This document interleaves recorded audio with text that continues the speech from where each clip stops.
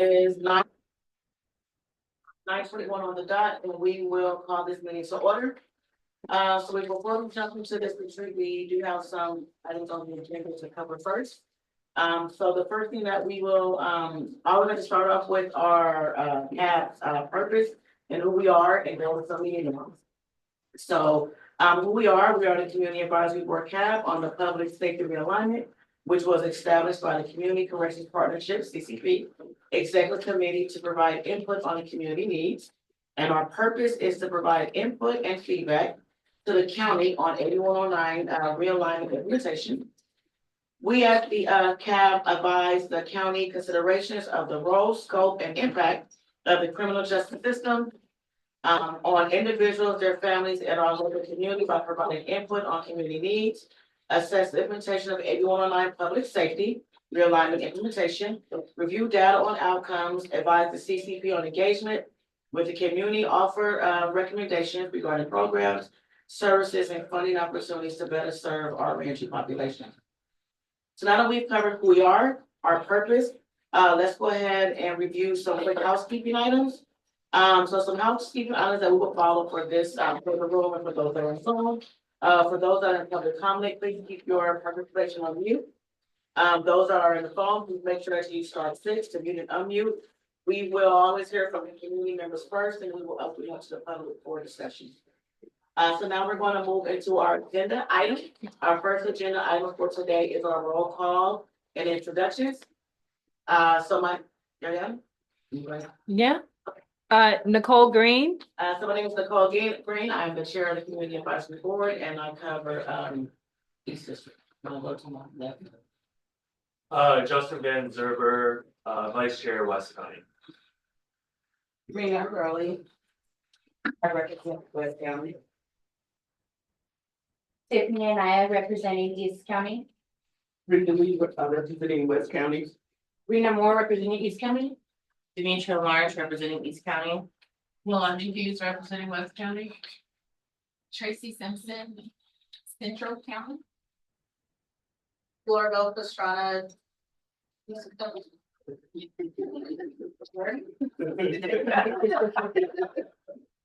Okay, so we're going to go ahead and move to our next agenda item, which is we now move to public comment. Please note public comment can be made on any item under jurisdiction of the community committee and not on the agenda. Do we have any public comments in the room?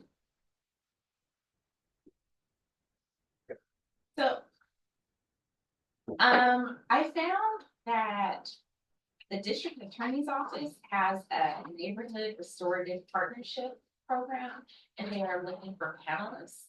So I'm not sure if anyone from CAB is interested in applying for this, but what it does is it's a program that allows, and if anyone has any background on this, please feel free to chime in, because I just found out about this last night. But it's a program where people are able to present to a community for pre-sentencing, like they don't go through the court process, and then they come to the community and work out an agreement on how to. Yeah. We did have a couple of our previous CAB members that was on that board. I myself also applied for that board, so the process is pretty cool. I believe our previous chair, Ozzy Carter, was actually on that board as well. I think it's something to consider if anyone wants to interested in learning about it. But the application was exactly what you said. So for those that are low level offenses, are actually met with peers like ourselves. And then they determine, depending on what they're charged or what they've done, if it is better suited for them to do something within the community versus going into incarceration. I will say from a personal aspect, I have been able to work with someone that in custody that had went through that process. It was pretty cool. It was different than working with the public defender's office to be able to see community members actually be a part of those decisions. So if anybody is interested, I appreciate you bringing that back up, because I completely forgot about it. If you have the recent information, if you could send it to Ariana and share it. But even if you want to read about it, it's some time commitment. But if you're interested in learning that road, then it is something to sign up for. And it would be nice to have someone on CAB on it, because we don't have since Ozzy was no more, we don't have anyone.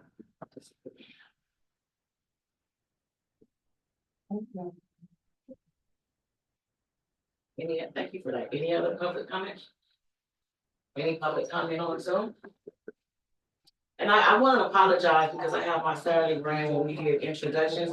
I did not allow introductions for staff and Zoom. I completely skipped over it. So if I can just backtrack for a second to allow y'all to introduce yourself, and then I know that you have somebody on Zoom, I want to be respectful of that, so I apologize. Sure, Patrice Guillory here, from the Office of Reach and Justice. Glad to be with you all this morning, Saturday morning. Hi, Dariana Youngblood, Office of Reentry and Justice. Good morning. And I believe we have a guest on Zoom.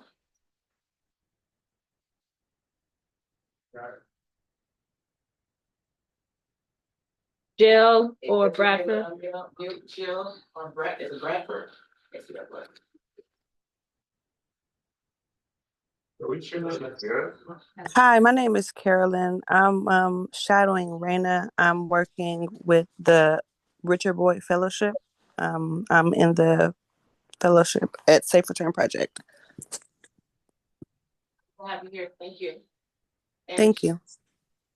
And Jill, if you're able to come off Zoom, you.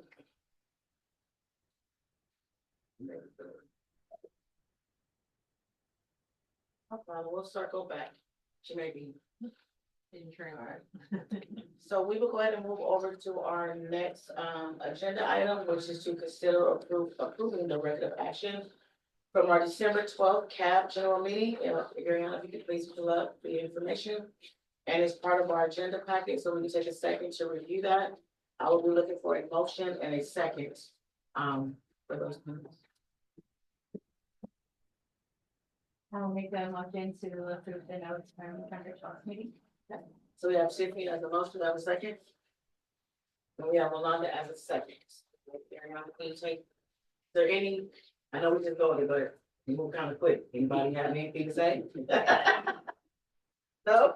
All right, Ariana, can you take vote? Nicole, Aye. Brenda. Raina Moore. Should I abstain since I don't believe I was in the meeting? You can if you want. Justin Van Zerber, Abstain. Raina Hurley.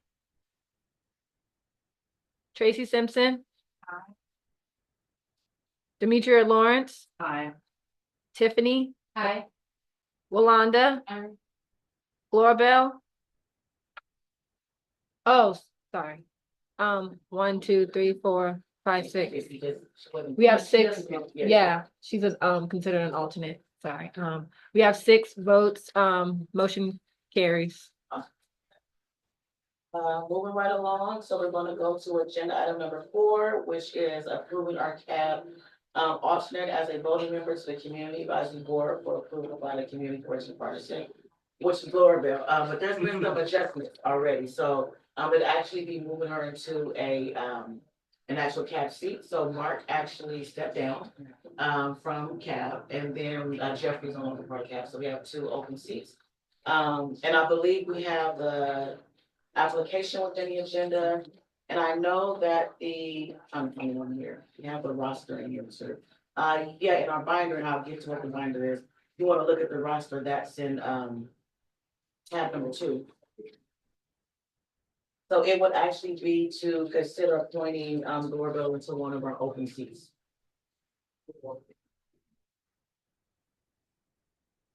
If I could add more context to that, so per your operating guidelines, the process is that whenever there's an open voting member seat, the CAB nominates or makes a motion to vote to approve an alternate member to move into that seat. Once that is done, then we take it up to the CCP, who then also makes that approval as well. CCP will likely not meet until sometime in March, we're anticipating, probably March. In which case then she will be formally approved and can operate as a voting member. So between now and then, even though you may all approve her today, she still will be operating under the guise of an alternate and can start taking votes following the CCP approval. So you're just looking for a motion? Yes, I'm sorry, I was taking notes. I'm looking for a motion to approve to move Gloria Bell from an alternate seat into a voting member seat and to move it up to the next CCP meeting board. So I move to appoint Lori Bell to a standing cab member seat instead of an alternate. My second motion. Yes. Any public comment? Any public comment? Have to say public. Any public comment in the room? Any public comment on Zoom? Seeing none, can you say vote? Yeah, I have a motion by Demetria, a second by Tiffany. Nicole, Aye. Brenda, Raina Moore, Aye. Justin Van Zerber, Aye. Raina Hurley, Tracy Simpson, Demetria Lawrence, Aye. Tiffany Anaya, Aye. Walonda Hughes. Aye. Motion carries.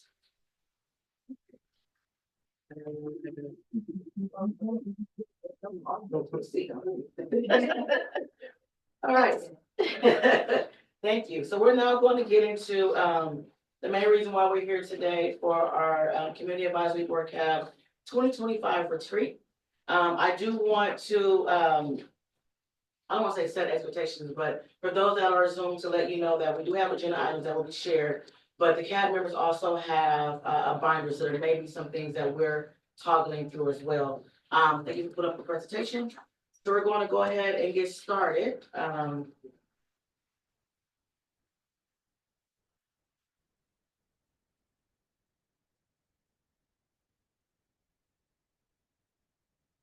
So again, my name is Nicole. Thank you. No, go ahead and go to the next slide. That's fine. So we'll go ahead and start with welcoming introductions again. Welcome to our 2025 retreat. I'm going to give an overview of why our sessions today, but I'm first going around again and we'll do introductions. So again, my name is Nicole Green. I am the chair of the Community Advisory Board. Justin Van Zerber, Vice Chair. Renee Hurley.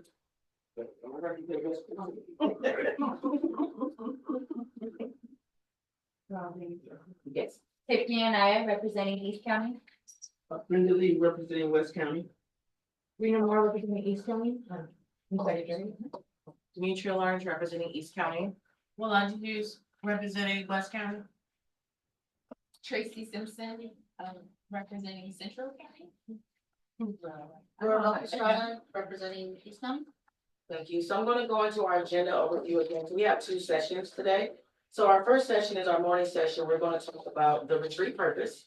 We're going to develop some common understandings of our CAB 8109 and local justice landscape. We're then going to go into, if you do the next slide for me, Ariana. Go into our local 8109 funding and budget processes. We'll then look into our local 8109 community program information updates from RJ. We'll probably take a break and then we'll go for lunch and then we come back for our afternoon session.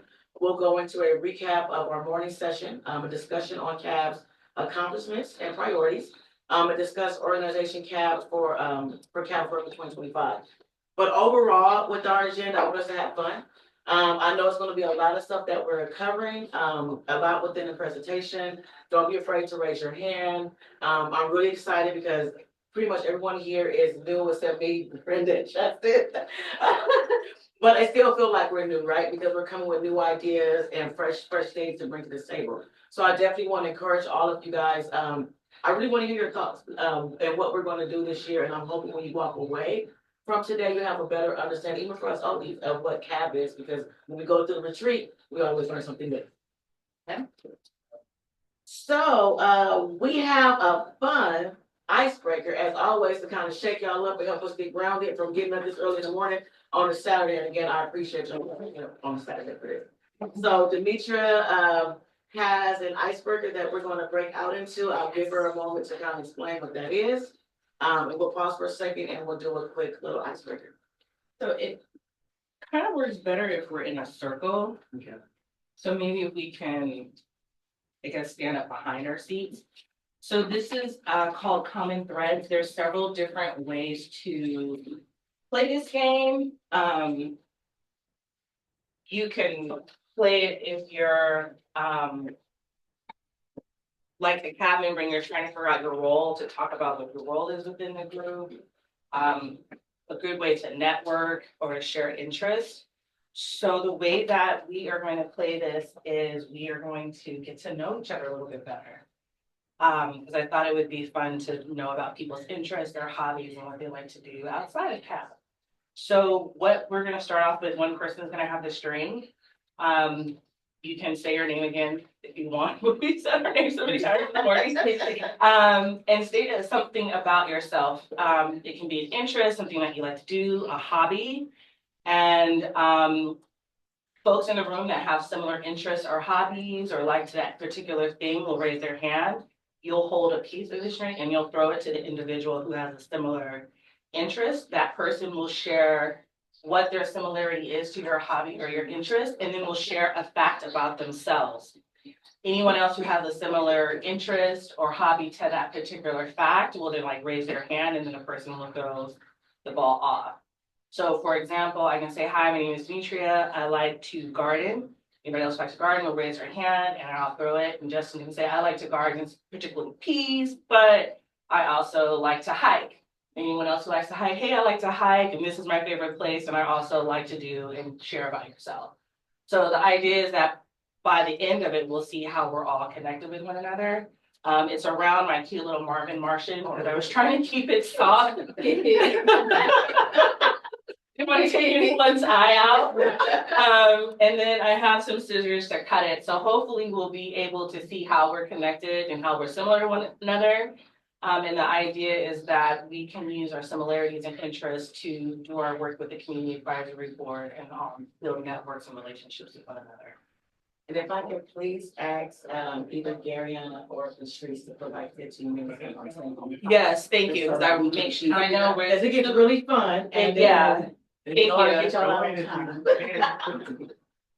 Gotta handle some admin stuff. I appreciate it though. Thank you for the invitation. And so when you get the yarn, again, wrap it around your finger before you throw it to the next person, or you can wrap it around your wrist, whichever is easiest for you to hang on to. All right, any questions, thoughts? It's pretty easy. So my name is Demetria. I have 2 pets. They're dogs. One is Sasha Fierce and the other one is Zelda May. Anyone else with pets? Okay, cool. So, oh. So not too high, obviously. Maybe we'll pass it.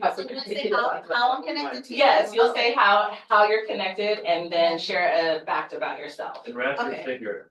And wrap my finger, okay. So Before you throw it. circulation. Yes. So I also have 2 dogs. I have one that's over 100 pounds. His name is Mac. He's a border. Sweetest dog. They are. And then I have a Frenchie who thinks he's the size of the Bordeaux. He's not so nice. To people, he's great, but he's just. So that's how I'm connected. Fun fact about me is I collect Pokemon cards. It's my way to nerd out with my kids. My kids also collect it, so it's our way of, keeps me young, I feel, and it connects me with my kids in a, fun and dorky way. Anybody have collections? Do they collect any items? I do. I'll get a sidearm. Oh. Softball throws. Okay, so that's a fun fact, kind of boring, a little bit back to the gym. And another fun fact about me is I'm a grandmother of 2. Any other grandparents? Okay. Bubble throw. Yeah. I'm gonna give some more room for you can go to the steamer. Oh, now you done just messed up the Martian. Go ahead. You can have some more. I don't even stop. Yeah, you're fine. Okay. Belinda, I too have 2 grandkids. One named July and one named Seven. 7 is a boy, July is a girl. Let's see. I guess it really wouldn't be it's kind of fun to me. I help children. My son has disabilities, so I help advocate for other young adults with disabilities. I enjoy that. You can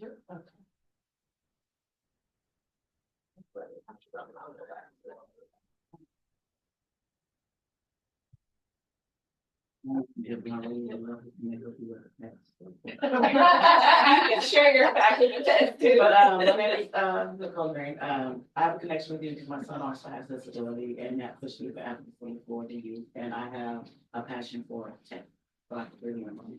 And I'm gonna share my fact with my cousins in last year. I have a deer in headlights when it comes to pets. I lose my mind. I have 2 pets. Well, this year I had 3. Dash, Trixie, and little Minnie. Are they dogs or cats? Dogs. So I have a Chihuahua, and Jack, and then I had a full-blown Jack Russell that passed away. So I'm a pet fanatic. Yeah, yeah. So, fun fact about me, I love to zip line. Oh. Anyone else does extreme sport? I said I would like to, but I ain't never done it. Oh, Okay. I mean, I would do it, but I ain't got to yet. it's fun. COVID happened now, then Yes. You can actually raise your hand because it will just show how deep our connections are, so yeah. So I'm gonna go zip line. I'm gonna tell you all too, because hopefully it's within the next year. Easy tips. It's fun. However, I really love like tubing. Like, behind a boat, like I love in the water. Yeah, like I love scuba rafting, tubing, jet skiing. Anything in the water. Just, yes, that is me. I cried just. And I also have so many pets that I don't wanna tell you how many. Now you have to tell us. How many pets? So I have 2 dogs. I have Junko and Remy. I also have a really big dog, a German Shepherd, and Remy's a Pomsky, so he's only 12 pounds. And then I have 6 cats. Well,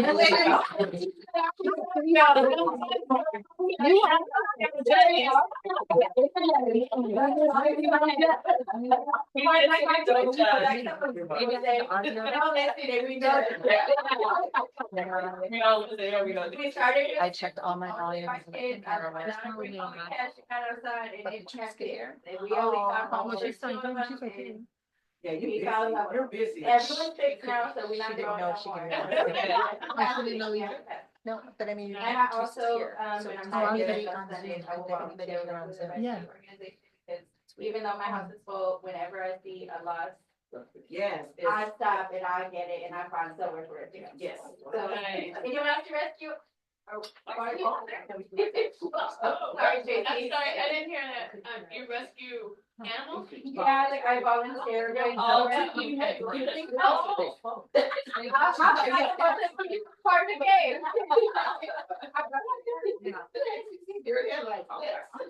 Yeah, like my family gets tired of me because I'm always wanting to stop and like save somebody's dog or cat on the side of the road. We can't tie together this. Thank you. Thank you for your service. Yeah.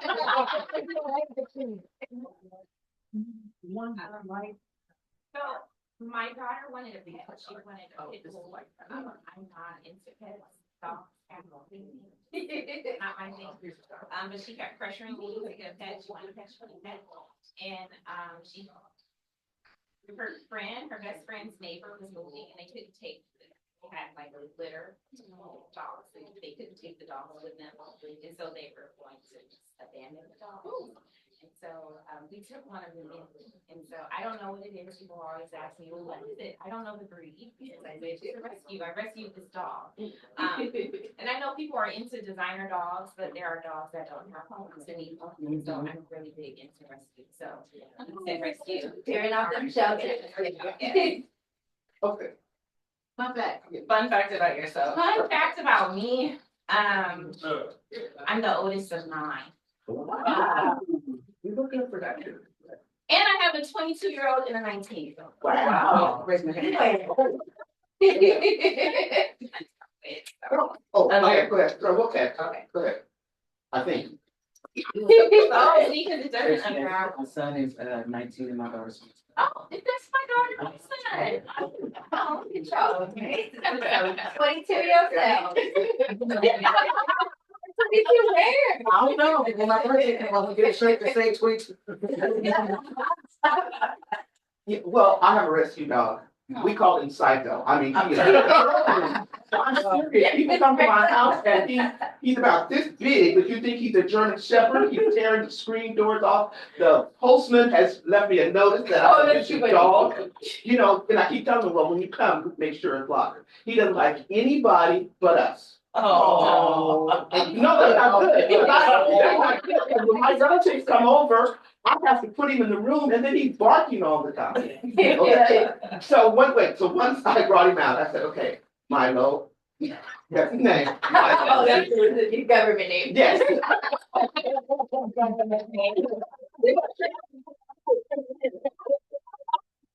On his way to be put down, and I, oh, no, I'll take him. The ladies called up and she said, well, we got this dog, you know, and he barks all the time, and I didn't think anything of it. I went to San Rafael and picked up this dog, and I've had him for 7 years. I mean, seriously. And he's a poodle and something else. They don't know, they just know he's, you know.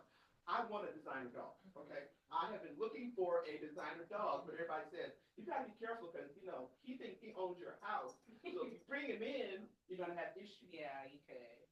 Too bad. He's gonna have to get used to this. I want a designer dog. I've been looking at them, you know, I look at the American Kennel Show. Yeah. Oh, yeah, seriously. Cats, no.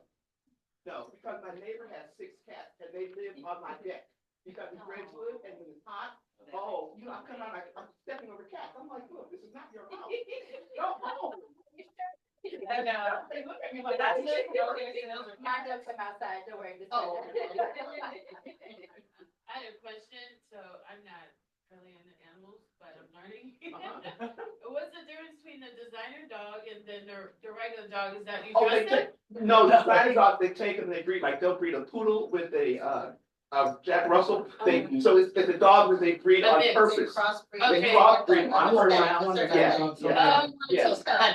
Oh, okay. Yeah. Especially furry dogs. or- Uh-huh. Okay. But, yeah, so but I don't want a tiny dog, so we snap on it. So I want to call it snickerdoodle. Oh, Yes, oh, yes. Oh, Now they turn it to. No, when I first saw it, I said, what? But it's a snickerdoodle, yeah. Aw. They are so cute, but I'm trying to find someone reputable. Because, you know, there are a lot of crazy places out there, so I'm still looking for him. That'll be my birthday present. To myself, okay. My fun fact, I am a shopaholic. See. I'm saying it.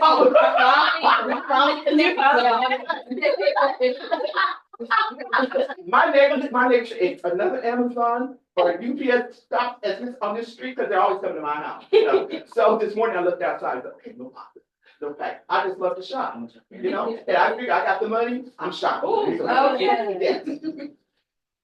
Treat yourself, don't treat yourself, Miss Brenda. Yeah, okay. Okay. I don't know. Well, I love to shop as well. I love to shop so much. I have a Macy's clothes rack in my dining area where it should be a dining room table that I ordered this in a box waiting since June. Who needs the table? I need to get rid of the clothes rack. I'm trying to downsize and get rid of stuff, so I gotta get rid of that clothes rack first. But I also have, I guess you said you had 8. 9. I have 8 sisters. Oh my Wow. gosh. On one side. Okay, I got that same. Not I have 2 brothers, Oh, but, and I'm the oldest, so wow. I enjoy being the oldest. I get to boss everybody around. They do whatever I ask. When they get mad at each other, or somebody gets sneaky, they tell on each other. I love that. I get all of that information. And I'm a great aunt. My aunt, I'm the best aunt any niece could ever have. I love Because it. I don't have any children, so I'm a great aunt. A lot of nieces and nephews. A lot of nieces and nephews. So is that your fun fact? Give me a moment.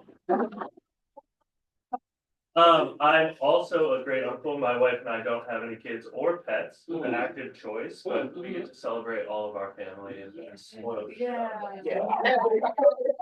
That's the fun.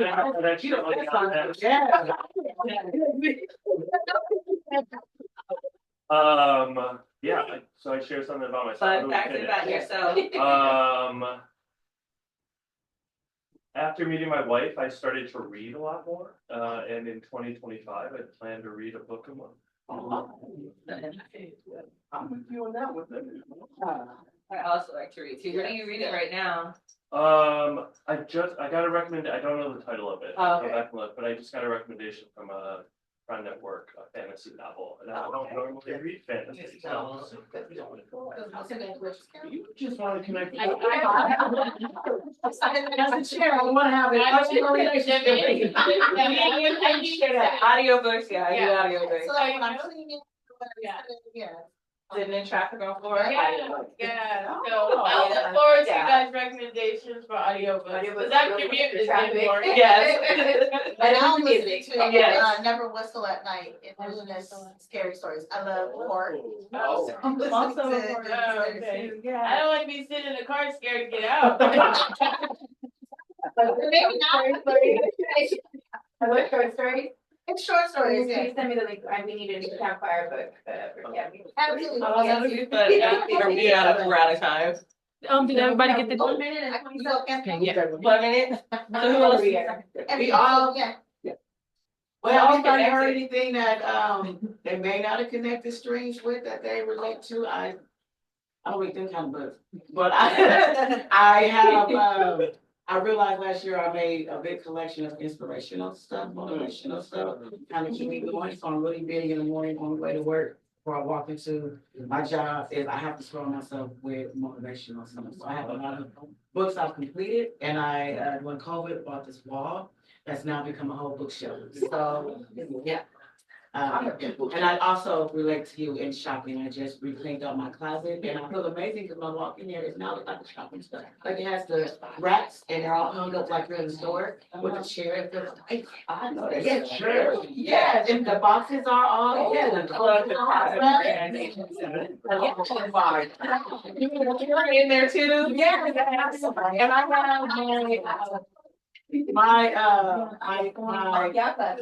my thing is purses and shoes. I have a purse and shoe for every outfit that I wear. I have a problem. My name is Nicole and I have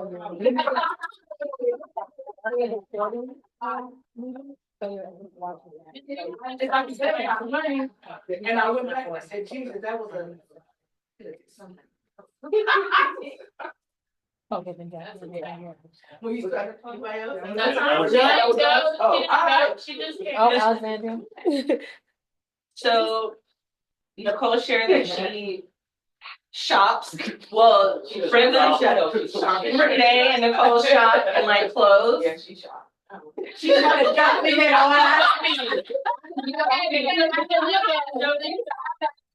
No pressure, but if you have that in common, you wanna grab And then give a fun fact. and share a fun fact about yourself. Where do I take this? There you go. So share a fun fact. Fun fact, I'm regularly late, that's not fun.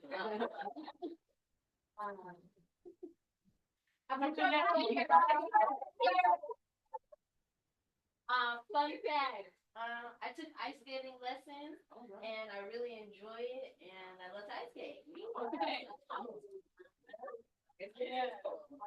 Oakland indoor ice. Indoor ice. All right, well, you're fashionably late, so you're okay. You walked in right the proper time. So before we go to our next, I just want to take a step and look back on how we all connect. I believe that we still connect in other ways, we just need to stretch the string out. But imagine maybe at one of our meetings, we share from a professional standpoint on how we can all connect as well. So I'm very excited about, again, this year, so I just wanted to look at this. And remember, we all have some kind of connection with each other. Yes. Beautiful. Thank you so much. Thank you for Thank you, that. everyone. I know, Yeah. I can't wait to do it. But, another group, I know who to reach out to when I'm fresh out of ice cream. Yeah. That was a good one. That was a good one. All right, thank you, everyone. You don't have to. Right. Get your son, did you get to your stuff to knock on, get situated, sit down? Yeah, we're getting comfortable. Glad you're here. Huh? Glad you're here. You did. I did.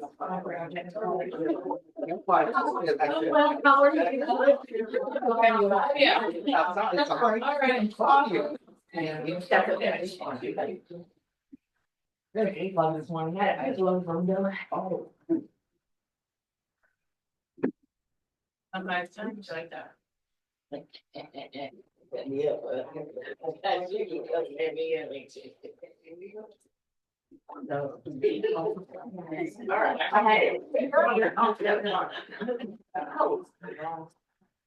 Thank you. All right, so let's go ahead and move to our next item on the agenda. So we're going to, does you want to come over here or you good on the phone? We're gonna go into our AB 109 history and intent, and we're gonna pass this over to Patrice. Okay, so I'm just trying to also keep track of time, so we're really behind. So if it's okay, we did have a video that we were gonna share, it was a short 3-minute video, but I'm thinking we might wanna forgo that. That way we can get more into the rest of the materials here. What I will do is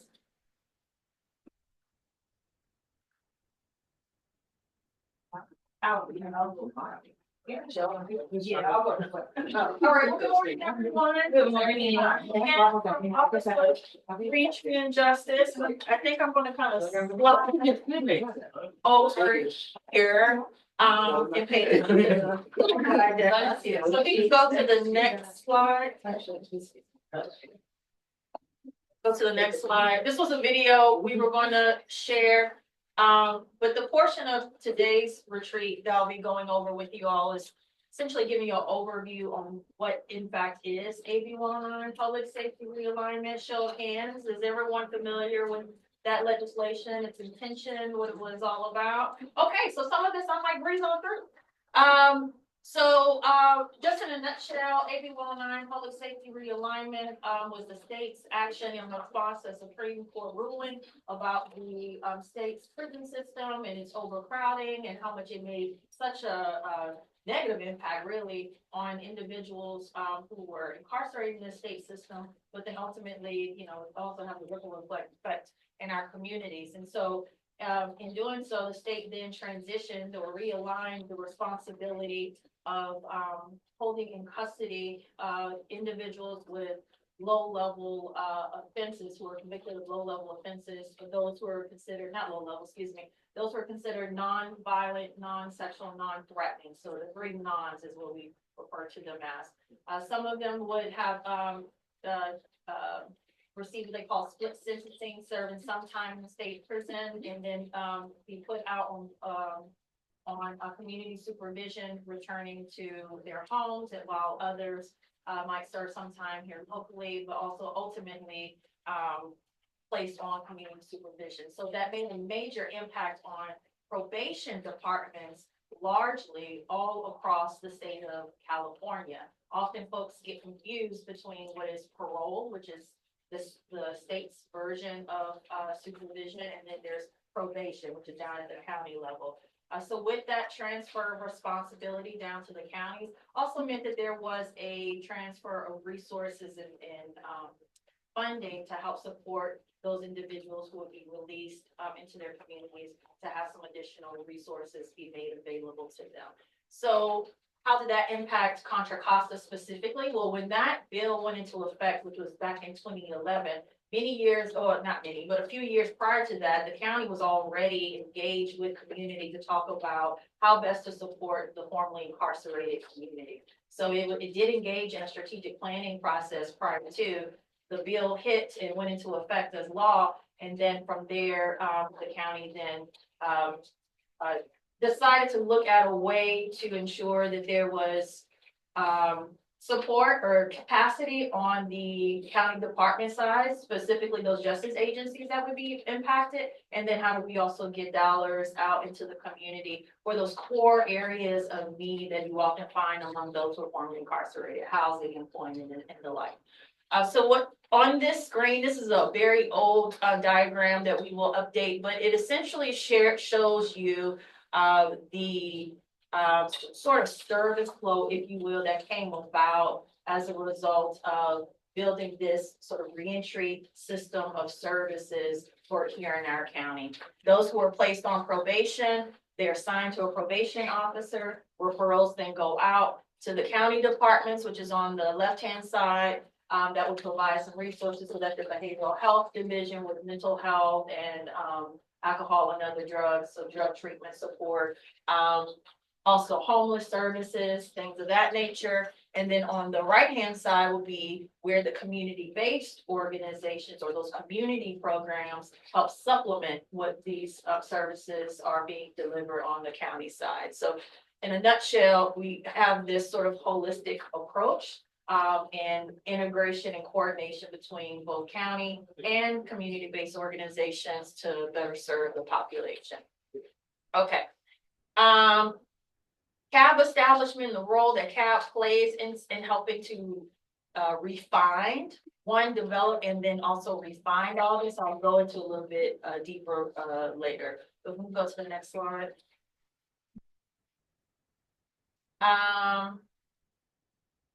We'll go to the next slide. Okay, let's stick with the Contra Costa landscape. Next slide, please. So, just as an overview, when we talk about the county, who the county is, you know, this is, you say the county, it's the county, it's the proverbial county. Well, obviously it's made up of decision makers, right? We have elected officials, and we'll share that slide in a minute. We'll have our board of supervisors, who have responsibility and a duty to respond to their constituents, but then also give guidance to then our county departments, who essentially are providing the various services that are needed to support the entire public, right? And so on the screen, it's not that big here, but what you'll see is sort of the structure or org chart, if you will, of the county structure. At the top, we have our board of supervisors. Right under that is our county administrator. So if any of you are like actively engaged in your local cities, you might be familiar with a city manager. That's the main administrator that's really responsible for oversight of the different departments. On this far left-hand side is a listing of public safety agencies. So we're talking about our justice agencies, but we also talk about public safety. We're talking about the fire department. We're also talking about animal services, things of that nature. That's listed here. The other area of focus is health and human services. So we have our county health department. You will hear us often talk about behavioral health services. That's a division or a unit within our county health department. You may hear us talk about health, housing, and homeless services, another very important division that's also housed within our health department.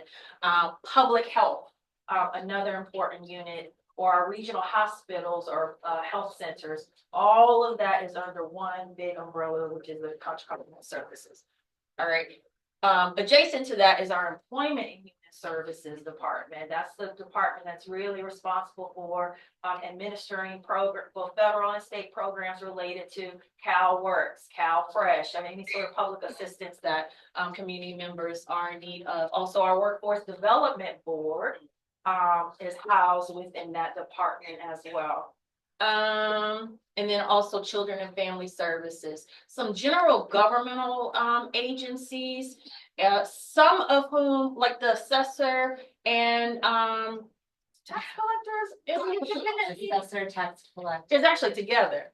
auditor, sheriff, DA Are all independently elected. Clerk, recorder. They're all independently elected, but they're integrated into the full structure here. But But one clarifying point. Yes. Just to understand the structure, while the board of supervisors are at the top of that structure, they're only overseeing the budgets of those departments, not the actual departments. So we don't get to say, I'm sorry, I'm Jill Ray, I'm with Supervisor Candace Anderson's office. So we don't get to tell the sheriff or the DA or the tax collector or the auditor or the clerk recorder how to run their department. Right. We don't have any jurisdiction telling them, but we do oversee their budgets. thank you for that clarification, really important. And then there's also some special districts as well. That's the fire district, housing authority, sanitation districts. Again, they service county residents, but their work is not necessarily overseen by the board of supervisors. Except for the fire district. Fire district is, okay, There's by the board of directors. but, but nonetheless, there's the integration and, coordination that happens there. Okay, so but the purpose of all that is just so you can see is where you all have the greatest, impact in terms of feedback and input is largely in this public safety space, but then obviously a lot of the retreat population fall into, they seek resources in these other areas as well. So wanted you to kind of understand the flow here. Okay, next slide. All right, and then here are your board of supervisors. And the districts in which they represent. We have a new supervisor that just got elected and sworn in, Chanel Scales Preston, who is covering former Supervisor Glover's district. So we made sure her head was in there. We have Supervisor Diane Burgess, who really covers a lot of the East Contra Costa area, Far East. Supervisor Ken Carlson, who's more the Central County area. Supervisor Anderson, more kind of South Central, if you will, of the county, and the Supervisor Joya West. So those are your supervisors. Okay. Next slide. And each supervisor has a number of different committees, commissions, and boards that they also sit on. Here, I'm just highlighting the standing committees of the Board of Supervisors. So a lot of times the work that you all will be doing, though you're advising CCP then also shares out its feedback, its work, provides updates to primarily the Public Protection Committee. So those are standing, these here, public protection, equity, airport sustainability. I think there's probably much more than these, but anywho, these are these committees are usually represented by 2 members of the supervisors for the Public Protection Committee, and we also have now the new Equity Committee. We'll talk a little bit about that as well. I believe the new membership for public protection is Supervisor Anderson and Supervisor Carlson. And for the equity committee is Supervisor Carlson and Supervisor Scales Preston. Okay. So so every year there's a reassignment of committee membership, and those will be the members who then will hear updates and take on issues related to that specific area on those committees. Okay, next slide. Okay, so now some of our public safety and justice system advisory bodies.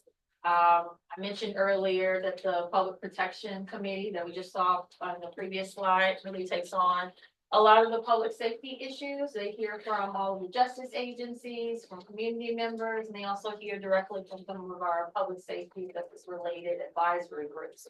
You will be considered in that umbrella. So here this diagram is showing that of the protection committee, some of the advisory groups that they typically hear from are those on the juvenile side, the Juvenile Justice Coordinating Council. This council has 2 subcommittees. It's another interagency council that's chaired by our chief probation officer, and is also made up of members who represent a variety of community members, also law enforcement, local law enforcement representative, health services, Supervisor Anderson's up on that council as well. So it's a mix of Which one? Juvenile justice. Yeah, Supervisor Scales Preston is this year. Okay, interesting. Okay, cool. So there we go. We got a new a supervisor representative. Let's say that is on that body. And then it has 2 subcommittees. One that's called, we refer to as EPIC, but that stands for Effective Prevention and Integrated Community Committee. And then the DJJ Realignment Committee, which is the Department of Juvenile Justice Realignment. Just as we experienced realignment on the adult side, so did that go through on the juvenile side. So that committee is formed to talk through the implementation process of that. Then we have our Community Corrections Partnership, which you all advise. It's made up of two committees, the Quality Assurance Committee and the Community Advisory Board. Quality Assurance Committee hasn't met in a few months now. We hope to resume those meetings, but that's usually a membership of our CAP chair or representative, behavioral health division director, and also the what am I missing? Chief probation officer. You all have three committees: programs and services, policy and budget, OCEC. We talk about that a little bit more. Okay. So these committees then share out to the public protection committee. Next slide. Now, equity, which is a newer one, new-ish standing committee of board of supervisors. In the past, we talked a lot about restorative justice oversight body. It's another interagency advisory body that was formed back in 2018 to really look at best ways to reduce racial disparities across our local justice system. That committee or advisory body has now moved to report to the equity committee. And the equity committee is also responsible for oversight of the implementation of our county's new Office of Racial Equity and Social Justice. And that new department is also now staffing this body here. Our job is what we call it for short, is made up of three subcommittees: the Community Engagement and Funding Committee, the Data Committee, and the Diversion Committee.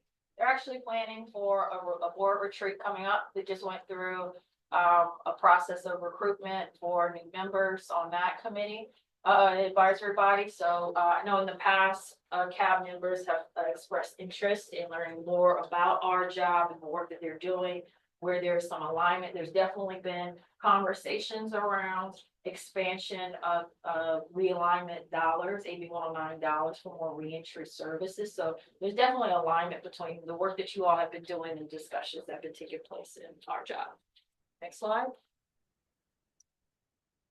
Okay, you can pause for questions and then take a break. Go ahead. And the retreat, date, time, we shut out, is that with us? Yes, you can. I think they're aiming for the end of February. We can get that out there. They're still trying to identify among the Yeah, retreat for For the, our job. Oh. yeah. He used to have someone on, have that just join to listen. Okay, so I know I ran through that quickly, but yeah. You said EPIC stands for effective, that's the effective. Yeah, Effective Prevention Integrated Community Committee. That sounds awful. It is. That's why they call it EPIC. And their next meeting is coming up this week. Yeah, I believe so. It is. There's two meetings that's coming, a full JJCC, so Juvenile Justice Coordinating Council is coming up in February, and then the EPIC is before that. So that particular committee, if you're interested,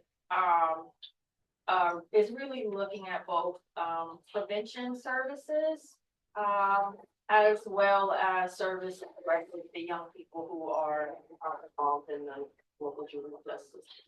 So part of those conversations. Yeah, so if anybody on the board is interested, thinking about joining them, we would love you to be the person to bring it back. Monday, February 3rd is JJCC EPIC. And actually, in that upcoming meeting, if you look up the agenda packet for that meeting, it's in the same place where you'll find the CAB agendas. They are highlighting, or at least in the packet, there are several different presentations from the CEO organizations that are working closely with justice impacted young people. So that's of interest if you guys know what are some of those organizations. And also just on the agenda, so the new county agenda system that used to be two different agenda systems. it's now one. So if you go to the Board of Supervisors, if you go to the county webpage and go to meetings and agendas, every advisory body and Board of Supervisors meetings are all listed. So all together, on calendar form, you know, in date order, so you can click and see and get those agendas. Okay, and you can sign up to receive any agenda you want. Well, we have a break for it, right? How long was our break? 10 minutes. So we're now gonna move for a quick 10-minute break. And Tiffany took the restroom codes on the board. So there's two restrooms downstairs. We have a members restroom, which if you're coming from upstairs would be the first restroom door, and then there's the staff restroom, which would be the second on the left. You get downstairs and we just use a code. If you are using a staff, just please remember to use the latch to lock the door. That way no one enters the code. And that's the code on here for. Yes.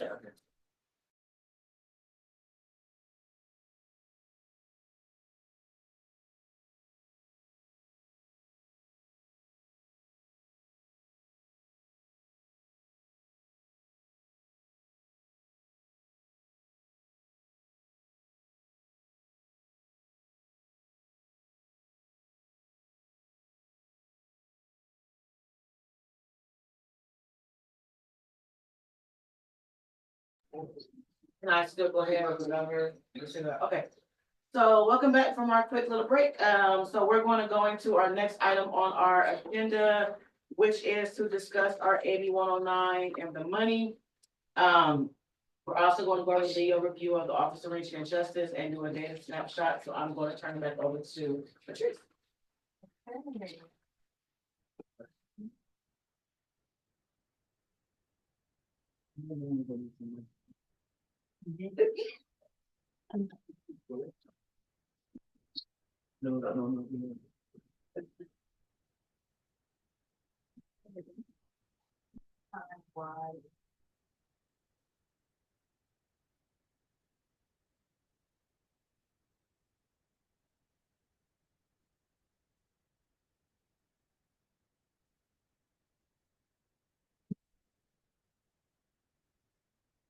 No. Okay, so I'll try to go through the money portion, MI, the ORJ side. Where are we? Okay. Alrighty, so for this section of the presentation, we'll talk a little bit more about how AB 109 resources, thank you, are allocated and distributed. We're going to use some basic, at least introduce some basic budgetary related language. How many of you are familiar with budgets? Have you looked at budgets before, your organizational budgets? Governmental budgets, they're not always the easiest to understand, but we'll try to work through them together. Okay, next one. Okay, so 3 key terms I'll be using here today. We'll talk about revenue, so our AB 109 allocations that come into Contra Costa.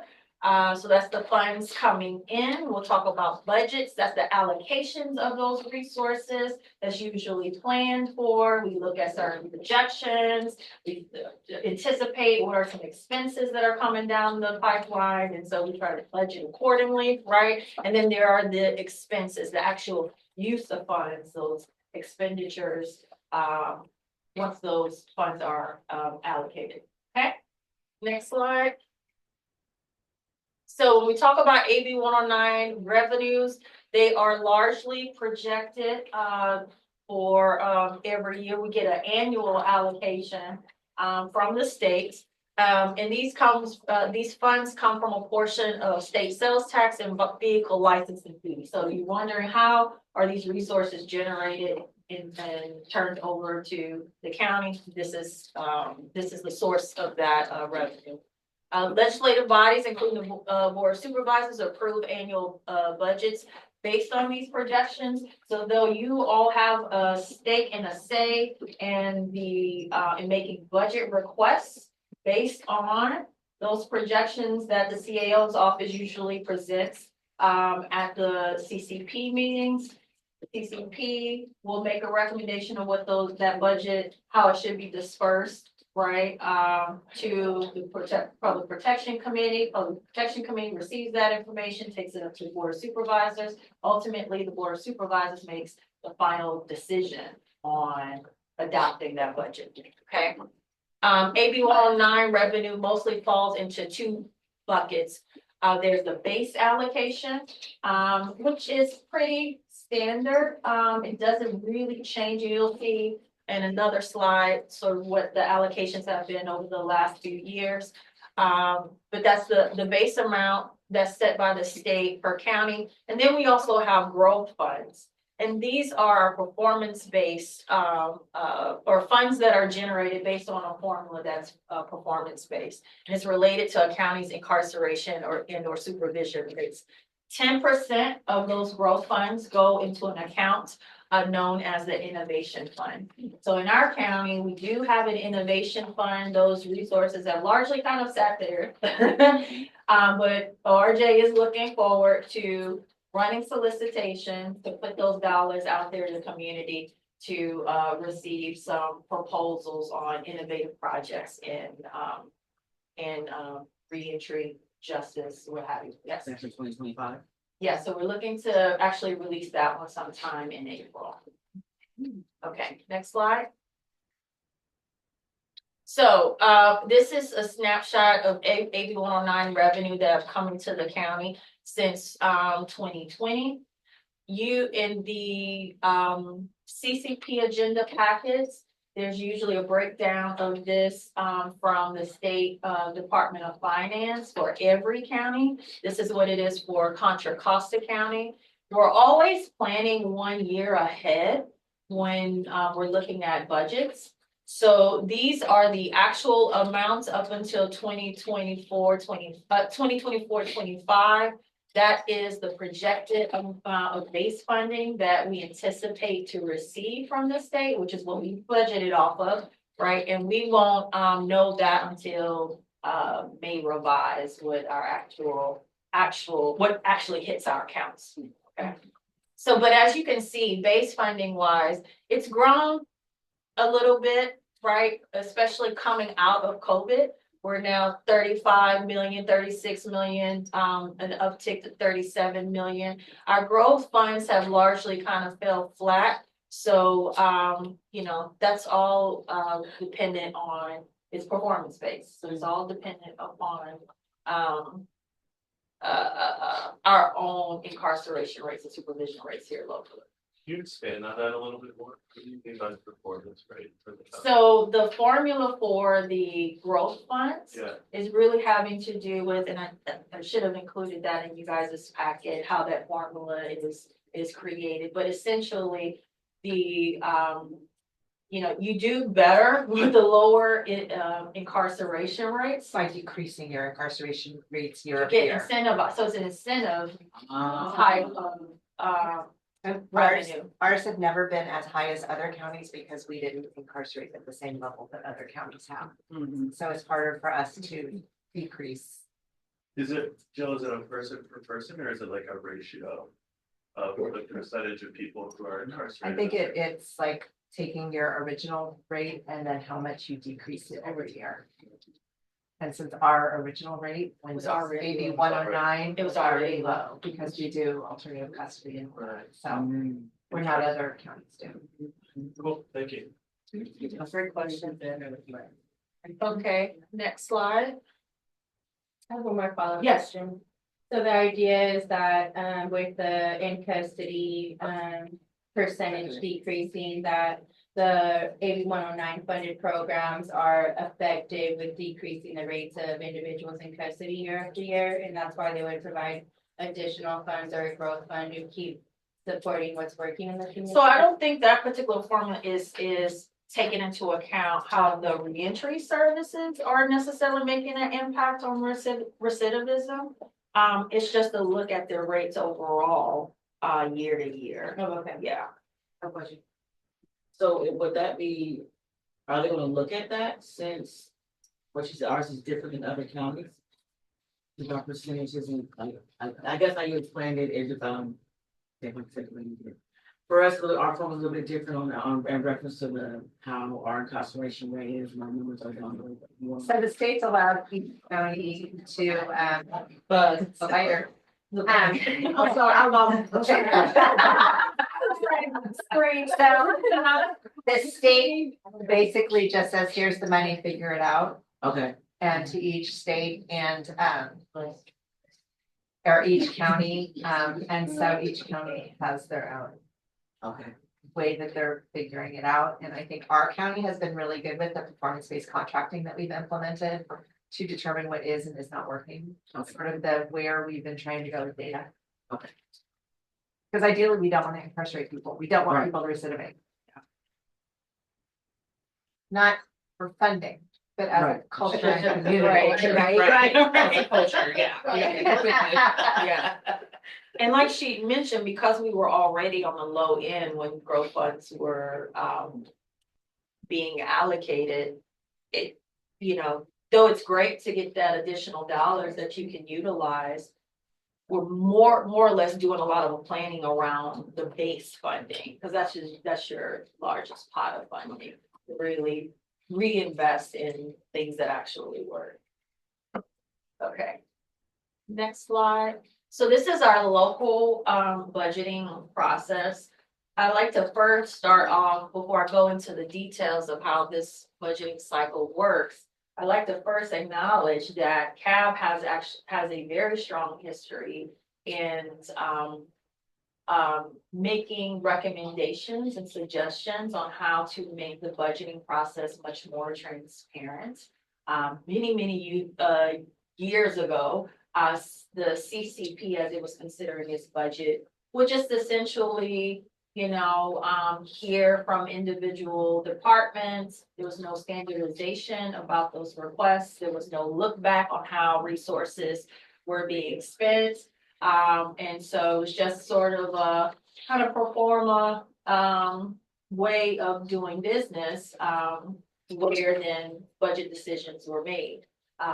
CAB made a point to encourage the CCP and most notably the CAO's office to come up with standard forms for making requests, for having quarterly financial reporting that could be discussed publicly. So those things came out of prior CAB. So I just want to acknowledge that this body has made a significant impact on the budgeting cycle.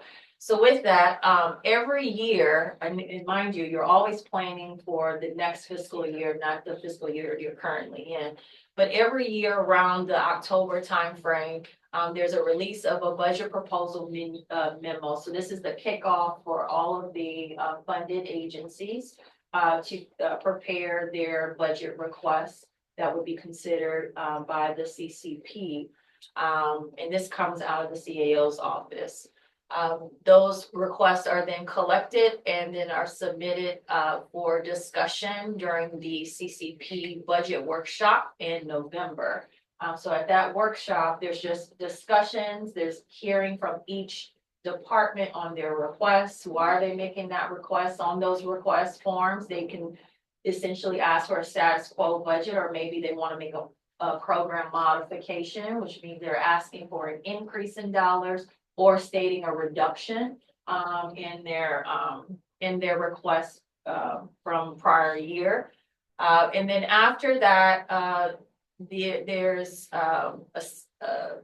a actual budget action that's taking place by the CCP's executive committee in December to then approve the budget recommendations or budget requests that would then go forward to the Public Protection Committee and to Board of Supervisors. Oh, I'm going fast.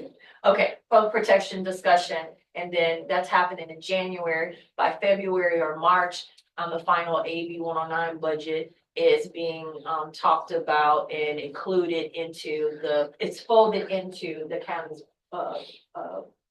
the full county budget. So you won't hear at the Board of Supervisors level a full-on discussion about AB 109 specifically.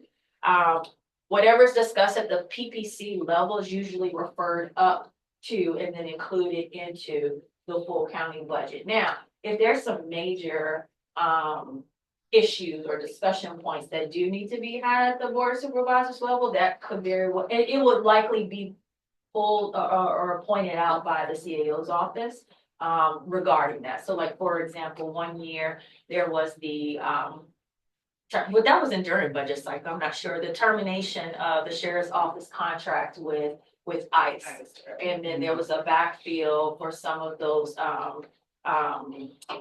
for some of that funding through AB $109. But I don't think it was during the budget cycle, that may have been altered, but that's an example of a budgetary discussion point that would be held at a higher level related to AB 109 resources.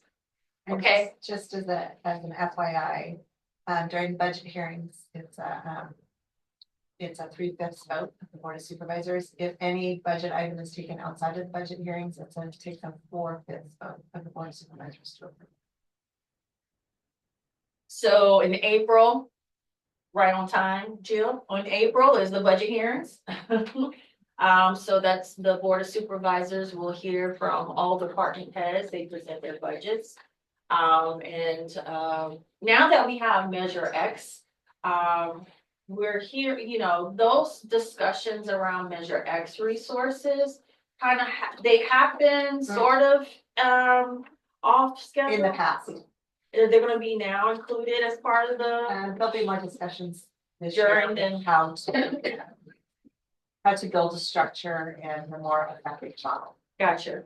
So with Measure X being sort of a newer, right, revenue for the county, this is new county tax, sales tax revenues into the county. And it has its own sort of oversight process. You have the MX cab, you have the MX finance committee. So there's a lot of discussions around how those resources are distributed as well. Sometimes they're discussed though during the budget hearings, especially related to any department that has already received Measure X dollars. So updates related to that happens at that point. Another component too that I should mention is that now with the new Office of Racial Equity and Social Justice, one of their tasks is to work with county departments to include equity metrics, if you will, related to their budgets. So what their equity statements are related to their budgets, how are their budgets reflecting any of the equity focus initiatives or areas of focus. So there's a nice little intermingling of all of these really important initiatives and strategies that are taking place, and you will hear about them during those budget hearings. Those are long meetings, but I do encourage you, if you're ever just interested, to hear from all the county departments and what's happening. Those budget hearings are usually good meetings to listen in on. And then finally, in May, there's the county budget adoption. And then obviously the AB 109 budget is adopted at that time. Okay. So everything leading up to October, right, is where CAB's work really takes place, right? You're gathering information, you are learning from the community programs, you're listening to community members, you are doing your ambassador meetings, right? Gathering all of this in prep for any policy and budget recommendations that you want to make by the time you get to November. Okay. All right, next slide. Okay, so just as a quick, is that right time, 10:45? In your packet, I don't know if you can pull it up, Gary, on or for folks online, we can look at this coming year or this year's budget request. The full summary that was adopted by the CCP. That would be under. That's section 8. Yeah. Okay. Oh, here we go. This is the total budget that was approved by CCP. That has been over and approved by, so it's this long. On the first page. It should say, Apology, gravity. yeah, AB 109 Public Safety Realignment Program, FY 25-26. Oh, I know what I can do. Budget summary. Under, tab 8. Tab 8. Yeah, I get You this. guys see that? Yeah. Okay. And while Gary, I'm pulling that up, I want you to take a moment, to just look at the allocations here.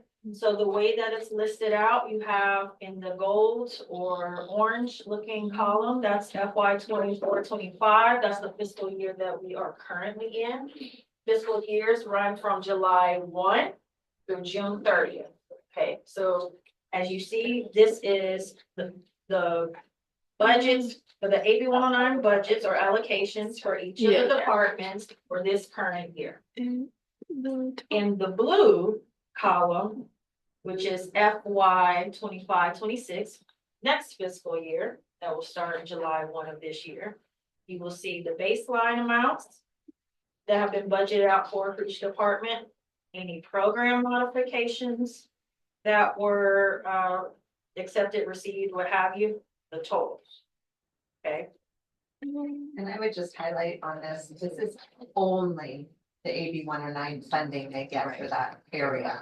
Right. Understanding that all of our departments have rated funding, meaning they have funding from many different funds. And they can't click it. But just one small piece there. I'm able to pull out. So where it says like some of Like, the anything. expenditures are salary and benefits, you should think of it specifically for those positions related. Are you able to get 109, to, since they have- but I can scroll and shit. Are you talking about the sheriff, like the sheriff? Yeah, like I'm saying, like. Yeah, you might wanna stop services sharing it. Yeah, so those are the positions. Okay. Related to Yes. AB 109 specifically. Yeah, so they get a percentage based on. Got it. Makes sense. So you see the departments that are receiving funding. You got sheriff's office. Probation is split into two. The PRCS, which stands for post-release community supervision. That's what we will refer to as our AB 109 unit. That's funding deputy probation officers, all things necessary to supervise that caseload. Okay. Post-release community supervision. Then you have probation pretrial, which is a little different. This is where individuals who are assessed during their court hearings as not being a risk necessarily to the community, instead of being held in custody, they're then released onto pretrial. And then we have probation staff that work directly with those close to get connected to resources as they are awaiting yeah. And then you have behavioral health in a division under health services, but that provide a lot of the substance use treatment support, mental health resources as well, but I think it's mostly treatment under that one. Health, housing, and homeless services under health services. That funding typically goes toward shelter beds, to cover shelter beds for the population. You got detention health, public defender's office, district attorney's office. EHSD has some reentry focused staff that is funded through AB 109, as well as the Workforce Development Board. The Police Chiefs Association.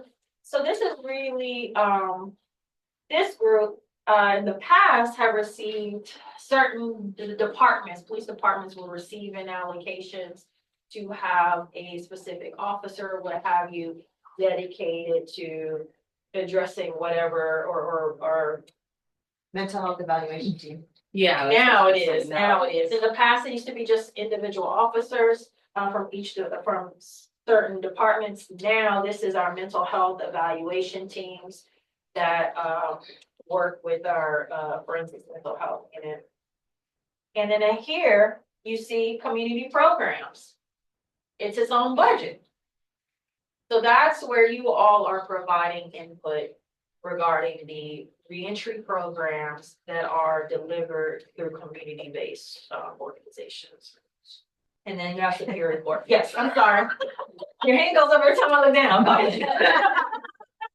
And you may be getting to that, and sorry, I'm trying to familiarize myself and still learning about the funding. Is that the one-time funding included in any of this? It's not included in here. So we'll get to that in the second half of the day. It's, I will say, CAO's office is trying to think through what's the best way to provide reporting on that to the CCP. Because so much of those allocations and the ways in which the departments are going to start to work that it's off schedule. Right.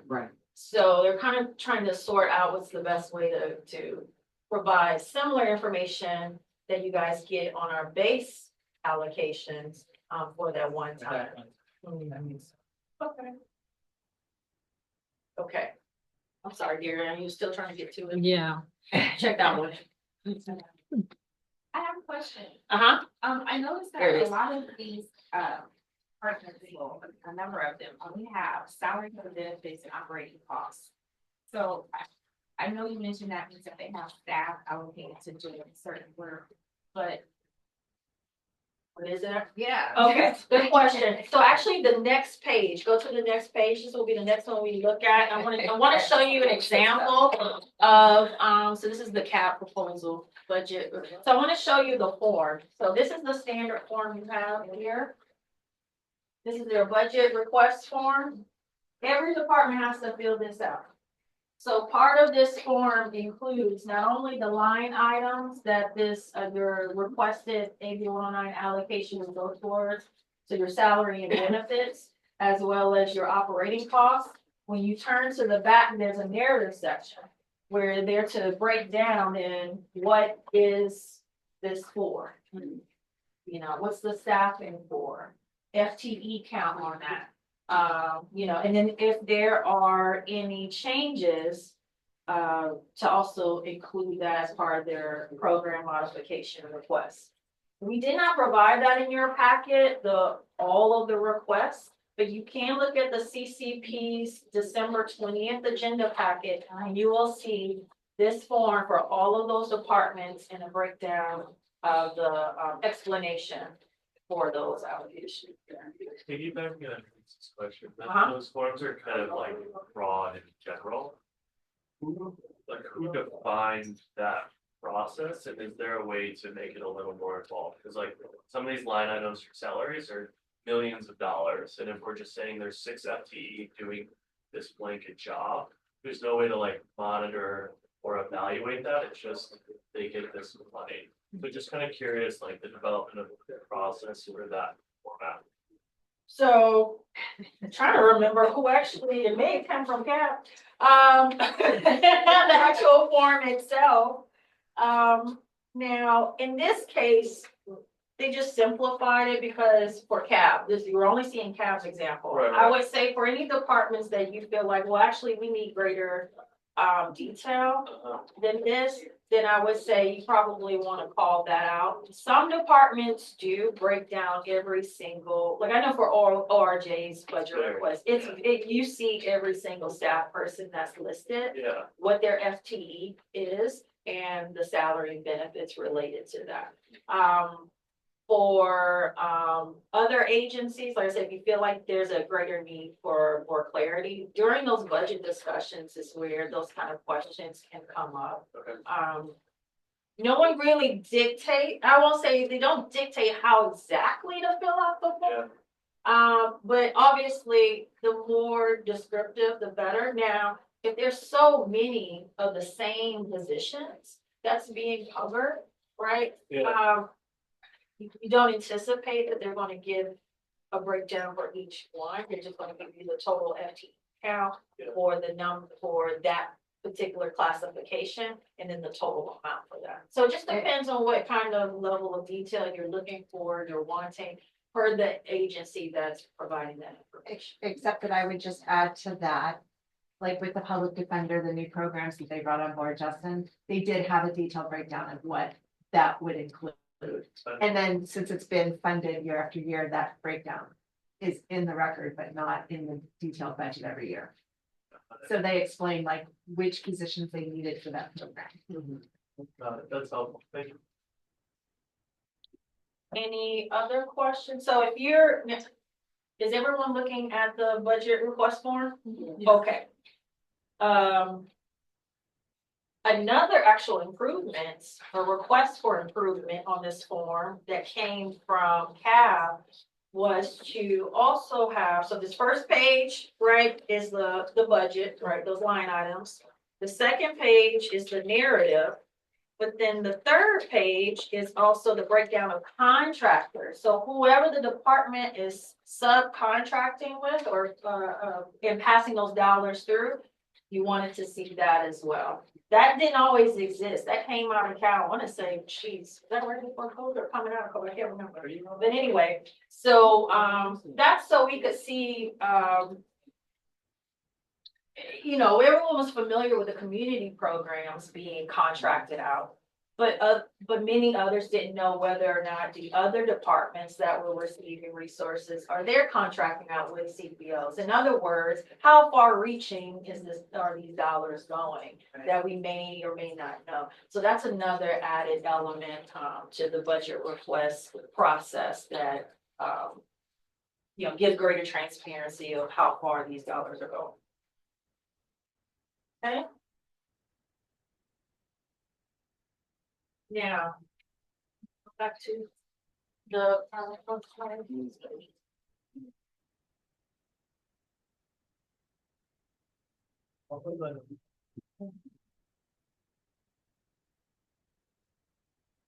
So we looked at the total budget request summary that will likely go into effect for next fiscal year.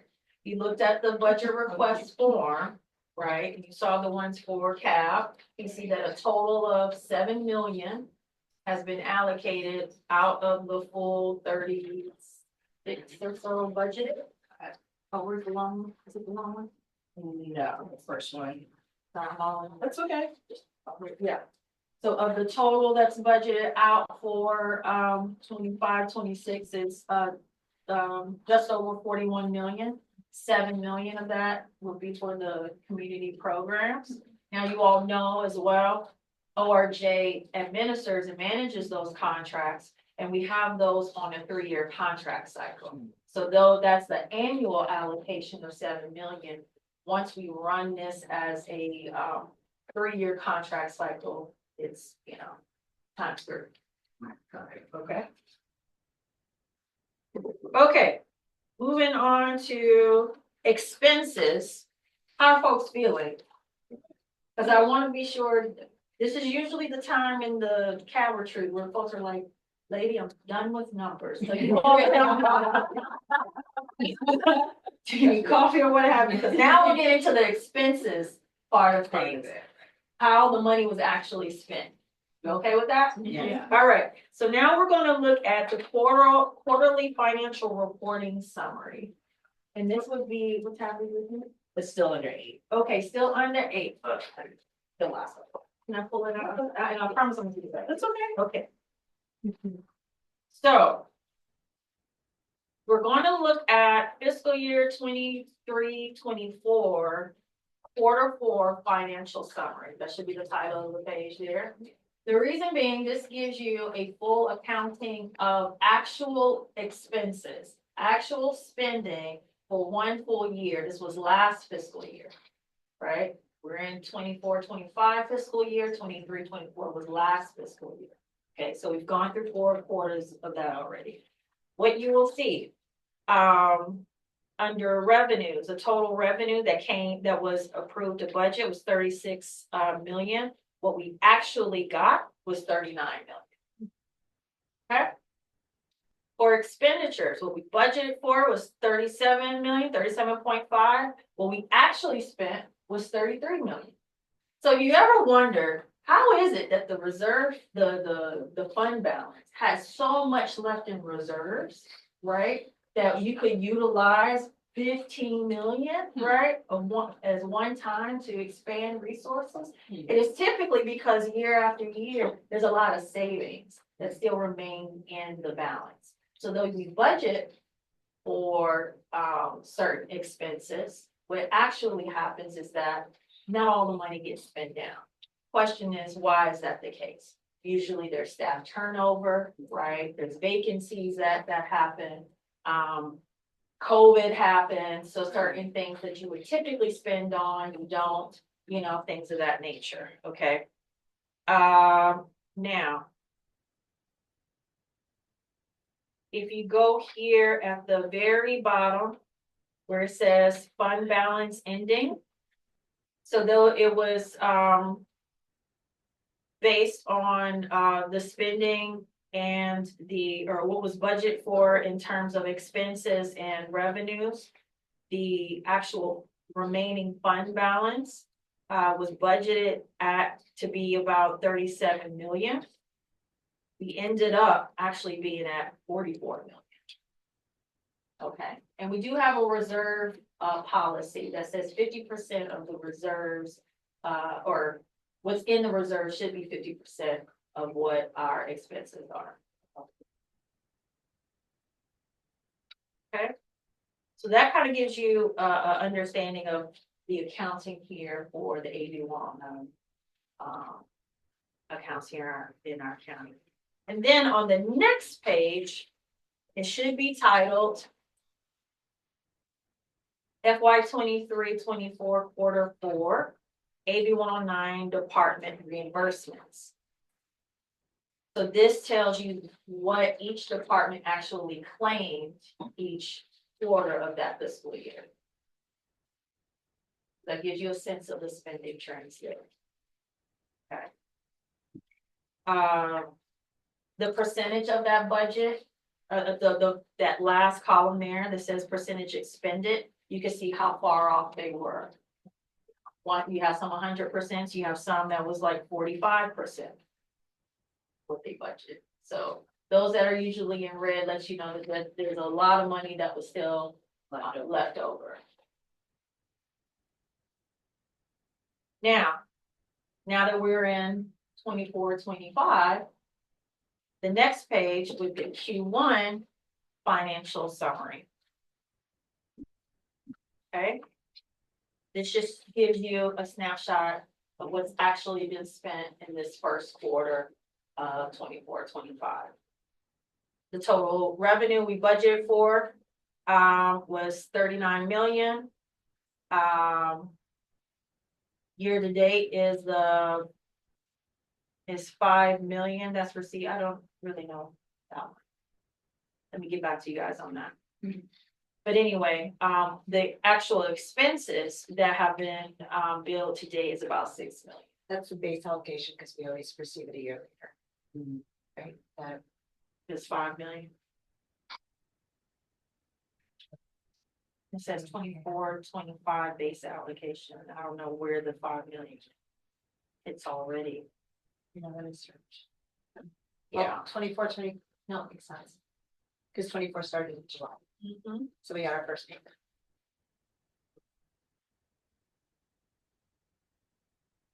But at least here, we're already spending 6 million. So even if we got one payment of 5 million, we're over that, but that's okay. We're gonna get the rest. Yeah, because it's just one quarter. Okay. And then again, the next page, FY 24-25, quarter 1, AB 109 department reimbursements. So you see where folks are at. So that's pretty standard. Some have not spent at all. Let's see, who's at 0? H3. H3. Well, it's not that they haven't spent, they just haven't submitted their invoices. They haven't claimed. So does the CAO's office like reevaluate allocations based on spending? So if you have a budget for a certain amount and you spend significantly less, then the next year does your allocation change? Not necessarily. The requirement is that if you are 20% or less, no, about 20%, yes, less of what you are what they would anticipate you spending for that quarter, they require an explanation. And So where in does this that come case, from? they actually have quarter 1 notes. H3 would be in that category. They are no expenses to report. Vet team fell in that category as well. Let's see. police chiefs met, they had not spent anything just yet. So they made note of that, and then the Superior Court as well, but the Superior Court only bills twice a year. So that first quarter you won't see. And where did that policy come into? That came from CAB. 2 snaps. Okay. Okay. And then can we go to any questions They about? can't overspend. Yeah. They can submit invoices for more, but they won't be reimbursed. I know. more, just so you Sometimes if know. You don't spend. No, no, no. What you And asked that's for, what then CAP you reduce it. And so CAP questioned that, and so that's why they added the narrative to explain why, because sometimes a department will have a program they're trying to lift up, and they couldn't hire personnel fast enough to lift it up. And so sometimes they'll ask to reallocate the following year, or sometimes that money just goes to the reserve. But they have to have an explanation. Okay. With the idea being, at some point in time in the future, if it's a repeat problem, Right. then that allocation has to be looked at. Yeah. But it hasn't been a year-over-year problem for any one department so far. No, I'm not sharing my screen. But what's the next document you would like me to look? Yeah, I gotta get started now. No, actually, One more. one more. We want to look at the fund balance projection for the community corrections fund, otherwise the AB 109 fund. Now, I want to share this with you all because I believe, yes, we have marked the 15 million in this one. So this is, the CAO provided this at the last CCP meeting to kind of showcase. So though, to your question, Tracy, is there a reevaluation of funding for, not necessarily per agency, but CAO is looking at what we can anticipate if we continue to spend budget for the spending that we currently have years out based on information that they're getting from the state. So here, if you can blow it up just a little bit more for folks to see. It's in your packet, still under the same section. It's called Community Corrections Fund Balance Projection. So in that first column, you'll see lines for base growth, 10% innovation fund set aside, your net revenue, your expenditures, and then that fiscal year's fund balance to give you the total, what the total fund balance are. Yeah. So what we budgeted for, we go all the way to the right under budgeted for FY 24, 25. We're looking at our fund balance being right around 43 million. That's because our budget amount for expenditures is around 40 million. But the base that we're anticipating to receive is going to be 38 million with about $1 million in growth. Okay. So if you notice, after that total fund balance, you see there's a line called obligated reserves. That's your 15 million. Oh, okay. Okay, and you remember it's really more than 15 million because the DA's office made it to request to, so it's really 15 through 29 there. Okay, the mandatory reserves we're to have that we're budgeting for is that 20 million, which means we're going to be either over that amount by 8 million. Okay, for FY 24, 25. But if we anticipate expenses increasing, we're going to look at our additional resources over the reserve to go down to about 2 million. Okay.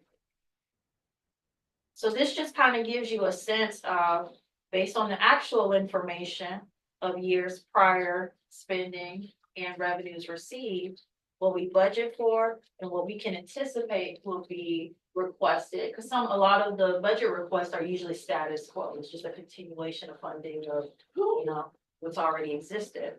So sales office is looking ahead so that we all can better plan. Okay. Any questions on any of that there? We, I was looking at the note at the bottom, the 10% innovation fund set aside. I'm on the 506. How much of it is, and if you covered that, that might, how much is the innovation fund? Which page are you looking at? The very last page, yeah. How much do you have in innovation fund? So I do know we're right around, a million, just a little over 1 million, the total, fund balance for the innovation fund.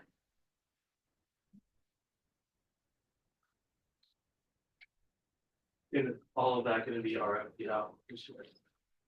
Yeah, I'm gonna talk to the CEO's office about that, if, what they give based on projected info that they can get, from the state. Is it advantageous to then put out the total amount, or is it best to wait until yeah, or just do little at a time, you know, especially if any of if we can anticipate projects that we want to see take place over a course of time, you know, is it best to have some left over, so we're working out the whole time. So I'll probably be getting a little bit more guidance from people.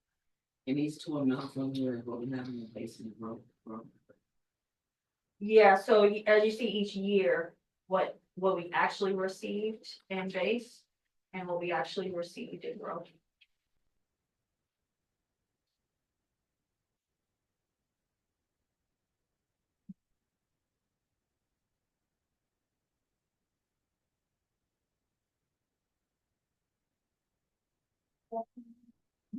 All right. So now we're at reflection questions.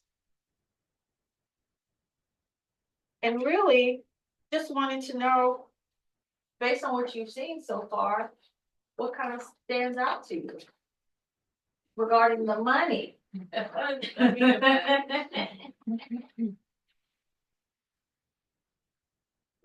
a comment, it's a lot, you know, especially when you work in the field and you just see it from your budget standpoint, and then to have myself, why can't we do this? Why can't we do that? And sometimes now I can see it on a broader level and appreciate that I'm learning about this, you know, and can put it in perspective in a positive way, because now I know where a lot of funding is coming from that I didn't know how it happened after I looked at my budget. So it's on a grander scale, and I appreciate it, and I can see where I can make some changes too, within our budget. So thank you, and thank you, Garyana, for this. Oh, yeah. This workbook is great, and you seem like you spent a lot of time on this for us. I appreciate it. You're welcome. I also really appreciate the nostalgic of it, the handwritten tabs.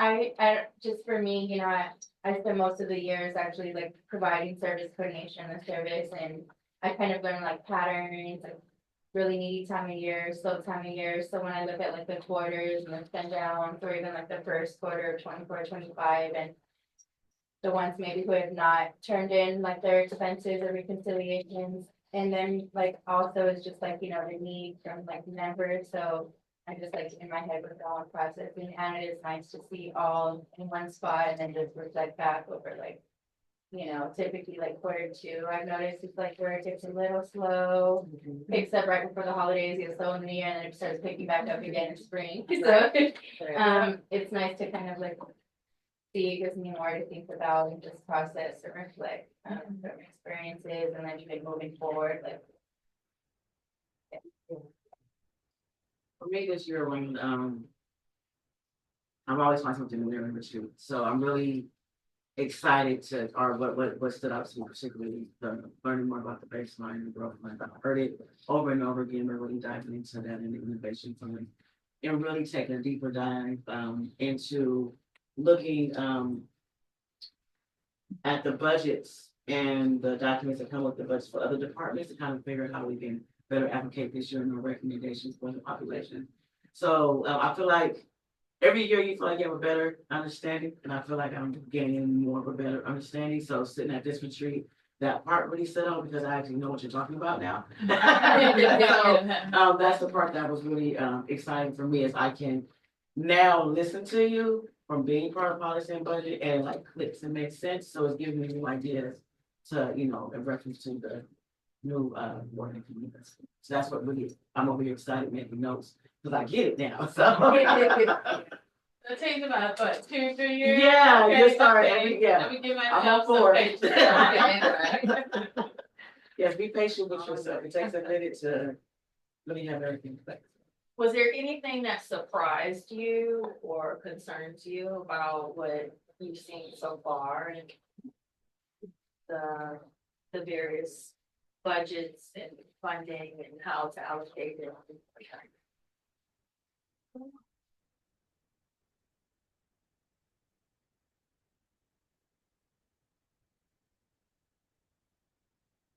It's just for me, just being that I get the different departments, but being that the sheriff's association and not understanding what that means.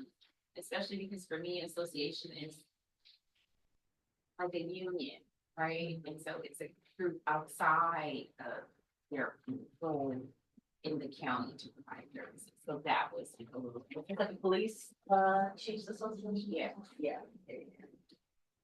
So that one, you probably should come up with a better term for that, because it's not going to a labor union by any stretch of imagination. But when AB 109 was coming down the road, because one of the representatives on CCP is a police chief, and that would typically be nominated or those certain cities selected to have their chiefs on to that, serving in that role.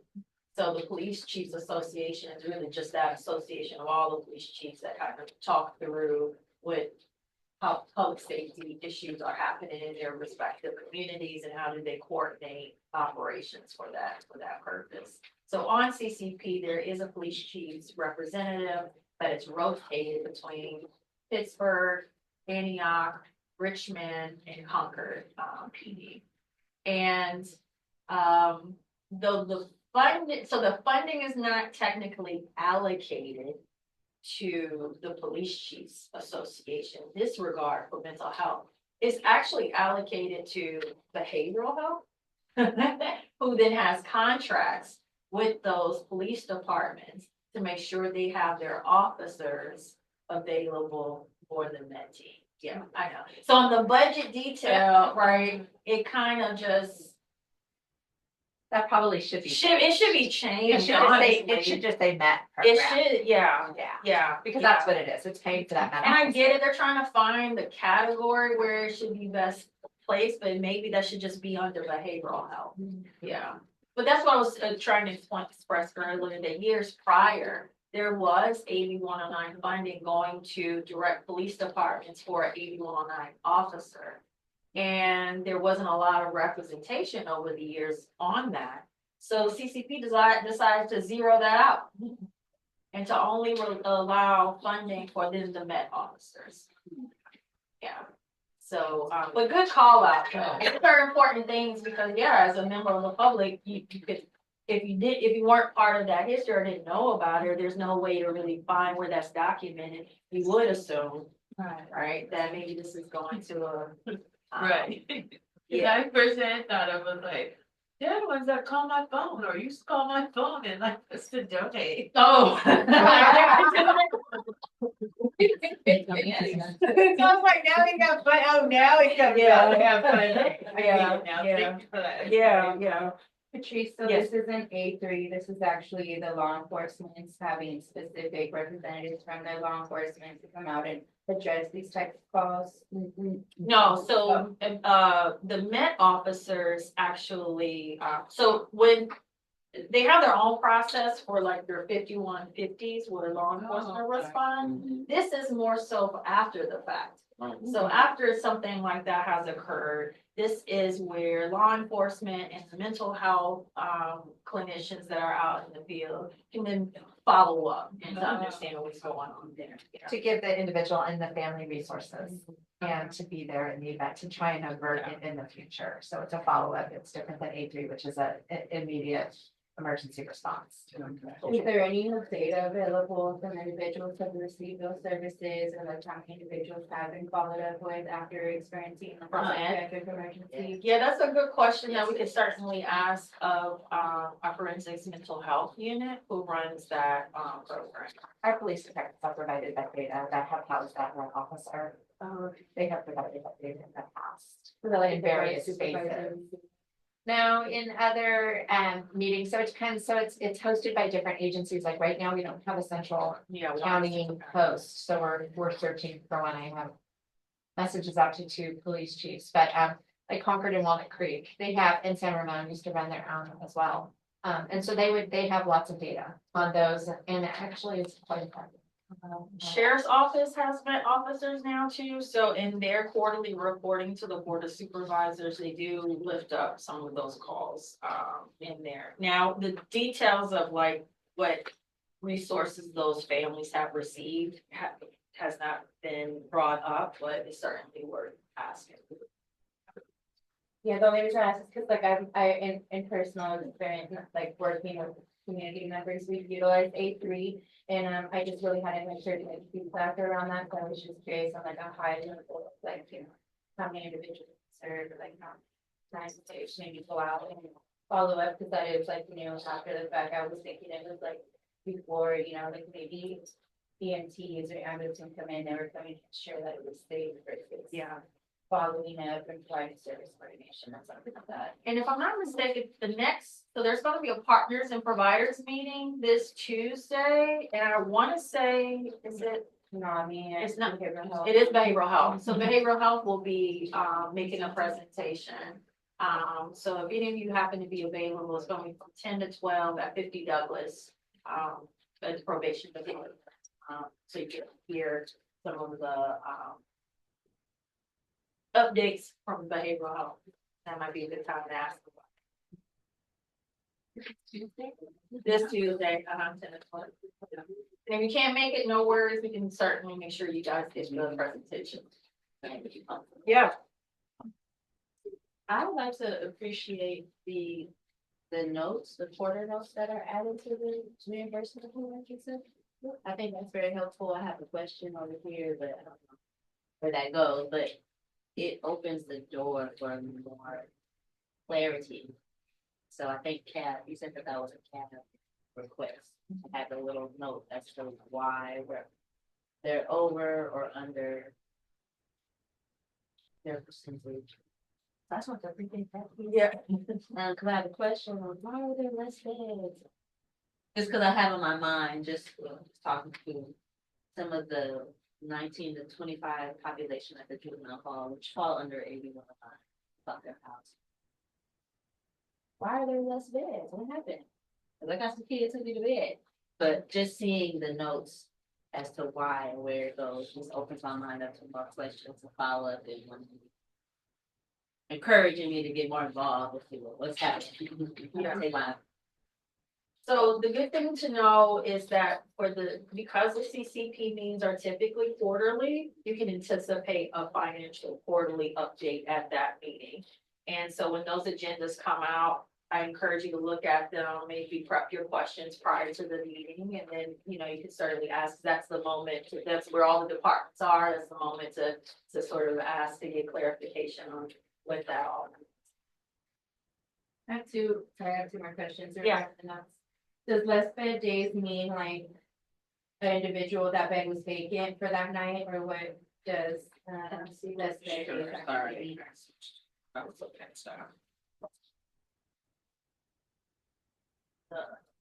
Which It's on fiscal 23-24 technically, for the quarterly, quarter note.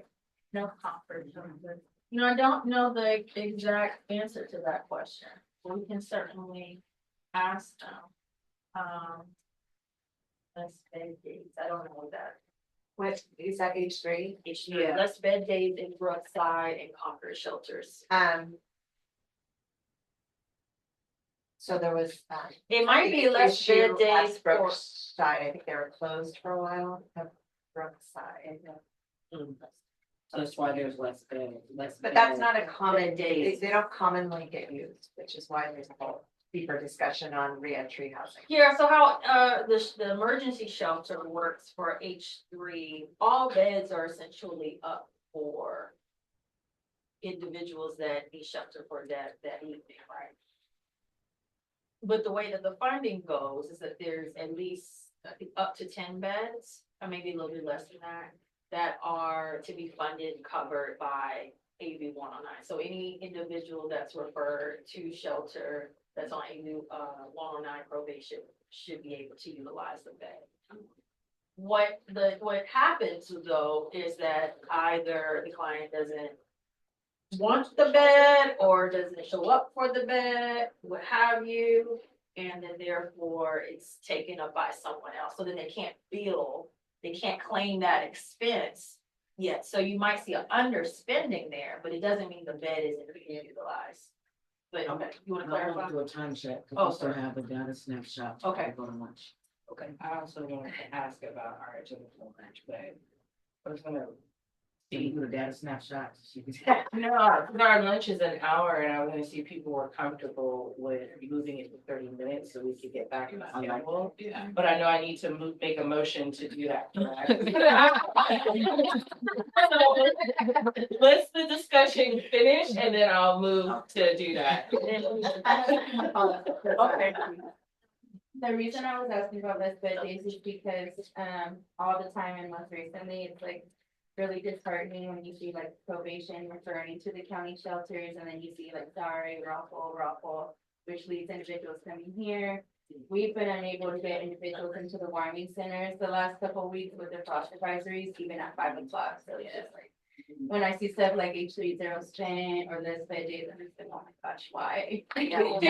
You know, and I think too, okay, and we'll talk about later this afternoon, right, the one-time 50 Right, million, right. because thanks to that, with the now a new reentry, reentry core team.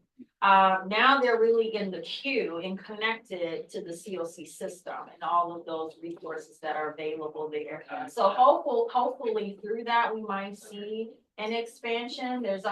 So the additional resources didn't just go to create a new team for existing resources, so that's important, but also to expand the rapid rehousing resources. There's going to be a bridge housing that will be coming online, things of that nature. So we're gonna start to see an expansion in the housing space for reentry participants that's really, really critical and what has been needed for quite some time. Yeah.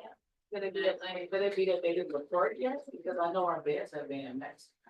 So this is, what she's referring to is last fiscal year. So where we're at now, who knows, that might change since, you know, especially if it didn't show up as the Q1 reporting. I think It was, that was it, right? Q1 reporting, No expenses. 2021, it looks like they've been spending, huh? Yeah, about 6%. And then my last question, I think maybe I'm just not tying it to HSD. I was curious, like what reentry services are available through HD if it's not like reentry health, like through health services.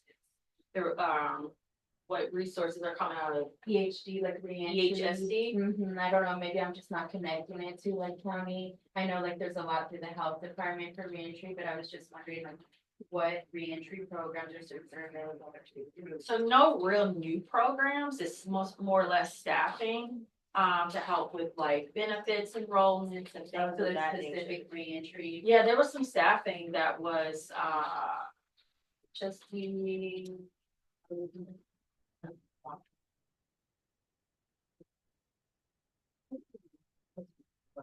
For the EHSD reentry system, this is mostly staff that they had, which to my knowledge was more or less around benefits enrollment. So like eligibility workers and case managers or specifically for justice impacted individuals. Yes, and then there's the workforce development board, which you all know, Charles, so he falls under that makes sense. category. Yeah, Yeah. thank you. That's something, maybe I'm just not disconnected. Yeah, And I would say, look at those budget request forms if you wanna know the specific details of like what that staff person is to do, because they do give that explanation usually in the.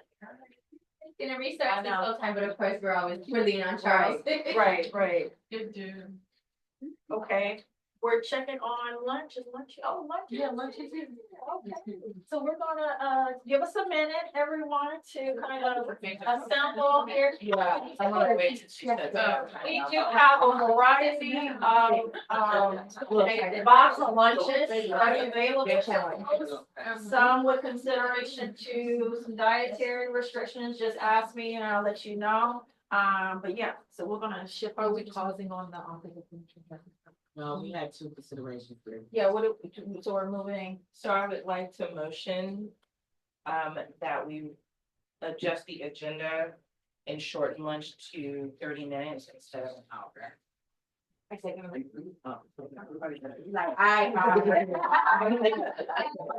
West County. Oh, there's another motion. Oh, but do we, Okay, do we need to do like public comment and roll call, or we're all unanimous? You want to amend the motion? Oh, you want to amend it? I feel like we need to. Robert. If you are okay with a working lunch. I'm okay with that too. Oh, yeah. People are. That's smart. Smarter. Smarter, Yeah. Don't put the brakes on, let's really. If we keep going. Yeah. I like that. So, what are we hearing? You want me to amend the motion, Nicole? You want me to amend it? Right, but we'll let her swap out so we can eat while she's talking, and then it's my turn to talk. So, So I can amend the motion. so we need to vote, Garyana? No. We need a motion to. Do you have anybody joining online? No. No. And you can just do an I and an A. You don't have to do roll call. All in favor? Aye. Wait, did somebody move? I'm sorry. That's what I'm asking you. Do I need to amend? We all like, aye. That I made? Yeah, just to clarify, because we do have a member on, of the public joining online. Okay, so I'm amending my motion. So I move that we reduce lunch to 30 minutes and we have a working lunch so that we can stay on agenda. And no, we're not gonna take 30 minutes, we're just gonna work it out. So I amend my motion. If I may, you probably do need a minute to kind of get your lunches settled down. So We'll take a small break. it's just a small break, maybe, so everyone can gather their lunch, and then we can resume. Can we do that in like? It takes a village. 15, 20 minutes? Yes. Okay, all right. So I amend my motion. Let's take a 15-minute break to get our lunch, and then we will resume the agenda and work through our lunch. I motion to approve that amendment. I mean, I don't know. You second. I second. All in motion. Aye. Okay, so we'll resume in 20 minutes. That's fine. Yeah. 11:35. You know, we can, read down here on the, Table, fine. I can have that one for the question numbers. I really don't like it right now.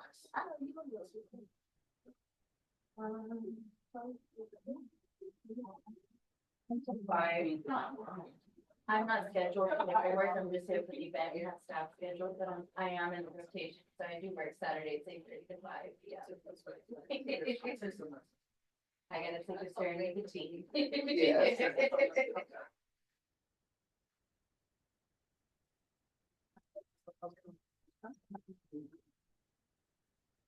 okay, so we do have a goal. Code and. Oh, Right. It'd be here for you to go like that. at what's labeled on the box. For some of you that have dietary restrictions, just come to me and I'll find the one that's for you, but otherwise.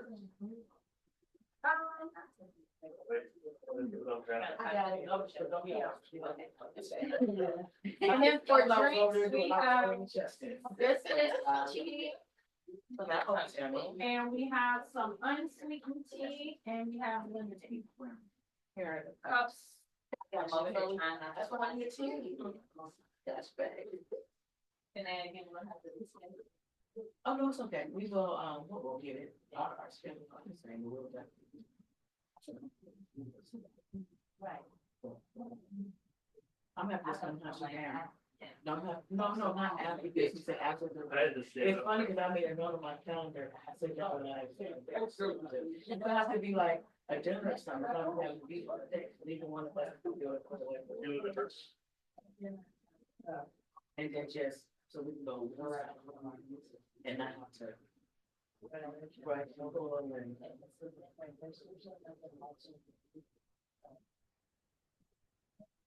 I'm just scared about, I know. It's just like me. I have to adjust my own dark. Leave your car in place. Okay. So leave the dark. The one that's dark. Okay. Swing back and get up there. I think she's like, she is.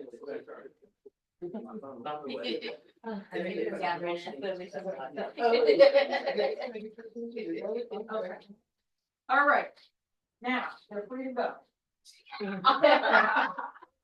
We have turkey and cheddar, chicken BLT, we have Frantega, chicken, Italian, chicken bacon, steak, spicy fiesta, like I said, literally, it's a range of things.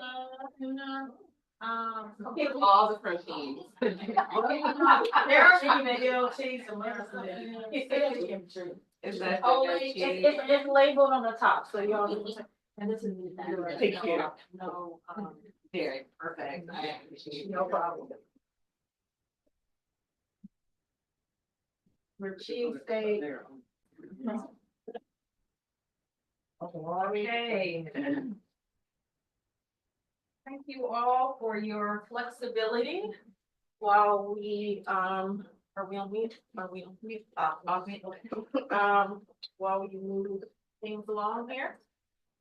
So I'm gonna share next with you some updates from the Office of Reentry and Justice. I know that, there was request to have at least a speaker from, our probation department.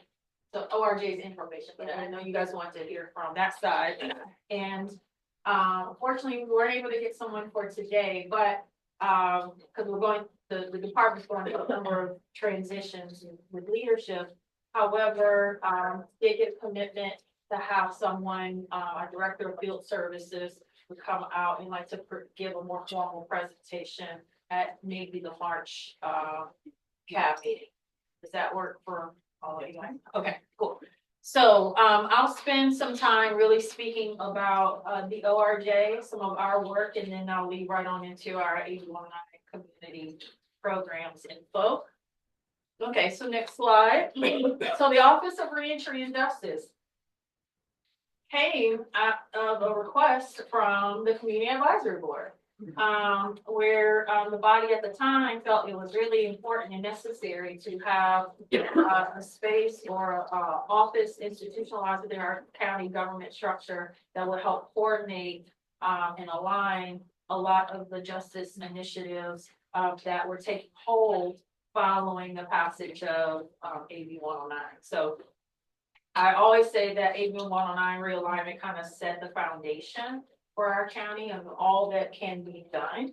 And when it comes to serving justice populations, as a result of that, many different departments were going for all sorts of grants. You had the Board of State and Community Corrections, adult reentry grant. You had different juvenile justice work that was happening. You had Prop 47 that was happening and resources coming from that.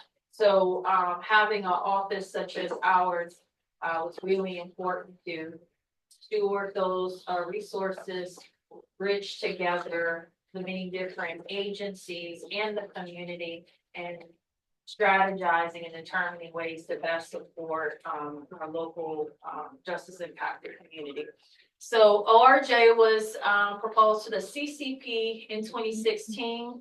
And the CAO's office took it on as a pilot office within their shop. And that went on for about 2.5 years. It was formally established in 2017, and then by 2020, the office then moved into the probation department as its permanent home. I've been now director of ORJ since 2021. I like to say I'm the first official director in the ORJ. Yes. As well. So this is our home. This is where we're at. You've been to our place. Next slide.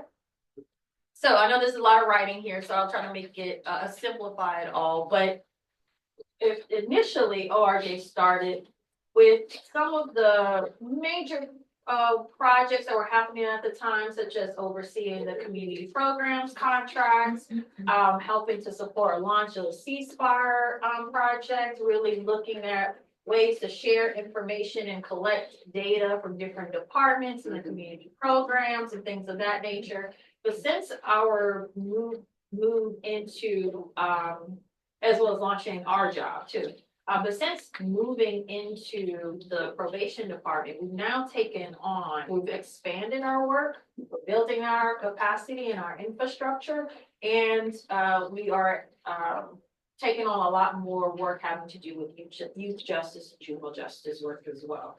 So I like to say that some of the major areas of focus for us is that partnership development and collaboration with many different agencies, which has always been at the foundation of ORJ. But we're also building up our capacity around data and research. So we do have a data research and evaluation team. We have a research and evaluation manager and a few different planner evaluators who are all doing the work of looking at our justice populations and the characteristics of them. Who are we serving? Along with that, looking at programs and evaluating those various programs and how our programs delivering their services. So we as an office needed to build up, we've spent the last couple of years trying to build up our own internal capacity and infrastructure to be able to do that kind of work. So the research and the data analysis that we do helps to not only inform the probation department in its decision making, but then also helps us to understand how programs are operating.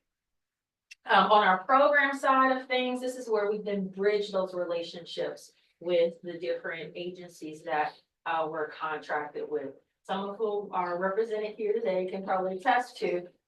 We've really been trying to step up our ability to provide some capacity support to really understand how they are delivering their resources, the quality of that, and where we can work to improve in areas, not only just with respect to those specific programs, but then how it's integrated with all of the other services that are being delivered. Okay, next slide. So this is our staff. Myself, Grace Gillerty. We have a new research and evaluation manager, James Davidson. So you all will likely meet him and see him pop in on a few meetings fairly soon. He's been with us for a whopping 3 weeks. Brand speaking new. We have Jennifer Brueggemann, who many of you have had a privilege of meeting. She comes to us from Behavioral Health Division, so we're really excited to have her on board. We have Michelle Elizondo, who serves as our program coordinator, and we are currently hiring. I haven't blasted out just yet, so y'all wait for me. The newsletter is coming, but we just started. The recruitment just opened up yesterday. No, what's it? Saturday. Right, Thursday. Just started Thursday, I believe. We have an open recruitment for our program coordinator position, and so we're hoping that that coordinator will help us with coordinating efforts and support with both our adult programs, but more on the juvenile justice side. So we're excited about that. We have our administrative services assistant, Ariana. And then our data and evaluation team, again, you all may have seen some of our folks here. Kimberly Aseo, but she goes by Kimmy. You all have seen her, especially in presenting some of the information that Cav has been requesting. Beth Allen, she comes to us actually from SoCal. She was very much involved in the, anybody familiar with Homeboys Industries? Yeah. She was an evaluator for some of their work, so we're really excited to have her on board with us. And then Travis Grindle, who goes by Trav, really helps us out on some of the system sides, when it comes to the safe, our shared data system and other platforms that we're looking to bring online. So this is our team. We're really excited. It used to be at a time where ORJ was like 3 people, then it was 4, then it was 5, then went back down to 3. We've had this kind of a roller coaster, and so we're really excited to see us expand and grow, and looking forward to what we'll be able to bring forth in the future. Next slide. Okay, this is a listing of some of our ongoing projects and our new projects. In the realm of stewarding community investments, we look at ourselves at not only stewarding investments related to adult reentry and juvenile justice work, but then also in prevention, where our department is very much so looking to fund a lot more prevention work. What are the ways in which we can support efforts to reduce the likelihood of young people entering into the system, right? And then also on the adult side, we want to reduce recidivism. So reducing the likelihood of someone going back. We see that as all prevention related. So we'll talk more about AB 109 work. We are looking to help and support our program providers in their ability to report really good program data on a recurring basis. So we've been doing that work now for the last several months with our juvenile justice program providers. We're in the 3rd year now of a grant cycle that we established with the Antioch Community Foundation called the Youth of Promise Fund. This allows us to put prevention dollars out in the community by way of a community foundation. These are smaller grants, but they're really impactful when it goes to really small and emerging nonprofits in East and Central Contra Costa, who are already doing some of this work and are really rooted in community. So actually just earlier this week, we had a grant appreciation event, which the Antioch Community Foundation, it just brought out a lot of those grantees. So it was really exciting to see. I think at this last grant cycle, we've awarded 36 organizations that span from Concord, Bay Point, all the way out to Bethel Island. There's an organization, Bethel Island Children's Support. We were really excited to see them apply. So really happy about that work. We will be, or we have solicited proposals in the juvenile justice prevention work. So actually we now have partnerships with the Richmond Police Activities League, Bay Area Community Resources, and Fresh Lifelines for Youth. All of them are doing some really interesting work. One project has to do with diversion. That's actually the Richmond PAL. It's a diversion project. Their community resources is doing some social entrepreneurship work with young people. And Fly is doing some workforce development with young people that they're serving in continuation schools. So we're excited about that work.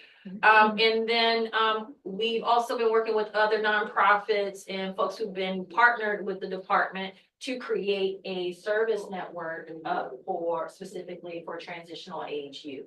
So as you can see from here, we are expanding what we're funding, but then also getting more targeted and nuanced in what exactly we're funding, right? We're kind of taking it to another, looking at certain populations, certain organizations to really beef up capacity and expand the pool of resources that can be made available to certain populations. Yes. As this grows and expands, can we as a community get a little bit more information or breakdown on how this affect our community partners? And I know it's in a positive manner. So a lot of us is touching like the youth, or we also get an understanding from like probation, and what I mean by that is I know what I've been trying to understand because I really love working with our youth. Is there's a difference depending on how they're charged and where they fall under umbrella, because some fall as adults and some fall as youth, which determines what services they fall under. And that part I've been trying to wrap my head around, especially working with both populations, because a lot of those will benefit from these new programs that you have, but then others end up falling into what are adults. So how does that like connect and separate it, but once it rolls out, and because I know it's something new that we're working into, but we can have a better, I guess, map or outline of those services. If we can, I'm gonna recommend we hold that for the March meeting, Okay, because I think that's a really great. That requires some time to talk through it and Okay. explain, but in a nutshell, you're right, we have transitional age youth, 18 to 25, that at the time that they committed their crime, they were adult. right, So then technically they're placed on adult supervision, whether that be AB 109, general sup, what have you. And we carved out within our department, specialized take caseloads that are in that spectrum. Then you have young people who, at the time of their offense, they were a young person, they were Right. under the age of 18. They are committed to the juvenile court, they have the responsibility, but now they've aged out, right. but they're still under Okay, right, yeah. so you have those individuals who still are in need of resources as well. So internally, what the department has been doing and discussing is how then with all of the resources we have available, we've contracted and have partnerships with organizations that serve in juvenile justice folks. We have organizations that serving 18 and up. All of them are touching TAY. Right, Right, so how can we best coordinate the resources that we have available? Oh, and then by the way, of those that are in that sort of, the juvenile space, right? But they are older and they are high risk, they are of higher needs. There's resources that are needed directly there. A lot of that's funded as a result of the DJJ realignment. okay. So that's why I say, as you heard all of that, the web that we're weaving. I think it would be really good to have our field services director come in and kind of share all of that, and all the history and backstory of how we're trying to really make sure none of the young people are slipping through the cracks. And that internally, we're seeing ourselves building out a continuum of services across the lifespan of individuals who happen in prevention, so that you don't come to probation at all. If you are touching probation and you're a young person, the age appropriate resources that are trauma informed are made available. You're in that secondary slide, you're a young adult and you're aging in one way or another into the system. We got targeted resources for you to slow the progression down, and then for the adults, right, we have obviously the reentry services that are in place. So yes. That'll be great. Yes. Okay. We also received Measure X funding to launch a restorative justice project. This effort is a one-time funding of $2 million.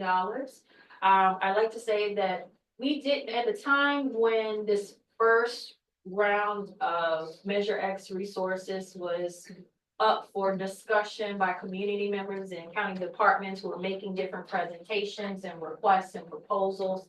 I like to say we never actually formally requested that funding, but however, we were identified as a really great agency to do this work because this was really important for the Measure X CAB and for the community, that there be some resources dedicated to restorative justice efforts. This is under one of the goals of a welcoming community. So since then, what we've done is we decided to take that $2 million and launch a restorative justice initiative.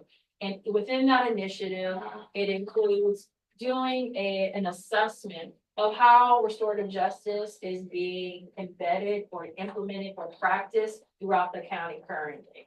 We knew that there's schools that are doing, including restorative practices and the ways in which they deal with classroom disruptions and what have you, or just a different way to address school discipline practices and policies. We knew that the district attorney's office Right. Doing the neighborhood, restoration partnership. They also had their own juvenile base, restorative justice effort or diversion effort in connection with a local CBO. We just knew that there were just different pockets of, and community based, but it's not attached to the justice system or any system whatsoever, creating their own restorative communities and practices to address any, community conflict. So we wanted to do a span of what's happening out there, educate the community on what are some best practices around restorative justice. And then from there, hear from them about where should we best utilize these resources. So we did a whole community engagement effort. Some of you here attended the workshops that we had in the past, delivered a needs assessment report that highlighted some recommendations. And so we're in the second or third phase of this work now, where we've done a solicitation to bring on board a partner who will help us launch a restorative justice youth violence prevention pilot. That partner has already been selected, and that is Antioch Unified School District. So the goal there with that district is to help them establish themselves as a model of restorative justice for a district-wide. They already have RJ facilitators and work happening in their high schools. They wanted to have it trickle down to the middle schools and to some of the elementary schools that have like the sixth graders that are there. Did you mention why Antioch was picked? Why were they picked? So I would say, when we ran the solicitation, we made it possible that school districts would be an eligible agency to do this work. And ultimately, what was found through the review panel was that of all of the applicants, many of whom were CBOs, I want to say Antioch Unified was the only school district, and they were best positioned to one, conduct the evaluation. That's a key component to this work. They already had a series of resources already embedded into supporting high-risk youth, meaning they had mental health services available, they had case management available, they had counselors available, all of those necessary components that were required of this project. We wanted not only restorative justice intervention, but then also the wraparound supports for that. And they were already kind of at the forefront of working with districts from other counties, doing this kind of restorative justice work. Now, two, once they got selected, it was quite clear that given what is happening in the community of Antioch, At the school and the police. hello, Yeah. you know, this was certainly right for this type of a project. So we're really excited about working directly with them. We also had the highest numbers of youth referred to the probation department were coming out of Antioch. And expulsion rates. I mean, there's a whole data supporting that school district had less resources and So higher rates. So it was just, it was, we were happy that they applied because they could not have, you know, and we certainly have a lot of Antioch Bay or East County based CBOs who also applied and or wanted to replicate the work in different areas of the county. But it was quite obvious to the review panel that the best way to make restorative justice impactful is to see a local system or institution embed policies along with the supportive services needed. That's where you're going to see the actual change. And so Antioch Unified had already demonstrated, they had already made board policy around racial equity. They were already starting to make the sort of changes that said that this is the time that we're. Yeah, so we're excited about. And the reason why I asked you to explain it is because we hear all the time. Yeah. Why Antioch? Yeah. You know, we hear that from West County, we hear that, so it's just, Yeah. I think it's important to point out why. Yeah, and and to be clear, it was a fair solicitation process, so anyone was up for whoever applied. But ultimately, the review panel felt that the district was best positioned to do what this initiative is intending to do.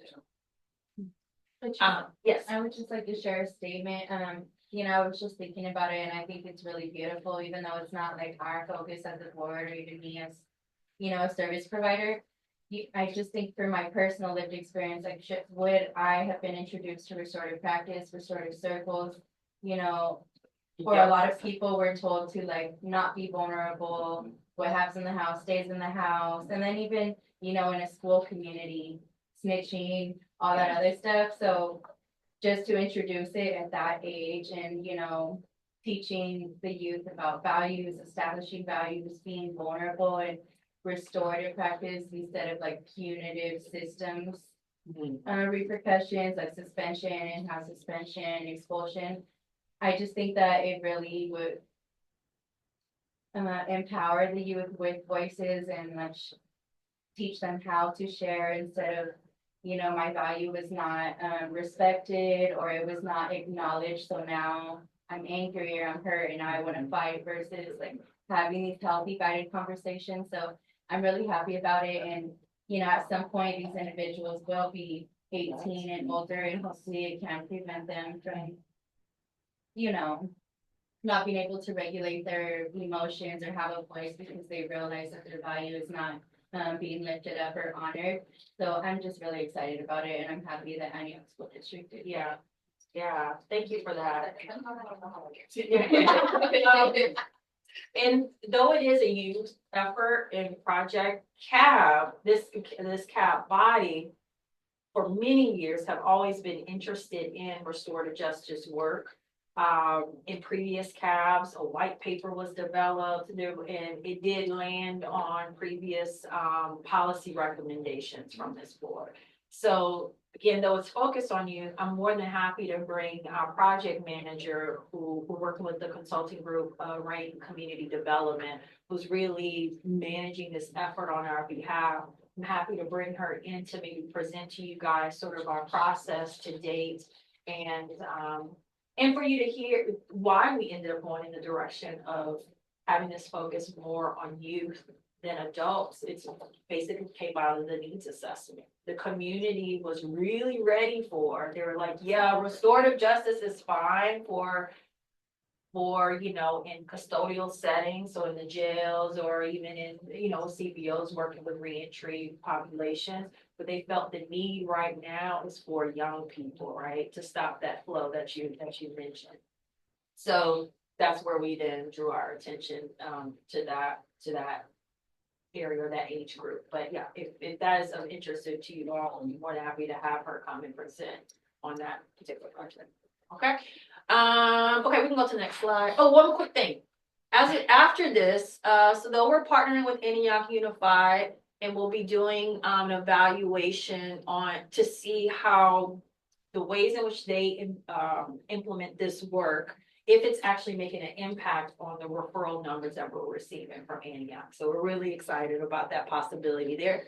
And then this year, we're also going to launch a capacity building effort around restorative justice. So for those agencies that did not make it, right, in the solicitation process, we're inviting them back to engage with us for a 13-month long period of building out their own organizational policies and procedures on how to make restorative justice real. So they have that documentation with them, or restorative practices real, they have that documentation, and we're able to train up their staff. What we heard of the needs assessment is that we all believe in restorative justice, we all think it's a wonderful thing, but when it comes to actually applying it, we have staff turnover, you lose that one person that was passionate about it, and then that's it, it's lost. So the intention here is to build up the organizational capacity to deliver that work so that knowledge never leaves. So we're inviting, these are small, small, mid-sized nonprofits out of East Contra Costa. who all applied but didn't make the cut, we'll be introducing with them some capacity building support. So we're looking forward to that. Okay, next slide. Let's see here. I won't go into too much in depth here because we'll talk about it later, but obviously we played a role in supporting you guys in your planning around the 15 million. And subsequently, we've also got calls from the different departments. They were like, well, what is CAB wanting? What is going on here? So we also play a role in helping support and bringing them up to speed and really encouraging them to make better connections with this body so that they are in fact implementing their work based off of the intentions that you all have. So we've been playing that role.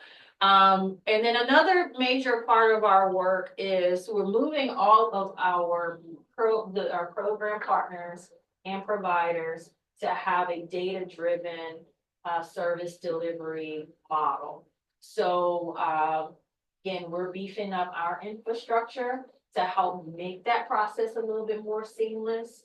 We have our program coordinators working directly with our providers to help them for us to better understand their work and for them to better understand how best to capture that information, because we want both really strong qualitative and quantitative data to tell the story of the programs that are being delivered and the benefit and the impact that it's having in community. And we really want to invest more and more in evidence-based work. Our chief has been committed to ensuring that our department is a performance-based, or that we enter into contracts with agencies that are performance-based. And so in order to make sure that that happens, that that's successful, we want to make sure that they have the tools in place to do so. And we'll be looking ahead in the future. After this next round of solicitations, and we have a new 3-year contract cycle, we are looking to develop learning collaboratives for all of those program providers. So we'll have a training plan over the course of at least the first initial fiscal year to bring in trainers and do some cross-sharing, cross-learning around evidence-based practices. So we're really excited about building that out. Okay, next slide. Some of the more work. We support our I was gonna point to her, she's not. Our 2 service hubs, the Reentry Network and the Reentry Success Center, and convening the AB 109 Partners and Providers meeting. So the next one, like I said, is Tuesday from 10 to 12. Be there, be square. And then we all obviously provide staffing to the various advisory groups, right? Whether we're staffing this group or providing some advisement on any work there. We're using data and research to inform decisions, system improvements, and partnership development. We've received 1.18 million from Congress through Congressman DeSaulnier's Office of Community Funding Projects, whatever the term is, formerly known as earmarks. And Benefit fund. yeah, and so that allows us to deliver an evidence-based training for law enforcement on adolescent development. So we partner with this group called Strategies for Youth. They're based out of Cambridge, Massachusetts. Their training curriculum was actually evaluated by National Institutes of Justice. It was determined very effective. And so we're excited. We're in the second phase of this work as well. We'll be having another training cohort start in April. But so far, we've trained up officers from Danville, from Concord, from our sheriff's office, BART. We weren't even expecting BART. BART turned around and almost trained almost all of their patrol unit. So we are really excited about BART. BART was really excited about this project. So we're happy about their involvement. And Richmond PD was engaged in. So we're getting ready for next year, or this upcoming year. We have commitments so far from El Cerrito PD. Concord wants to send some of their school resource officers. I believe we'll have somebody from Pittsburgh PD. So cross our fingers. So in any of your communities, so you heard the ones I named. If any of your police department, you're like, you know what, they could really encourage them. We could certainly. We'd love to have them sign up for this. And our own probation department has gone through another version of this training that's called supervising supervising the team bring. So you have the restorative, program going out to school district, is NLPD also taking part, so that would be the best scenario, right? That would be the, just, icing on the cake there. We have outreach to them, encourage them to sign up and join us. Obviously, they had significant staffing issues, right? So that was hindering their ability to be involved, but we're gonna offer it this year and one more time next year. So hopefully by then they'll be able to join us. Well, and it's a new city council, it's a new everything, so if anybody has any contacts in Antioch to encourage those new elected leaders, have at it. Yes, I encourage you to do so. Okay. And then, in the packet, we're gonna look at it in just a little bit, but we also provide analysis to all of you and data support to all of you. When you say, we wanna do a survey. Oh, RJ, do a survey. You're like, okay, I guess we gotta do a survey. We provide us that support to you guys. We did do a 10-year adult trends research analysis. They are now coming out in briefs. We will be posting those soon on our website, so you'll take a look at that. That gives us a breakdown of demographics of our justice population, those, and specifically those that are on probation. So we look forward to sharing that out. We're building out data dashboards as well. All this stuff is coming. That's why it's under the new category. It's coming, don't worry. But our probation department has moved to a new website. There's some kinks there, so don't look at it too big. But we will post a lot of that information on there. And I think I talked about some of the data management support and enhancing data quality. We want to make sure we got some good data so we can give accurate analysis, right? Next slide. Question. Okay, now we're going into go ahead. Do we have our CAD website update?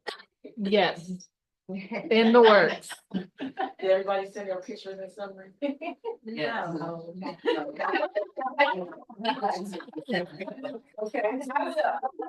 I just wanted to pin that so you take the notes.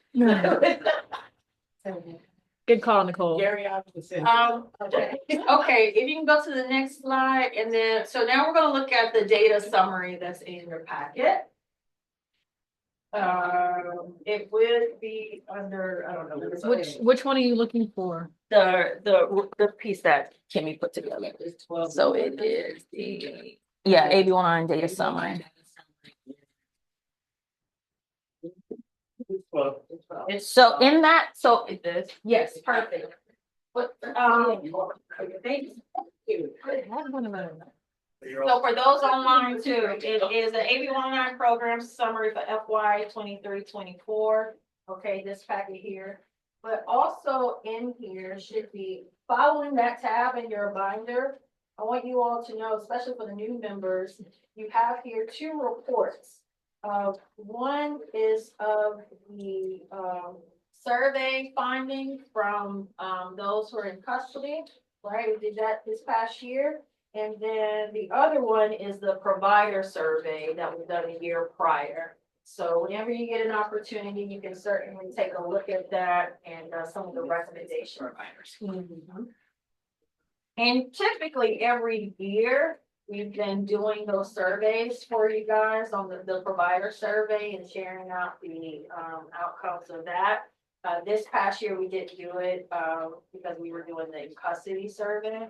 So the results, though, from the provider survey as well as the in-custody survey, essentially verified or justified you all's requests for where that one-time 15 million, the areas of focus for spending that one-time 15 million. So all to say, this is what it means to be data-driven for the certain decision making that needs to take place. Look at the information that's available to us, and then based off of that, can give you some sense of direction on where you place it. Yes. So I was just glancing, I haven't had a chance to look through this. I mean, one of the key things that just stood out to me was And I know that we've uploaded this before in reference to other tiers. And this number says, this is the provider sum on page 2. And it shows that it's 60. If I read this right, so on the left hand side, it has the colors and what each color represents. So on page 2, it has 60 in orange. Is that right here? Or page 3? Is this Broly? Over here, so. No, it's AB 109, H 35, 45. That's, Right, but I'm looking at the color orange, not, and I'm doing this is a different, Okay. this is good for this chart. Okay. So this is saying, the AB 109 demographics, age 35. I'm trying to make something. I don't So, know. oh, yeah, colors don't match on part of the chart. No, with red, the colors ain't. Okay. So, so for this summary, we wanted to provide this to you all. We can take a minute for you guys to look through it if you haven't had a chance, to review it, but a lot of the information that's here, comes from a variety of sources. Our probation's data system, so it's our, case management system known as Tyler on all of the probation clients. So any probation related client demographic information is likely sourced from there. Then we have our AB 109 shared database system known as SAFE. That's where all of our contracted providers who are administering the AB 109 programs, that's where they enter information as they're working with clients. They're required to do so. And then each of those providers are also required to submit semi-annual quarterly reports to us. So they give us quarterly information on a semi-annual basis. That's data information related to the services that they're to provide, okay? So the first page and second page, we kind of broke down the demographics of the justice population. As you know, the AB 109 community programs, I'll get that back 2 seconds to look at it. The AB 109 community programs, the ways in which the contracts are set up is that those individuals that are on AB 109 probation are priority participants. In other words, they're essentially first in line or first tier for all of the resources that are available. Now, at any given time, there's about 300 or so individuals that are on AB 109 probation in the county. That then means that there's other organizations that may have capacity to serve more than just that. Usually housing is kind of hard to expand beyond that because those are time restricted, limited slots, right? We're talking about for a period of 6 months, individual is receiving some sort of subsidized transitional housing as they make their way to permanent housing. Whereas for many of the others that might have workshops or one-to-one case management or whatever the case may be, they're likely able to serve more than just AB 109.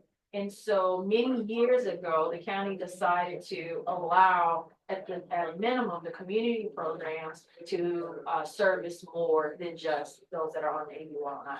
And it created a sort of tier structure of who those populations are. So it's other justice involved individuals that can then receive those resources. So the demographic breakdown here is to give you the snapshot of those two kind of categories, those on AB 109 and then your other justice, your other justice involved populations. Okay. As you all know, we have 7 programs that we're funding through AB 109. We have our housing resources, employment, family reunification, civil legal aid, peer mentoring out in West County, and then our 2 reentry service hubs, our reentry success center, which you're in right now, and then the reentry network, which is really field based out in East Chicago. I have a question. Yes. So under the employment piece where it talked about Rubicon reported out 40 individuals enrolled in the employment services. Mhm. Are some of those services like WIOA funding? Yeah, Okay. yeah. So in Rubicon's case, and you can maybe speak more to it too, there's a plethora, okay, of employment resources. Yeah. Right, and employment resources can vary, it could go from anywhere, just helping you update your resume and you're doing the job search yourself, Right. to, you know, mock interviews, to actual workshops, to vocational training, program where you get a certification, the whole gamut. So any and everything that you can possibly think of when it comes to supporting someone becoming employable, and depending on where their level of learning, I should say, that's probably a big piece, and also any history or experience of employment, that'll all come into play for what types of services they receive through there, yeah. To add, transitional employment, OJT opportunities are also part of our focus. And as she said, it's very customizable to each person because yeah. every person has a different barrier, a different experience Yeah. level and readiness. Yes. Can't say that enough. So there are definite steps to our programs for that very reason. Because I would hate to set up a person for failure. Right. Send them out to a job, even if the job is ready to, I just need a warm body. But can they get there? Do they have childcare? Do they have a license? Yeah. The full individual. Full Yeah. individual. Yeah, I've sat in years past, I sat in on a foundation workshop out of any other site. And they, remember this one class session or this cohort, you had an individual, I think that was newly released from prison, but had like 20 years. Incarcerated for 20 years. So that means they have a 20-year break Right. from employment versus a young person that may have been 19 who, you know, was working at McDonald's, got busted for something, served a little bit of time and came back out, now they're ready, you know what I mean? So when you talk about the not only just the level of readiness, but just where they are in their life and what their history of system involvement looks like, that could be a major barrier for them. All of that's taken into account. Yeah. Those are the kind of variations of clients that they'll receive. Okay. Any questions or thoughts? I don't know if folks had a chance to look at the. Okay, Can we produce this? can we produce it? Can we? Oh, yes, That's great. yeah. So, can we? Yeah. Thank you, Kimmy. I'll let her know you all said thank you. Is there any way in this report, I know, last year, one of our committee members was uplifting the 290s as well, and 288s. I know on here that we're capturing individuals that may be on parole, and I'm really shocked by the percentage of that. That is important low, so it's kind of a question in my That head. is low. That is low. Oh. And I was expecting to be a little bit higher than that. Just knowing the number that we're contemplating. But is there any way to capture how many of those individuals may have fallen down the other? Would our I provide? can see if that's a data point that's captured specifically in safe. I know we can look among our probation clients and see how many of those have that registry restriction, but yeah. I know the 290s, what was the other one you said? 288, it's a 288, and I believe another code is like 273, 260. So those are individuals that are harmed, individuals under 18. Right. Real severe. Yes. So 290, trying to educate individuals that may not be as severe as you think. It can be as easy as exposure, or you dated someone that was 17 at the time and you dropped it. Right. But 280s and 290, that's really more severe. But I know just when I see parolees, I was just curious on, they usually fall into that category. Like how many of our providers are touching them because they are, and are they reporting that to you? We've also been getting individuals with special circumstances on probation lately, so I don't know if that's like to do with like plea deals, however. Yes. Typically, like, you know, we would be careful where would we refer for housing or customize employment plans, or like inquire if you have any special circumstances, knowing that you're on parole or previously been on parole. However, most recently, we have been getting individuals on probation with special circumstances, so we have to like really screen everyone for the goals. That way we're not referring them to somewhere where they could be discouraged or turned away. And I know it's a big ask, but I've also been witnessing a lot of people are taking deals to finish out their time in jail so that they come out, or they're ending their probation while they're in. But eventually one day where we like a window of time where they could probably still get services. There's a high number of people that when they walk out, they're done.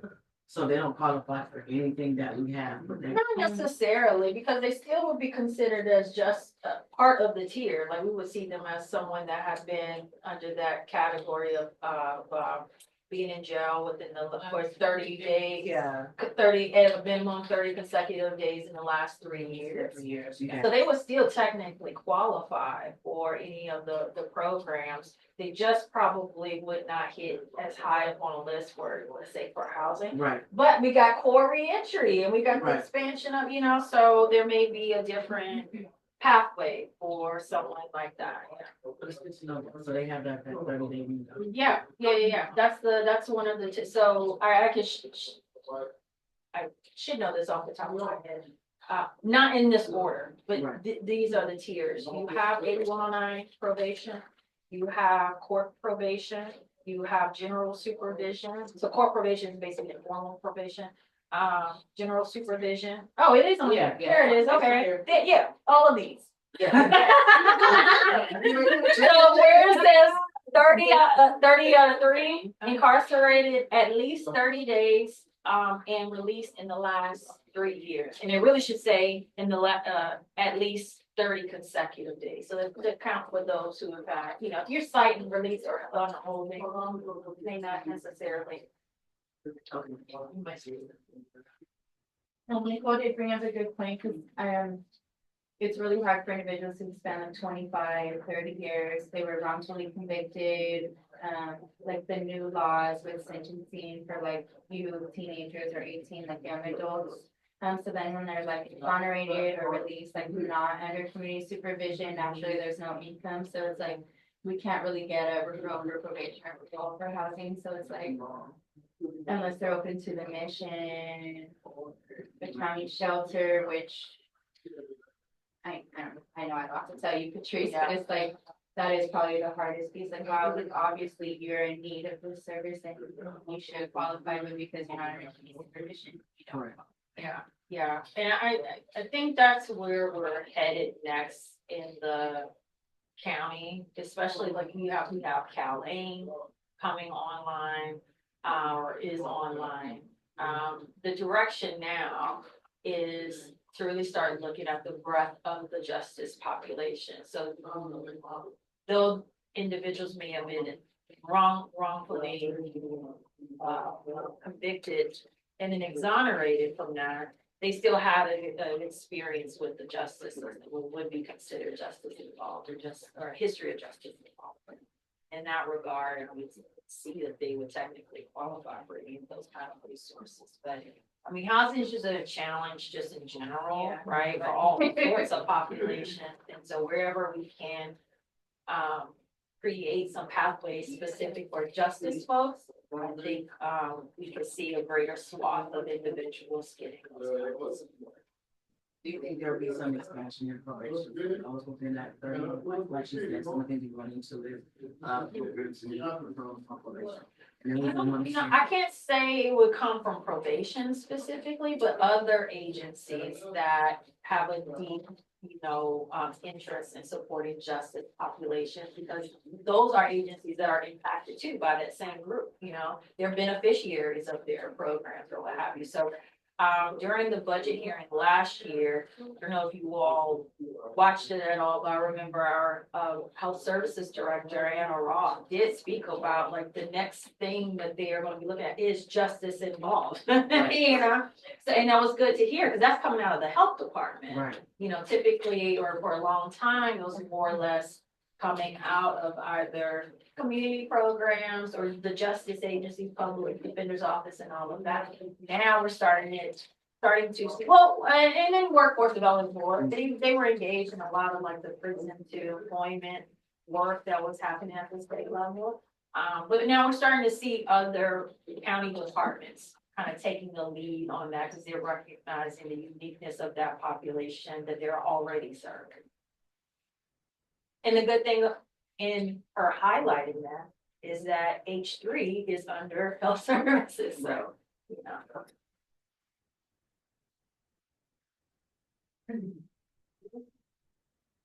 Any other questions? My computer shut down. Where are we next?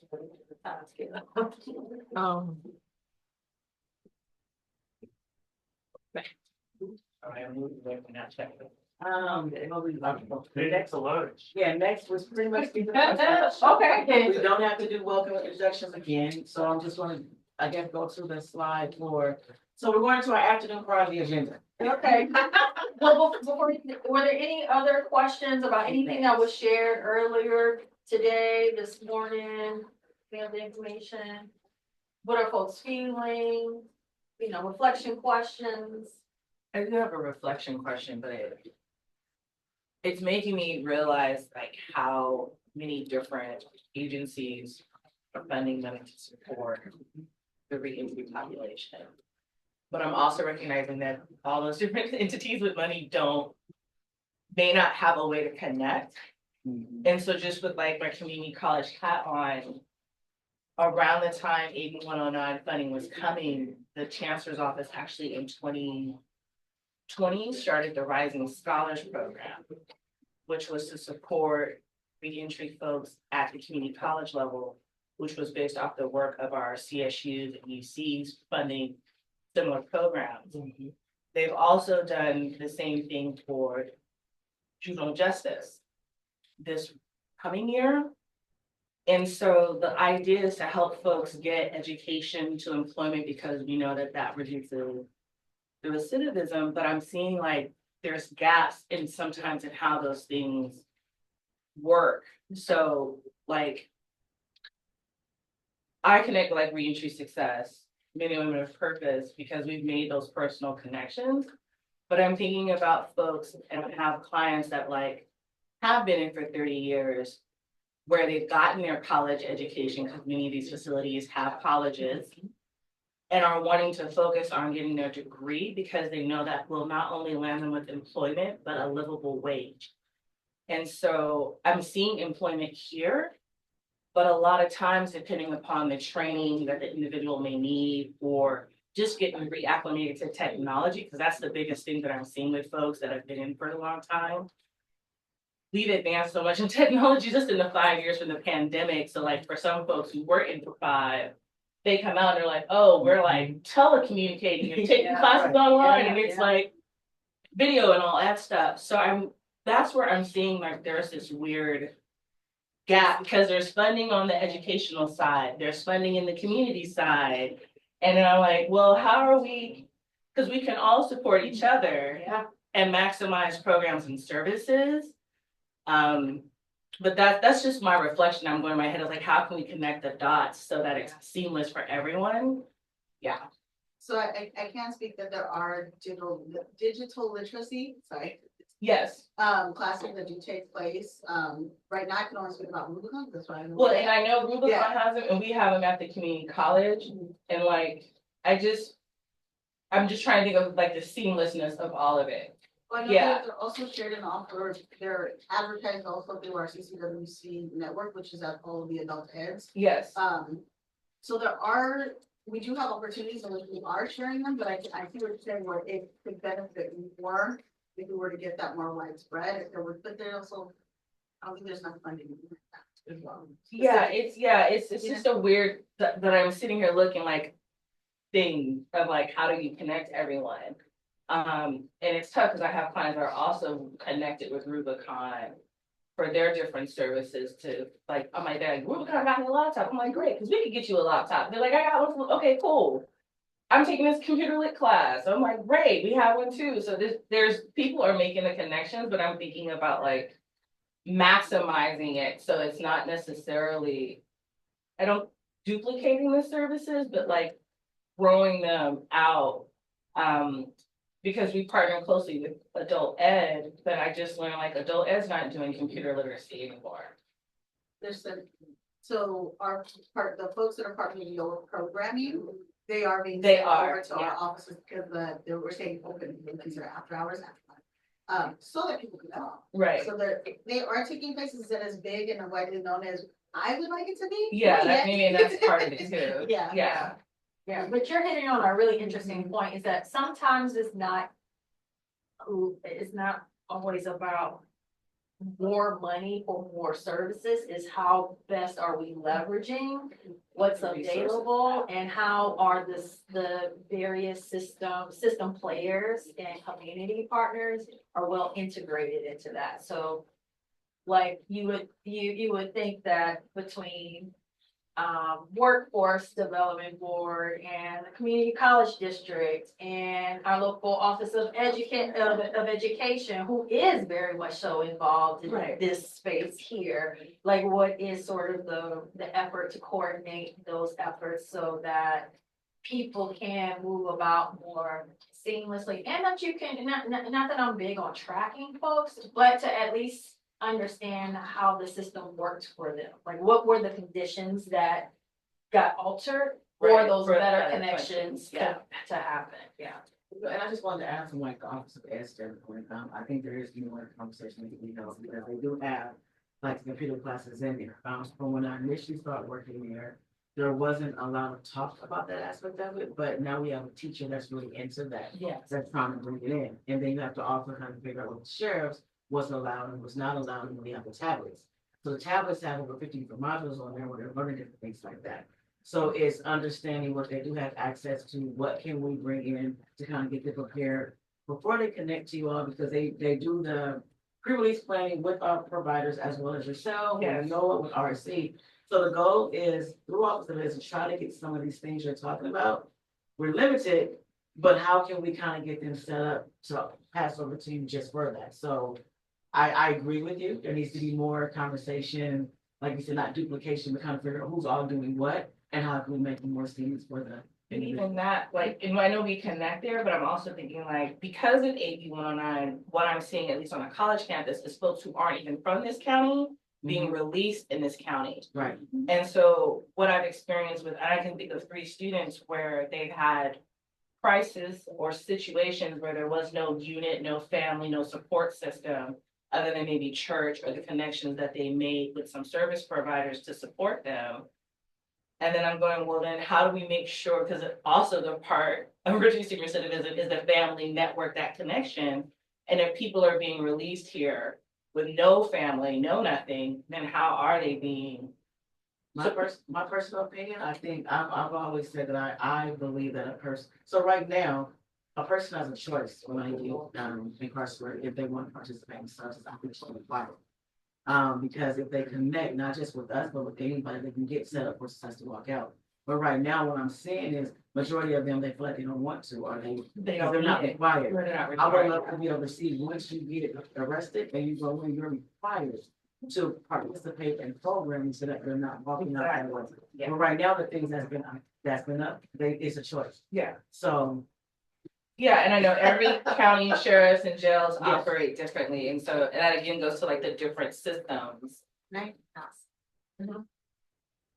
So you and I worked with the chancellor before he retired. About, I think you were in some of those meetings many years ago about the community college and with the Contra Costa college model that they were trying to duplicate for reentry population. Did you not attend any of that? So I was part of a work group with a chancellor, I think Jones was the last name, who retired.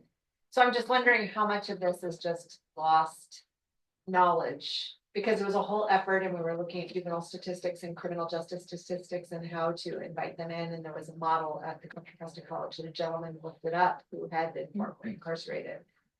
And they were trying to duplicate that to the other campuses. And there was funding attached to it. And so I'm just wondering how much, as people change positions. Are you talking about Ken Reynolds was lifting it up? Could have been. Well, Or he was one of them, but he wasn't the chancellor who was. So there was Benjamin, Woods, Reed.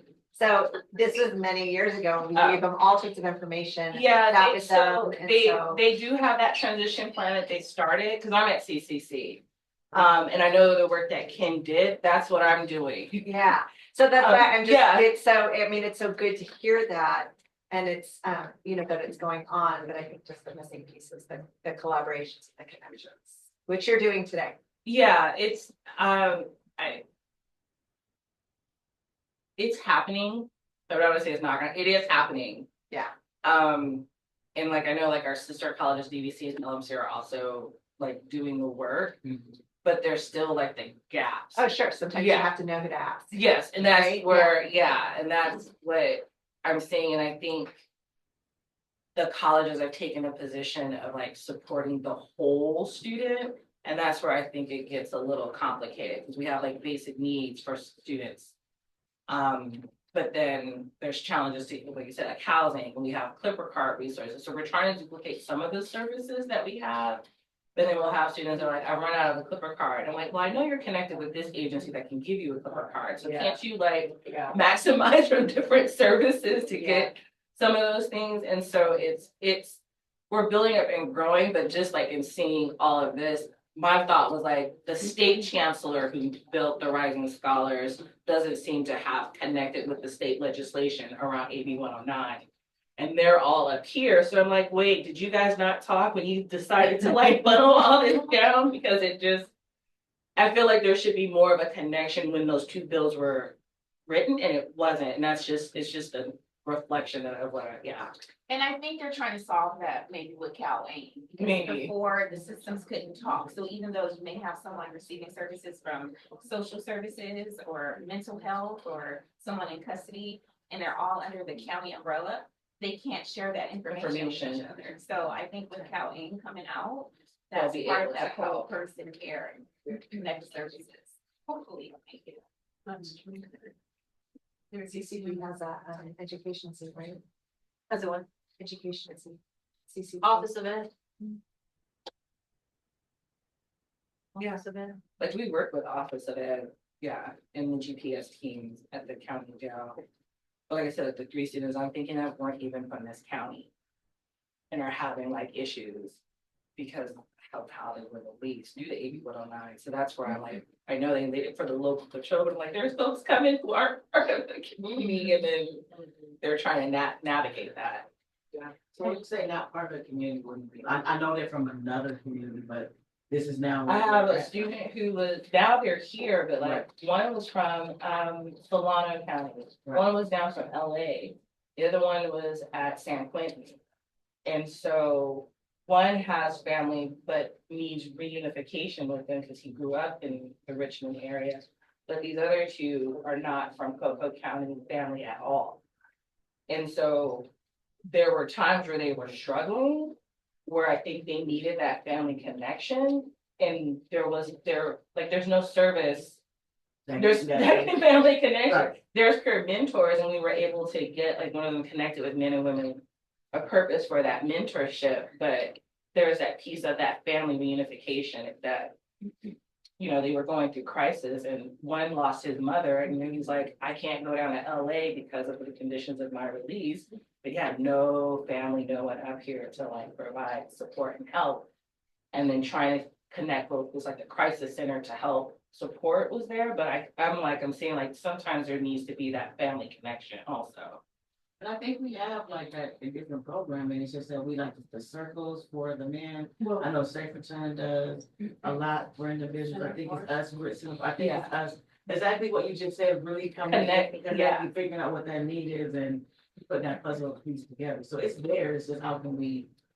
And also, we oftentimes receive individuals being released or like dropped off here, whether they're from out of state. We've had individuals way up in like Shasta, Trinity County, dropped off here, don't even know Richmond, Contra Costa, nothing. And, after time, they really shared, like, they see like us as their family, a coach, and it goes from coach to alpha to men's group to women's group to circle. And now it's like, I'm carrying this all weekend on a weekly basis. I can unload this and reap support from established peers and like chosen family. And with time, that particular individual, he was a logger, he had special circumstances. He couldn't go to the mission. We got him into Brookside.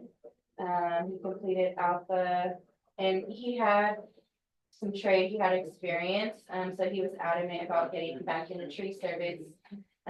We supported him with applying like different roles because he didn't get it the first time. He actually got employed at like Davy Tree, he's still employed there, has a company vehicle, company credit card, like all the stuff. However, when his family finally did come visit, like he introduced us to them as his family, or he just shared like he wouldn't have nowhere to land or potentially recidivated or relapsed would he not have support navigating, even though he wasn't here in London. And like that's just one circumstance, but it's like women's group, men's group, kind of women's group. We check in on like what's blossoming for you this week, or maybe there is no blossom. It's like I got a thorn in my side, or Right. you know, it's a drought, but there is no more. It's a bush or it's shrubs. So it's like, we'll scrap the topic in the curriculum and we'll just receive whatever's heavier and pressing. And I think that kind of allows people to decompress or, have a safe space to share what's bothering them and also receive support or not be judged. So you can continue to lean on us, and I know that it's not, we're kind of like the digital literacy, there's multiple. We have it here in this space on Thursdays right now in Alpha, but it's like, kind of people like they'll report connect with different individuals. But if someone does need that kind of family or safe space, you can always send them to us, and you know, hopefully we'll be able to build a report next. I mean, that was the whole point of the Reentry Yeah. Success Center, right? Yeah. A welcoming Center. center, a welcoming center.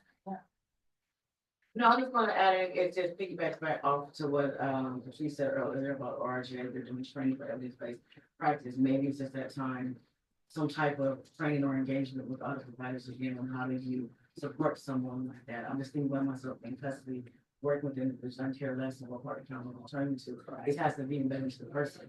So I put in that work to build that family around, like I just had Brianna come sit out with me and or speak with somebody. And that's exactly what. It's actually they downstairs just in pick the them hot up. meal. So yeah, it also starts with the person to make sure that we know how to do that, to be able to connect them, right, and what that looks like. And it can start in inside, regardless if they're enrolled with GPS or not. Maybe they're on the purpose, and she didn't go, she can tap on me, I can tap on her. It's just building that, but a lot of us has been in this field for so long, we need to be reminded. You know, Cole did a little thing on it. We were reminded of the work and remember why we love to walk into that. So it may just take for something like that to be put together, so. But I did want to point out timing. It was over. Great conversation, but, I do want to try to get to the next part and I think we're over a tad bit, so we are. So I'm gonna kind of go past really quickly in reference to our afternoon part. We're not gonna do roll call. I don't think we need to introduce, there's nobody in here new. So I'm just gonna jump to recap, for our afternoon session and what our points are gonna be. So we're gonna do a quick recap for what the morning session was, review CAB's past accomplishments and then revisit our subcommittee functions and, formation. I did put some pointers out there at lunch at y'all on what we need for these committees, so I hope y'all kind of heard me a tad bit when we get to that particular point, when we are deciding about subcommittees. We did talk about earlier that we have two people that stepped down, so I need to speak to step up. Please, in a very positive manner. Okay, so we'll go ahead and do the recap for this morning. Next slide. Okay, so this morning we went over CAB's purpose and structure. We discussed the AB 109 legislation that's impacted mass incarceration, the county landscape, and where CAB fits in, and then we reviewed the AB 109 budgeting process. Thank you again, Patrice. As always at our retreat, she gives a lot of information every year. I feel like I learned something new. So thank you also for putting this together. So next slide. Okay, so now we're going to go into what is the Community Advisory Board CAB. Next slide. Okay, so our CAB structure and flow. CAB is a 15-member body of community-based stakeholders from Contra County, formally responsible for advising the 8109 Community Correction Partnership. And please stop me if you guys have any questions about, you know, little points on, because I'm not going to break it down unless you need me to the second time. The CCP is the body primarily responsible for making 8109 policy and budget recommendations to the PPC. I believe Patrice gave us enough information at the very beginning about these different sections. If you have any questions or additional questions, I think we kind of covered that. And then PPC brings recommendations to the full board of supervisors. Did anybody, before I move on, have any, I really feel like Patrice gave us a robust discussion about that. Any questions before we move ahead? What section are we in? Well, we're not in the binder yet. Okay. I'll read the PowerPoint. Okay. I'm gonna point out, I hope I do. I went through here and wrote the tabs. Okay. All right, so our next one is purpose functions of CAB. And looking at our table of contents, CAB number 3. Thank you. So, Sorry, y'all, I wasn't prepared to do these particular slides, but I had to kind of on the fly. So that's Alexander. So on tab number 3, it gives you an outline of CAB's purpose functions. So our purpose is providing input and feedback on 8109 realignment implementation. I always like to piggyback off of our last 2 shares. We are to watch it out. I'll never let that go. That's how they always said it. We advance justice reinvestment and provide policy and budget advocacy. I did want to give you guys a second to kind of look at that page in case you had any questions on here and not just kind of run through it. I was thinking before, but I did want to open it up in the event that someone may have had questions on here. Can I give some historical background on that? So there are a few documents in here that were developed by previous CABs as time went on, as you know, CAB started in 2012. And so over the years, the various CAB bodies have tried to refine refine their purpose and how they operate and what they do and the work that we really want to be engaged in. So though your charge is really to advise CCP on how 8109 realignment is being implemented locally, previous CABs have found that encompasses a multitude of different tasks and activities that are needed, information that needs to be provided, and different ways that the body should be paying attention to certain things. So that's really where that came from, is really refining the role of CAB and how we can best execute its charge to advise CCP on best with implementation of 8109. And you may have the date on that. It does. I don't think anyone made any adjustments to this since 2017. Other than a back and forth around the semantics of watchdog. Right. Watchdog. Say we're watchdog. We don't like watchdog in the county. Yeah. Okay, so let's take that out. So we're no longer the watchdog. We are the spotlight. The spotlight. That's a collaborative partner. So can we update? Writing it now. No, honestly, you're the boots on the ground who can tell us what's working and not working. Because we can implement all the policies in the world, but if they're not working. No, and the reason why we're asking that, I'm excited about all these new ideas that's coming to the table. So if there's anything here that we may want to adjust, we may want to look at, it hasn't been touched since, maybe we can update and remove the watchdog spotlight to collaborating partners. Or as you're reviewing the document, Right. Does this hit, especially for the new members and for old members too? Right. Does this hit on what you had anticipated CAB be about? Well, and I think we already heard something this morning or this afternoon, whatever it is, that's not working, right, in our system. The community college district has gaps. So it's those types of things that are important to bring forward.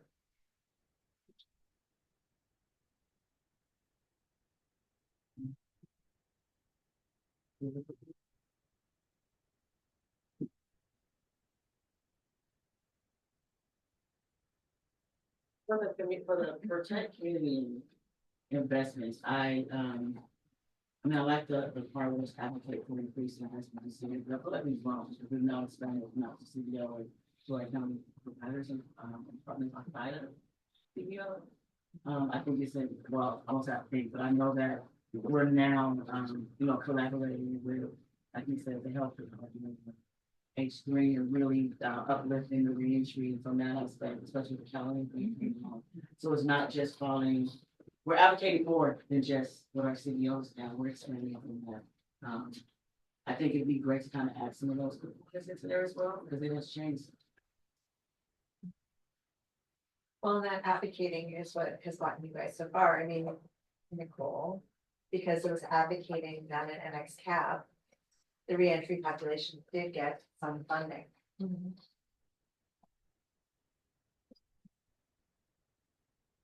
that change? Yes. Any other feedback or any other recommendations from the committee members on? I should look at this document. And again, if we don't see it right now, we have more time to make those adjustments. I'm very excited to kind of look at the things that were already created and add our own personal touch to it. So if you think it's something a little bit later, we can definitely bring it up at another meeting, but I did want to pin that here for a second. And within our next slides, to kind of break down these sections, you click on the next one, Carrie Ann. The reference to the purpose and functions of CAB, also advocating for increased community investment, serve as a spotlight, collaborating partners, engage within the community. You know, to just highlight, because I think it's for those of you who worked on it, that 15 million. Yes. That Is was huge. Advocate for increased community investment, because that money could have just been folded into CCP to make the decisions. And instead, CAB advocated to take control of that and use the surveys and the gap analysis to determine. And I mean, you all did a phenomenal process of interviewing departments to find out where the gaps were from the departments and working closely with them to make recommendations, which were then 100% accepted by the board of supervisors. So, I mean, you know, again, I can't. Can I echo that? Can I ditto that? Can you highlight it? Because, you know, just in my own reflection, because we were helping assist in the process. And when we would submit questions for the departments and then what they brought back to you guys, and then you had your own study sessions and you're asking very pointed questions.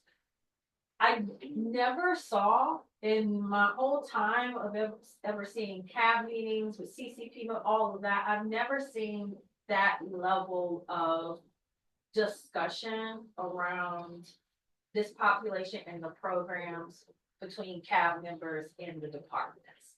And that was huge to witness it and for it to be in a public setting. You know, it's one thing when you're in work groups and you're brainstorming, but to have that transpire publicly, I think was so important. And you guys did an awesome job. And I think that goes to why it's so important to hear community voice when you're saying we want to see increased community investments, because you were thoughtful and intentional about it. You weren't just simply saying, we need more money for it.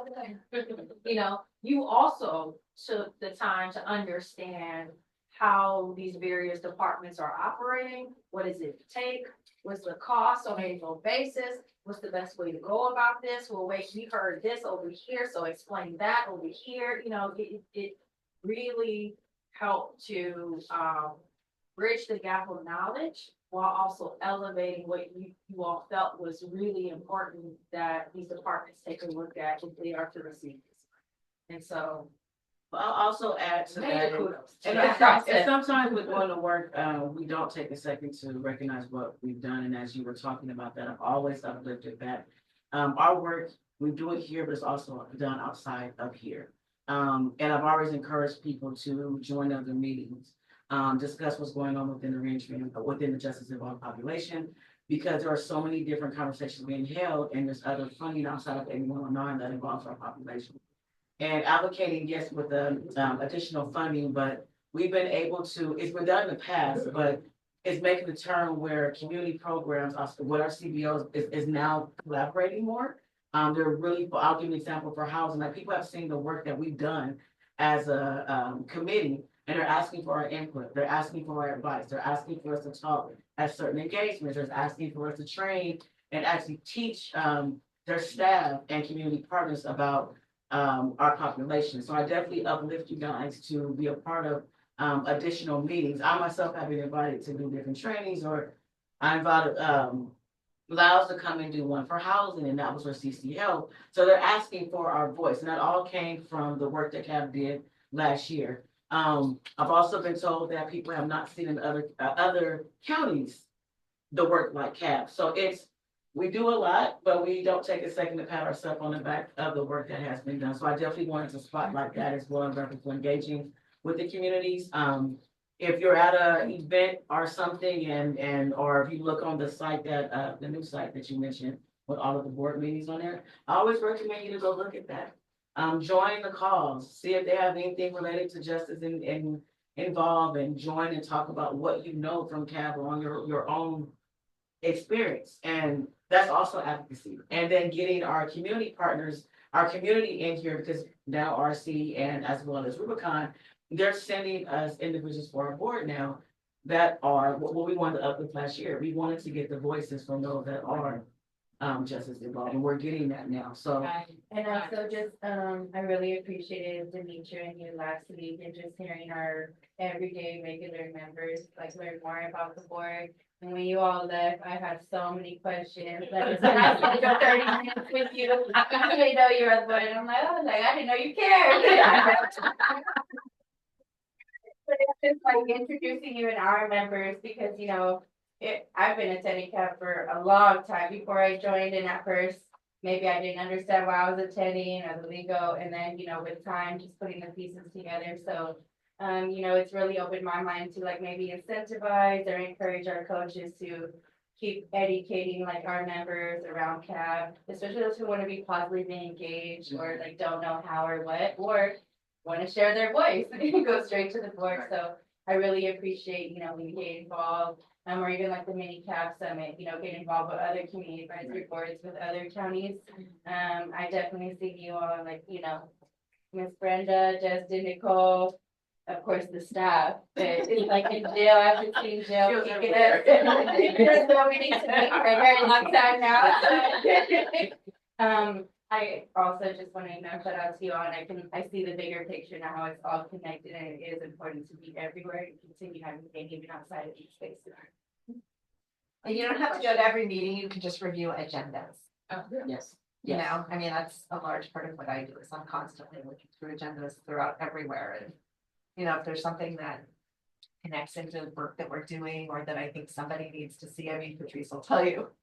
You know, Ariana, probably like, oh my God, not another email. I'm like, have you seen this? It's about what a flag. Jill emails. So it is just, it's just And super one more important. question, you mentioned that last year, or the work that was done last year was the first time that you had ever seen that kind of conversation between the CAB and the departments. Is that something that we're looking to continue, or is there gonna be something we're gonna do every so often periodically to make sure that those gaps are identified and filled, or was that like a one-time thing, good job, or how's that? Yeah, it was a one-time, planning process, but I think, you know, I would However- say, I would bring that back to you guys to Right. see how you would want to strategize, if that is something you wish to see. And I will say, typically you invite the community programs who are presenting on their information, and then there's some discussion there. But of the county departments, it's been kind of like ad hoc, depending on whatever the agenda item for the moment. But, you know, this is today's retreat, you know, you So guys can plan for how you. That was our goal from. But I would just add on to that, yes, and Yes. there will not be 15 million, Right. but every year there's a budget. Every year there's a budget presented. Those questions that you have are important to present to CCP, to ask those departments, like how So they're. the budgets will change, however, we can still have those conversations with the Yeah, departments that could be in it. because you do the surveys and you're presenting that survey information and saying, here's the gaps, and how are we going to fill them? Right? Thank you. So I was gonna answer like she's here, yes, I'm here. That is one of the things that I would like to charge us to. Normally, what we look at in the surveys and our committee is our CBO. I would like to continue to have that connection with our county programs to be able to still look at gaps, identify those gaps and bring them in, especially with this one time. We do want to monitor that. We do want to data. We do want to make sure that what we uplifted to move forward did it touch those gaps? Did it help with the barriers that we identified? I think it's important, as I was talking about, is individuals have certain barriers that may not, that connect to other programming out there. And I don't want to lose that. So I think it's important that we keep that connection and invite more to this particular space. Maybe if we think about the individuals who did receive the one-time access, or as we want to continue identifying gaps, or as things evolve, you know, we want to pivot to serve the current need year after year. But like having like a check-in, or, you know, like a follow-up with the providers that receive the funding, and like how did it address the need, is still a need, and then, you know, we can still have the conversations even though we may not have the money to allocate. Things are goal programs and services, and not only look at the current CBO, but those funded with that one-time funding. I'm hearing some potential priority. Yeah. So we gotta pause it. So as we'll move along, because we're gonna kind of talk about what we already talked about. So I mean, I love the discussion, like the PowerPoint wasn't even needed. So so next slide. Let's go ahead and we'll be having more discussion around the topics that we just did. We want to talk about our CAP standing committees. So CAP has 3 standing committees: Policy and Budget Subcommittee, Programs and Services, and Outreach Community Engagement, which is OCEC. And we will have a couple of slides to go into more detail for each. And I also wanted to allow for our current committees, if they wanted to add anything about, I know you guys are new, but I feel like you have participated enough to share what you've learned for those committees. Today, we will be, I know we already discussed before this meeting, it was there going to be any changes, and we also know how there's been some structure adjustments. So I would like to have a discussion a few slides later about the committees, and we will have a vote. So we'll be leaving here knowing what committee that we're actually on, because we'll start our first meeting in February, okay? And then we're going to review CAP's operating guidelines for committee charters. Each charter has a description of committee responsibilities. So at that time, when I go over the committee responsibilities, I'll ask if anyone from that committee wants to read them and go into detail, so it's not just me. I like to share it. So you're in that committee and you like talking, I'm gonna pull on you this, raise your finger, the church finger. Okay, next slide, please. So we have our CAB general meeting requirements and schedule. So we have, CAB members are required to attend all general subcommittee meetings, in person. And then we have our general and subcommittee meetings in person. So we have our schedule, here in reference to the general full body meetings. I think we have we have our schedule for our subcommittees, but it's always open for us to change it. And we had that discussion before as well. So if you don't know what our dates are, you now have it in here. You should have received updated invites already. I'm gonna ask y'all again, please make sure that you check your emails. Ariana sends out a lot. She is marked as one of my priorities, so when she or Patrice emails me, it pops up at the very top. Same. Yes, next slide. So we're gonna talk about our CAB accomplishments, and we're gonna go through each individual subcommittee. Again, I think we just did a great overview of the great work that CAB did as a whole. So we definitely want to jump into our subcommittees to kind of highlight some of their accomplishments for the previous year. So again, I don't want to be the only one talking, so I would ask if anyone from OCEC would like to discuss some of the accomplishments of OCEC. And then if anybody else in here that is OCEC board wants to also jump in, you can as well. Can we identify who are on the board? Yes, so currently on OCEC is we have Brenda, we have Demetria, and then we have Alexandria that's left as well. Yeah. I think also on page, after tab 2. Okay. And that's, thank you. In tab 2? Is it current? Well. Yes, it's current. Under tab 2. Tab 2. Thank you. The subcommittee list, yeah. Do I have anyone from OCEC that want to Talk about your great. talk about your great work? What great work. Y'all done a lot of great work. No, we did. We went through a lot of changes too, because, Well, these are all previous, so, but whatever you wanna share. No, Yes, sir. yeah, what we did, I mean, we did, the ambassador guy was really, I think, our biggest success. We really worked hard on that, even though we lost our president, but he helped us and we updated it so that it's current for everything that we have to do.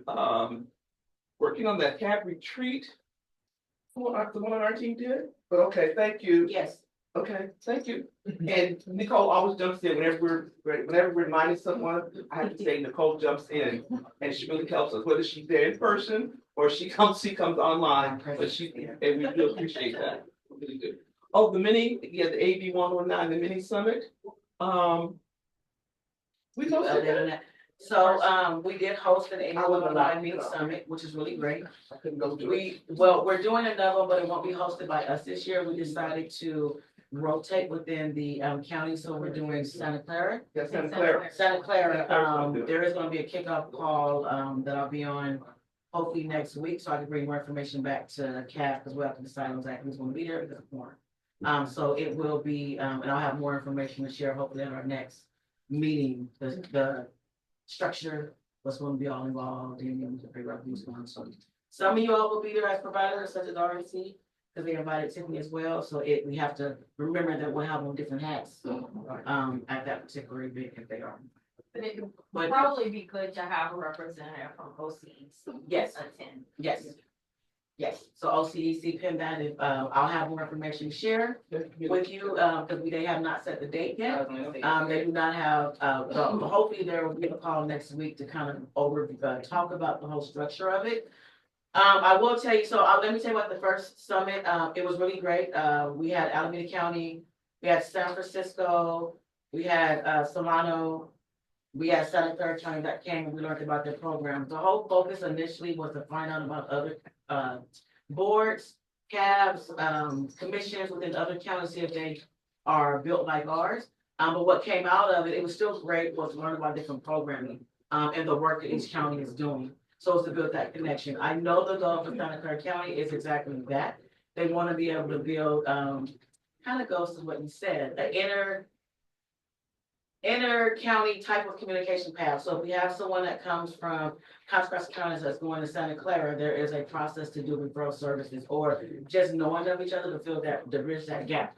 So that's the purpose of this summit, is to make that connection within programs. That's what their focus is this year. So, it was really nice. We had it here at the RC. Thank you, Tiffany, you guys, to be able to make that connection. And from there, we learned about some different housing options for Santa Clara County. So it really helped us as a CAB with our recommendations, or what are we not doing that they're doing, and it gave us some ideas around housing. So I'll pin it when I get back.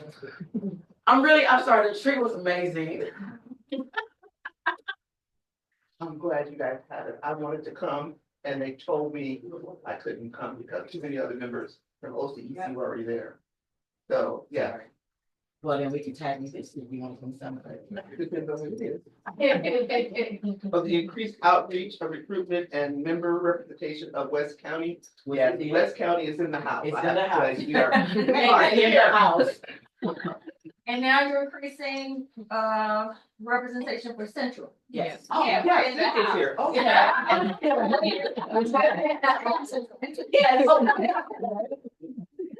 That's gonna be each. I think we're doing well. Okay, then work with La Miranda Sunrise Rotary Club. I think that was Scott. Yeah. Scott Parsons, and he really did a great job, which resulted in the creation of the Re-Entry Rotary Scholarship Program with the Apple Valley College. Yeah. Me Scott was on it. Yeah. Well, and I think that highlights something that's super important. District 2 has our Lafayette, Moraga, Orinda, down through the San Ramon Valley, has an enormous amount of Rotary, Kiwanis, and other clubs. And, a lot of these people have high power careers and then spend 40 to 60 hours a week volunteering once they retire. And they're always looking for things and places, and they do a lot of work with like Monument Crisis Center and the garden out in Pittsburgh, the farm out in Pittsburgh. They're always looking for opportunities to do more in underserved communities. So it's really a great opportunity if anybody has any interest to you know, maybe get an agenda and go join in and share what you all are doing, whether it's for your own organization or for the whole CAB as a whole. I think it's super important because, you know, if they don't hear it, they don't know, and they hear it from me. When I go to these meetings, and they hear it from Supervisor Anderson, when she goes to his meetings, she's always doing presentations on all of the great things that we're doing in the county. But I just think it's super important that they put, you know, names and faces with projects and work that's being done. And some other ones that was missing was the tours inside of the jails. OCEC did, so CAT members were able to take a tour of Martinez, I believe it was. Yeah. Then one of our previous chairs did the ride along with, huh? I'm trying to think, was that last year that we did that? Yeah, I think so, 2 years ago. You didn't do it last year. I don't think we did it. 2 years ago. Yeah, 2 years ago. Sure. And then a ride along with the sheriffs as well. So those were a couple of things that we did with, And you might put that on the agenda for 2025, a tour of the West County Ranch. Yeah, that's what we That's said. actually- You might want to go ahead. I was gonna say, Put on the agenda for 2025, a tour of the West County Ranch Treatment Center when it opens. Yes. It'll Oh, open yeah. in Yes, 2025. yes, yes. Cause we talked to the sheriff, yeah, I forgot, he did invite us. Definitely. He said, And make they'll be sure when you're done to have Cab, he wanted Cab to come and do a tour because he wanted his employees actually to see too. So it's like, and he's really proud of that. I think facility. they're slated to finish in summer. Correct, Yeah, correct, July. July, yeah. Is that the new building, right? Yeah, brand new building. Or your work plan. Okay. Or your work plan. I know it's tax season. Yeah, I have a message for you all from your previous Sheriff Crawford. There's another program within the district attorney's office. He told me to ask you and chief about that he participated in. Apparently district attorneys, the chief do a presentation. Oh, it's probably the community, academy. Yes, and to uplift that for OCEC, if you guys are, he called me personally before the retreat. That to see if that's something that you all would like to be interested in, so I wanted to make sure that I did him justice and have that message. From A, told him to say hi. Thank you so much. Crawford's not here, but he's still. Oh, he called me, he's like, oh, and I'm just on checking those, yes, Crawford, yes. Yes. It's a district attorney's, community academy or something like that, so it's their way of really, introducing to community members who are interested, kind of all of the ins and outs of the criminal legal system. I'll We thought I'll it'd be a send good it to space Patrice for- and she can Yeah. send it out to you Yeah. guys, or Ariana. Another good space to talk about what Ken Yeah. does and what we're planning on. So I was not aware of that. I remember, Solano County had something like that, community, thing, and they would take them on a bus every Tuesday, I think, for like 12 weeks. And they got to see each different site, that had to do with supervisory of the city, and of Solano County. So one day they would be with the, Department of, what is it, the council members, one day they'll be with the supervisors, and they would go tour these different places. Are you familiar with that, Jill? I see you Well, it's nodding the your same head. thing. It's the It's same the thing. same idea. Okay, got it. Yeah, he They- told they me he had a introduce tour you. of the sheriff, Okay, of the, got it. like the district. I would like They to took a do tour. that. They got on a bus and Okay. went around the county, so it was new. to me. I was like, oh, you know, I like interesting new things, so. Yeah. All right, next slide. So programs and services, programs and services have done a lot. So some key previous items, and then we'll talk about, some of their new ones, but supporting the administration of surveys for gathering their feedback for funded agencies. So, they do participate in reference to, gathering information for the surveys and going out to meet our community partners, to bring information back around, policy recommendations. They focus on receiving presentations from our CBOs and county departments. A big highlight to them was their first survey of the, those that are currently incarcerated. So 1 year, they was the survey of all the populations, and our reply and response we got were more men. And this year, they chose to focus on the women because we didn't have that many responses from them. And this year, well, not this year, last year, we were able to get that survey on the tablets for individuals. And that was really big for programs and services simply because we were not doing a survey for those that were incarcerated. So we realized that we wanted to hear from them in reference to what those gaps were, and that also helped us frame the priorities for those one-time funding as well. And then CAB members, our previous chair called to action for the implicit bias training of CAB members was translated into a new county policy adoption for all county advisory bodies. So it expanded even past CAB.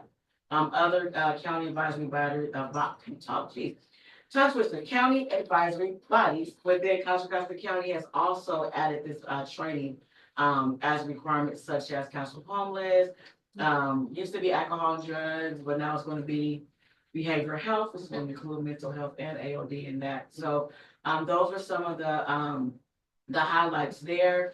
I'm missing that's new. I think last year the biggest focus was just the survey really focused on all the women and the work it took for ORJ and for the subcommittee to really get it on the tablet. Like that was really big for them to be able to do that. So that was the biggest highlight. Anything with that? Site visits. We didn't really get that completed. That's much as we would like to. So, but that is, but there are some. We want to talk about some new things To come. Yes. I know there's questions for Jody from the sheriff's office and just of like how the surveys were facilitated and to who, as far as like the equity of how accessible they were. Just because there was more questions. And then I think, well, I don't know. I've been thinking I'll propose it to you all on our next subcommittee meeting, but I was just wondering, like, maybe if we reworded or were more intentional of like open-ended questions to hopefully have a more inviting or see like what would make individuals more comfortable of accessing services. Because myself, I was really surprised at the findings of like what were like the highest 3 needs and then what weren't really captured as a need, especially like for women.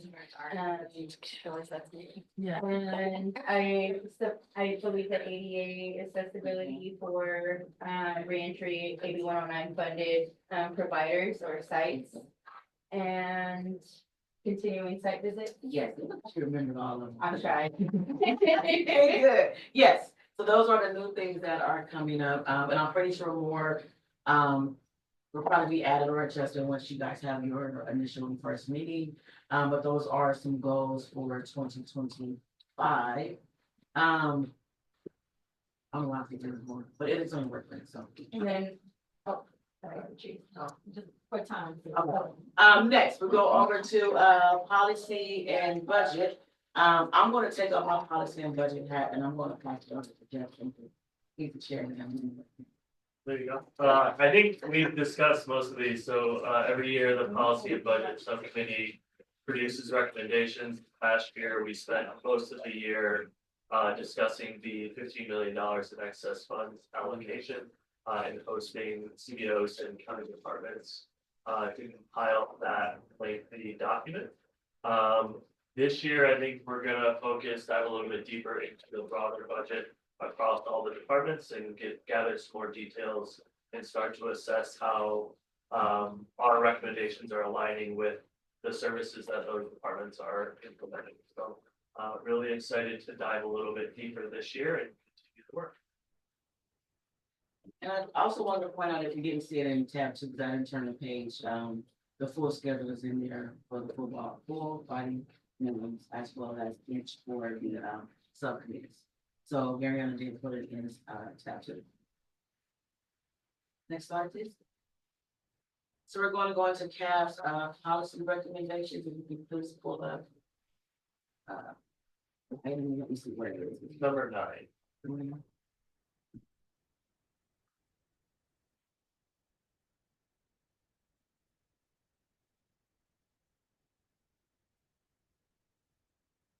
So in our book here, in tab number 9, it goes over our recommendations for 24-25.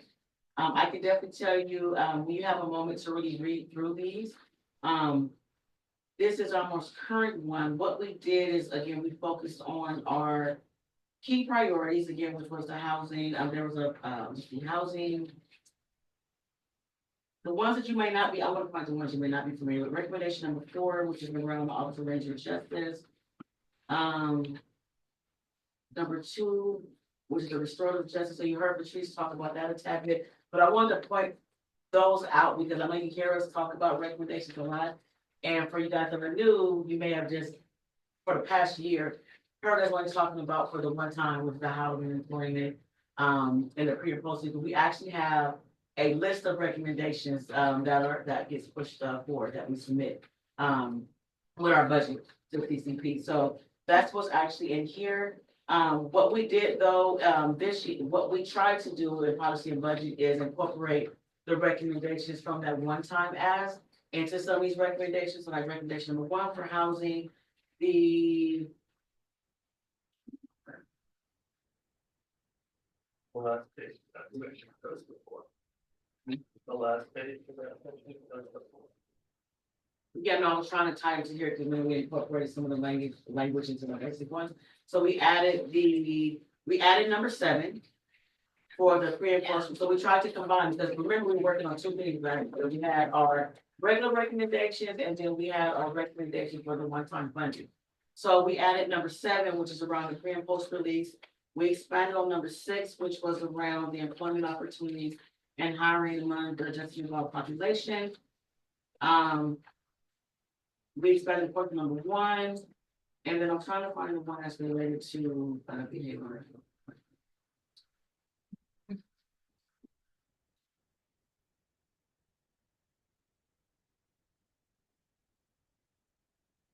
Number 5. So with those particular ones, we tried to add some language from the, our recommendation from the everyone for the one-time act, so that's included. Because we got a lot of data back from the gaps in our surveys. We wanted to make sure that we incorporated those. And then every year we do go through here and update. So for the, for example, recommendation number 4, we did make some adjustments in reference to wanting to point out the changes or uplift by, what RJ has done and where they are now. So every year, part of our function is to look at these recommendations, which is based on the surveys that programs and services do, the work that policy and budget do. These recommendations can be adjusted and then they are then brought back to the full board for us all to review and discuss and vote on. Again, policy and budget, finalize this document with any budget recommendations that was all discussed on, and that's what makes for it. Did I do a good summary real quick? Cause I tried to grab that on. Did I miss anything? Okay. So a memorandum based upon the recommendations is put out every fiscal year? Yes. Okay. And you'll see on the last page, it's a very short summary.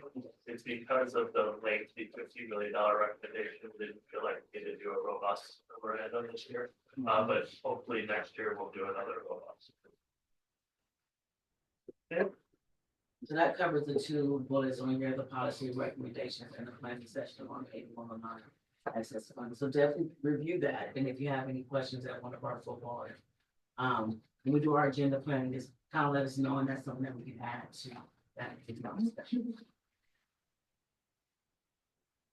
Now, I don't want to feel like I'm rushing. Any questions? Next slide, please. So now, go ahead.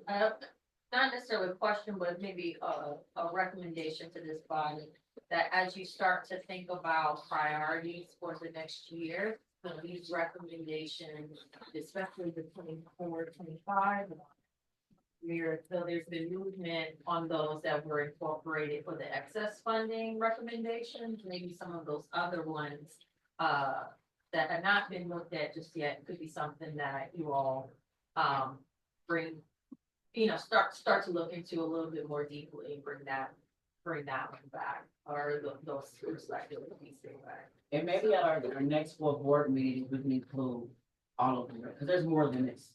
I believe, I don't even know what the total number is, but there's a packet of recommendations, and there may be some items that we have not touched yet, but these are the ones that we focused on recently. Just so that everyone kind of see what recommendations are left. And those are from previous board before I even got here. There's a list of recommendations. And that's what I was like, wondering, like, it would be interesting to see like previous. I think it's like 20 something. And it's just we can maybe work I can maybe talk with the team internally, but maybe what we could do is create some kind of, what's progress to date Okay. on, Great. current and past, recommendations. And maybe see, how that can help you all, prioritize. With some kind of like summer report. That'd be nice. Let me see that. I was just curious of like maybe what potentially, maybe longer maybe needed to be prioritized, or Right. potentially got left down the table, or maybe like if a need was addressed, potentially could have evolved since then. Right. So maybe we should relook at like how those services are currently being delivered compared to like today's needs. And it'd be nice, it'd be nice to be able to see that snapshot of those recommendations across the years, and like you said, what has been done, what's still pending, what's open, what's still valid. I have not seen something like that, so I think it'd be great for us to put eyes on it, as we're doing the work for this year, so I think that would be something that. The timeline. Yes. And then incorporate our new ideas now, because I mean, you made a point, there may be something that we did complete, but it still is relevant now, again, because of change. Okay. All right. Anything else? I don't have to be a question, but ideas? Next slide, please. So now we're going to talk about organizing. Make sure I didn't get it on board. What copy I did? If I may, after you all kind of organize yourselves, where you all self-select which committees you want to be a part of, and maybe after that, take a break. Okay. Yes, okay. All right, so going into organizing ourselves, and I believe I can tab 4.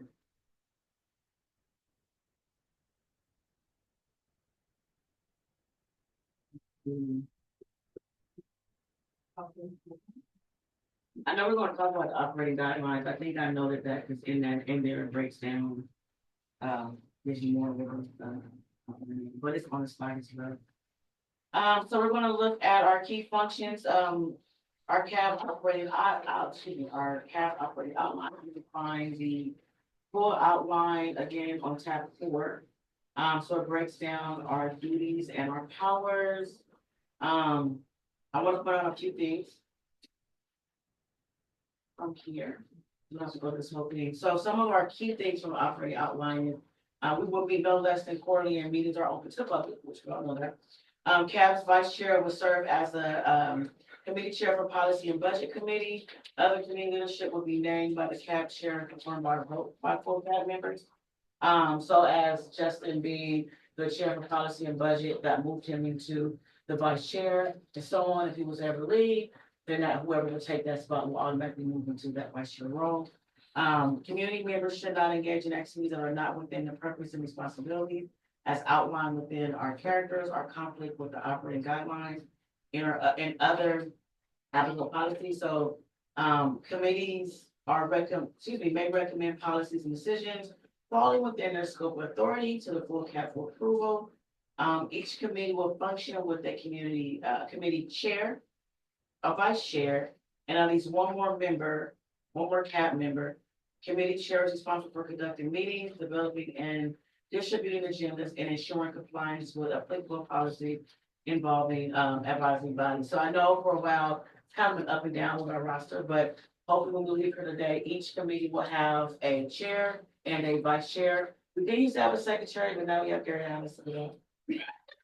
That is recorded, so but I do also want to point out, because I think that part is missed, the vice chair, or you guys can have that discussion, someone after each meeting needs to give a report out to Gary Allen. So it does need to be decided within your committees of who will actually, and a report out is just key things we talked about. You go back to the agenda, there's a document that she has potentially, and we ought to send that back to her. And that's the report out that we give back for CAB meeting. And then committee vice chairs will act as the committee chair in his or her absence and prepare written summaries of committee meetings and activities. But I just jumped to that without looking at it. So as the vice chair, you do play a role, as it says, as a chair in case that individual is not there. So in the event of our roles, if for some reason I'm not available to run a full board meeting, Justin will step in as the chair to run the meeting. And just, I don't know if you guys kind of scan, if anything stands out to you in this document, I will, actually, I can definitely read it. If you had not a chance to, when we leave. Next slide. So notes on assigning membership to subcommittees. Members are required to participate in at least one subcommittee and are permitted to serve on more than one subcommittee. Permitted to serve on more than one subcommittee. So you're only going to be assigned to one subcommittee. You can join and listen to the others, but you're only going to be assigned to one. Members can assign themselves to the subcommittee of their choice. Memberships and active participation in each subcommittee requires a minimum of 3 members to maintain quorum and meeting proceedings. There are some cases like with policy and budget, it's just me and Justin, so it's just us. So if one of us don't come, there's no meeting. Most of CAP's work is conducted through subcommittees, so therefore it meets as frequently as the full board does. So again, the full board meetings, when we come together, we bring back our feedback from our subcommittees and discuss as a whole what we want to work on, then we expand out. And each committee is assigned certain tasks, their work plans to work on so that we can better do the work. So we have our program services, OCEC, and policy and budget.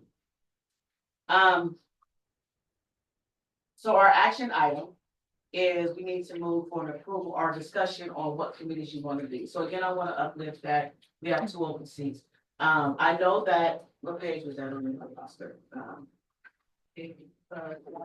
Tab 2.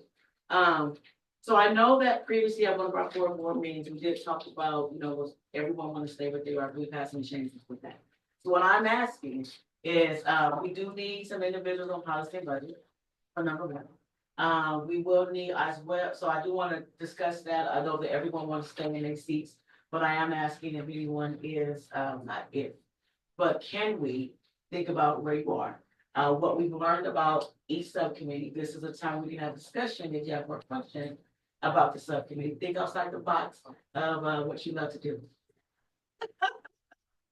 Go ahead. I was gonna say, and in tab 4, under the operating guidelines, if you clear, what are the duties assigned to each subcommittee? The charters are listed there on pages 8 through 10 of the operating guidelines.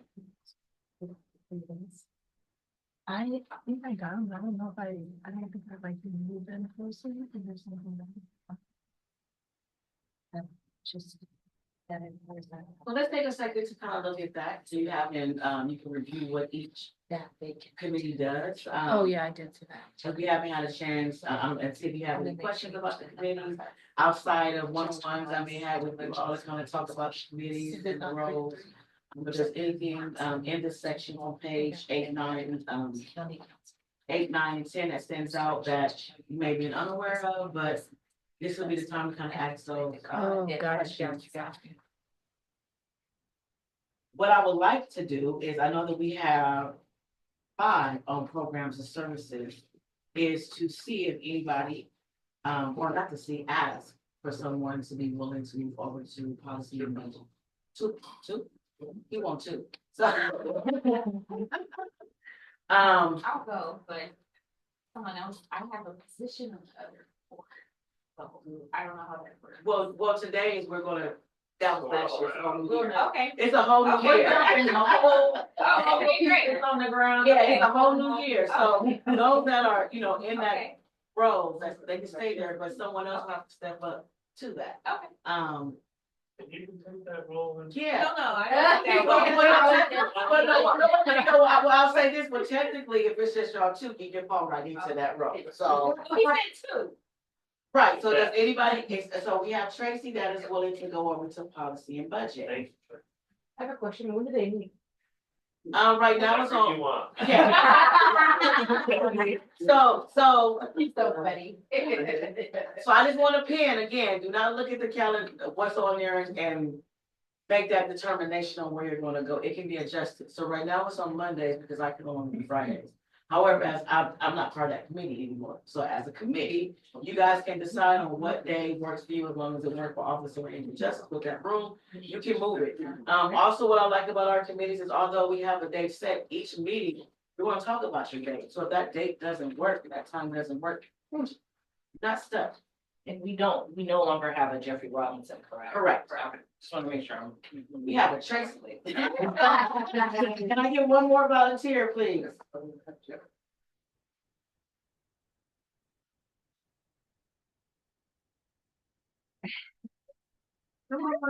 You're revealing that. Oh. Your chances that we surprise. I know that. Although she's an alternate member, she's been voluntold she's going to OCEC. Okay. And I told her to come to policy. Her energy is, I mean. It's OCEC. You should have It's raised our our policy. guys. She's going to finish out in policy and budget. Yeah, numbers. She was just pushing something. Like she pushed them over, right? Numbers, I don't know. I'm big man with all my other meetings. Where you going? I'll be like, You wanna go to policy and budget? I did. Okay, thank you, you already said it. I did. Only because my other volunteer job is like, it's on Tuesdays, and that's why I said I needed to move out on Tuesdays. you know, So I remove one. Well, Brenda is on Okay, so policy now, and budget. okay, because I can't do. Go, I'm ready to take none of these changes.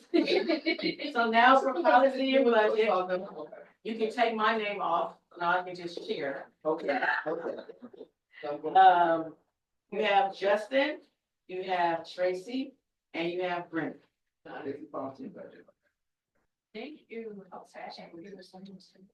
And then, Yeah. yeah. And then for programs and services, we'll have Ms. Hurley, we have Ms. Moore, we have Yolanda, and we have Tiffany. And then for OCEC, we will have Demetria, we'll have Alexandria, and then once Glory marks for. She can still work. She can still vote. Yeah. Okay. And then we have, Gloria Yeah. and OCEC. And so let's talk about, Nicole, can you repeat that? Sorry. huh? Can you repeat that? We have, Demetria, Alexandria, and Gloria Girl for OCEC. Okay, yeah. And then, so let's have a discussion in reference to, chairs and vice chairs. So for OCEC. and I learned first. We're all here on. Let me say that. That was a real. Yeah, Get side-eye just now. Can I say, It was giving both of y'all side eye. can I say for the chairs and vice chairs, so we do have a lot of new people, just to dispel any trepidation you might have. Yes. Just know ORJ is here to support you guys. Yes. So we are putting together the agenda packets, we're sending out calendar invitations, all of that. Any questions that you might have, just in terms of like, oh, how do I facilitate this meeting? How do I open up the meeting? What's my script or what have you? I do know that in previous years, a script was created by a previous chair, so I know folks continue to use that, so we can make sure that gets sent to you. But then even if you're like, I'm just not really sure of the direction in terms of the agenda items and where this group should be going, we are more than happy to set up one-to-one calls on the side to do some thought partnership with brainstorming around that, okay? There's also a monthly agenda planning meeting with all the chairs, okay? So all the chairs get together and map out the agenda items for everybody, every meeting, the general body and all the subcommittee meetings. And that way there's a sense of direction among the leadership of CAP. Okay, so hopefully that gives you some sense of the support and the structure that's in place to support your leadership. The report outs, which is a work product, right, that you will be responsible for making sure it gets done. You're not right now like a 20-page report, Right. just bullets. I mean, you know, just make sure everything's grammatically correct. That helps us in our editing because there's a lot of agenda, there's a lot of reference docs that we put together.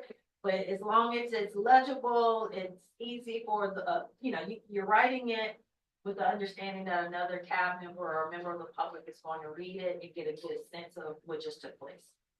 Okay? And I also just want to add for that, additional, for especially last year, my goal, and has been since last year, is to check in with you all, every month. So I do set up individual one-on-ones on top of what, RJ does, provide you with that support. Yeah, I did. I know what else to share. There is like a guide in reference to each meeting that can be shared out as well. Really as chair, you're just responsible for running the meeting, ensuring that the work plan that you guys put out, that you're meeting those goals, and structuring those meetings. That's pretty much what your role is. Don't be scared about it. It's really a fun role to have, and there's talking points already put in place. So I can definitely share that, script that we have, because I still have it. And then the, report out, it is as simple as they said. If you forget what you reported out, it's simply just going back to your agenda. It's really, the report out is really what we talked about at those meetings. So it's not a lot of work, honestly, depending on what we have to, the more the work is done there. And the purpose of the committee is to assign tasks. So as the board, you're just structuring, as the chair, you're just structuring the meeting. And the vice chair is the support of the chair. So that way, if Tiffany's out, then someone else can jump in and run that call. So outside of the meetings with ORJ, and they're amazing when they check in with us, and Gary Allen and Patrice, they always get back. I wanted to let myself out there as well, just being part of this board to any questions you all have, because I do budget. You can always rely on me to set time and talk to anybody. So hopefully that removed some fears. I didn't know what else to do with Cheryl. Yeah, I mean, Policy well, and and budget. also say, so for the new members that might have to consider possibly stepping up to, take a leadership role, you won't be the first of a new member on CAB who's had to do that. But you will be supported and, yeah, and if at any point you are, concerned about your ability to attend meetings, things like that. I meant to mention this, since we do have the hybrid, model that we operate here in terms of remote, what is it, joining the advisory body meetings remotely. If you know that there's likely a recurring conflict but you're able to come on remotely, give us the address in advance, so that way we can post it on the agenda. It has to be a location, yeah, it has to be a location that you can open to the public. And then that way that covers you for that. So, That makes sense. yeah. So like if I couldn't leave the site or whatever, then if I would let you know and like said week to advance, and you can just post this dinner. Yes. And I would do it like this. Yes, just in advance of posting, because we need to keep that on. Joe, was there any, or maybe, if there was any traction with allowing virtual participation for advisory volunteer? As a matter of fact, we do have an update to the Brown Act, that if you have, a stated disability, you submit that to a third of the board, and you do have the option to attend virtually. Only with a stated disability. Yeah, but it doesn't have to be a physical disability, it could be any disability. that You say. So, and then there's some adjustments, so I was just talking to Ariana, she has it, she can share it with you after, but some adjustments to the, just cause and emergency, number of times you can. Thank you for that. So there wasn't a broad, like, volunteer boards can participate virtually. This came out of the, disability act of this. And so then there was a different interpretation of the state level on the current law. Okay, thank you. Right. So what is the vice chair? Okay, so we have, I know Tiffany wanted to stay, did anybody else, Tiffany wanted to stay as chair of the program to serve, anybody else? No, and then we have Alonda as vice chair. Well, first, I wanted to ask the two young ladies that was already on the programs if they wanted to do it. I know they've been doing a lot of the work for the last couple of years, so I might give them the opportunity. All right, and then we have CEC. I'm looking at you. I'm sorry, because I didn't it. I wanted to see the chair first to see. Want to chair? I'll take vice chair from you, but. Look, you're like, I'm vice chair. That's what I like your activity. I can share it. That's fine. Thank you. You're welcome. Shout out to Ariana and Nicole too, because I think I really overthought it. I was like, oh my gosh, Did I bite off more than I could chew? And I Hold know, on, see? let me get these changes and let me get used to like the lead, alright, motion, second, let me. I was like, oh, yes. Okay, I get this. But I'm glad you got that. Glad you got that. Okay. Because, do you mind being called Glory Bell? Uh, Cause I heard Nicole call you Glory, but I feel like y'all have that. Laura Bell's my government name. Okay. What would you prefer? Glory is my everyday name. Okay. Okay. Glory's So fine. I just wanna make sure I understand, cause Glory is not gonna be appointed, we're thinking until March maybe, but OCEC will be meeting in February. She can attend, but not as vice chair, correct? No, she has all abilities as any other CAP member other Okay. than voting. Other than She voting, doesn't okay, have got it. voting privileges. Just Is trying to she- get so, wait a everything. minute, Is she an alternate? She's an alternate. Then yes, she does, because you have two vacancies. So What do you she's, think? What do you think? so she's acting in the place of a missing member as an alternate.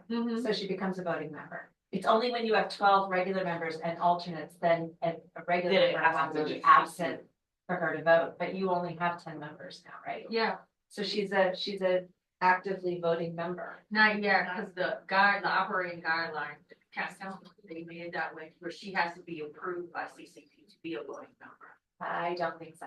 I will double check the Okay. guidelines, but that isn't the way that it goes. So when That's a how it's regular written, Yeah. member, she needs to be approved. Yeah, that's how it's written in the guidelines. I will double check that because I don't think that was the intent, and that isn't the Well, I was intent gonna of say, any make it other advisory smoother body. if she's an alternative. If the regular member is absent, the alternate acts as a voting member. And then my. And that's the way it's been in the past with CAP, so I don't. No, it's Whole region. My goal to meet was for February, the OCEC meeting. So in the event that someone's not there, it's just because of the move from work. Okay, So I'll also be there just in case. someone's not. so y'all let us know if Glory can Yes. go. Okay. Yeah. Like, what I heard is we'll get follow up. Yeah, Okay, yeah. thank you. And so for policy and budget, we have Justin as chair, and so Brenda or Tracy is equally interested in vice chair. Tracy. Oh, gosh. That's what a good Tracy. You know, I guess it's me. It's like there, okay.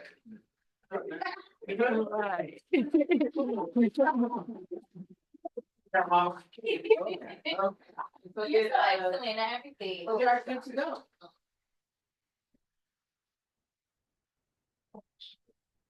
Okay. We already did that. This is the subcommittee schedules. So that's our, so the next OCEC meeting is scheduled for February 25th. Programs and services is February 20th. And policy and budget is February 24th.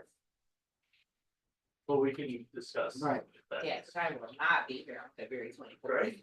Okay. Tracy said, oh, Tracy. Or can you just repeat it? February 20th. All three? No, OCEC is Oh, February okay. 25th. Programs and services February 20th. And then policy and budget was scheduled for February 24th. However, that's gonna change. Yes, unless you guys want to do it. I do. Oh, we were invited. Right, so So that's, there's funding. I'll stay on mute, don't worry. we can post our address. I don't know if anybody can make it, but, all right, so. Now, the address is somewhere on Bourbon Street.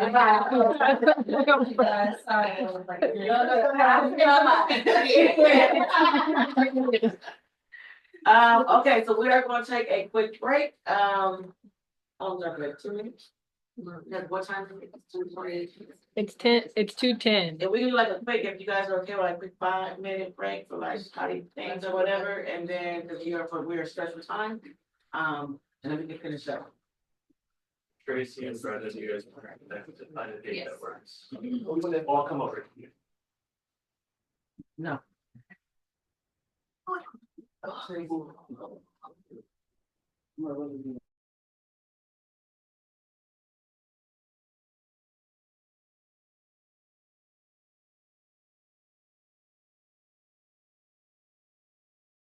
I've read that. So we're going to, a couple of hours, we're not going to go into full detail. Do I got everybody? Yeah. So our next agenda item was for us to review tips for successful membership engagement. Due to our time, we won't go into full detail, but I'll let Patrice, talk about this for a little bit. Hey.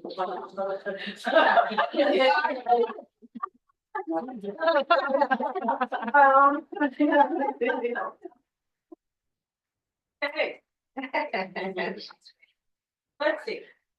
If you can go to, what tab is this?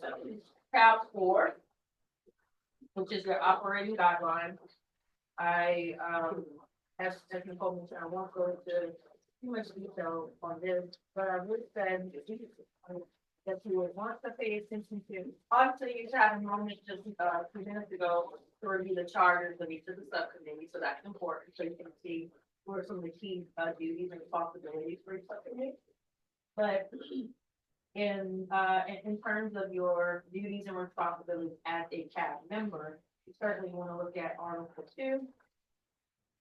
You want to look at Article 3 in terms of membership, because there's often for this body a lot of membership turnover.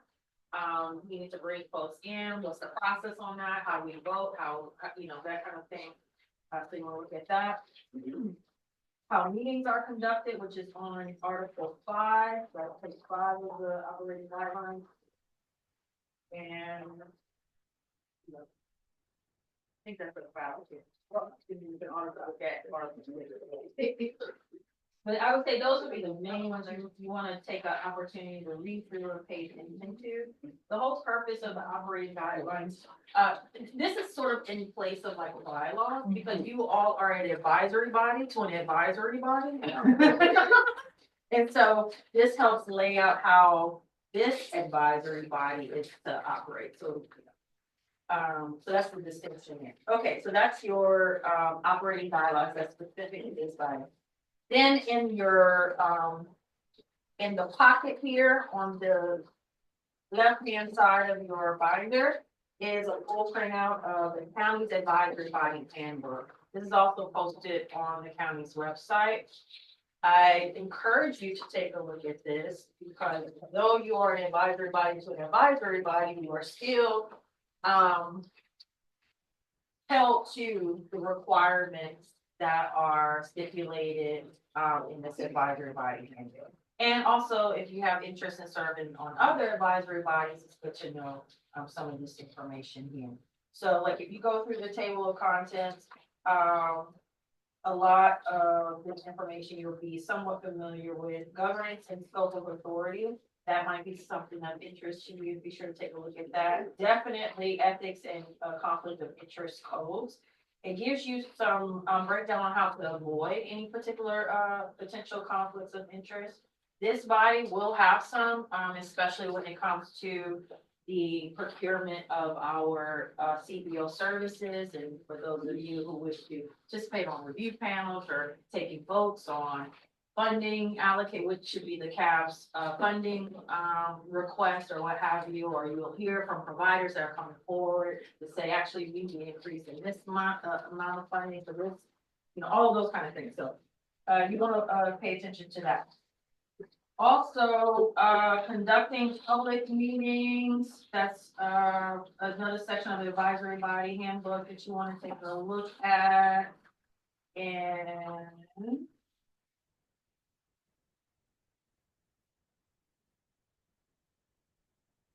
requirements for participation, that's on page 4. That's kind of the appendices. So some of this stuff gives you some copies of certain forms and also Brown Act guidelines that we've shared with you in the past, but it's all laid out here in the appendices. So be sure to just review this. Again, when you're looking for some leisure reading, this is probably should be your go-to. I would just add on the website where the handbook is at, is also 3 training videos.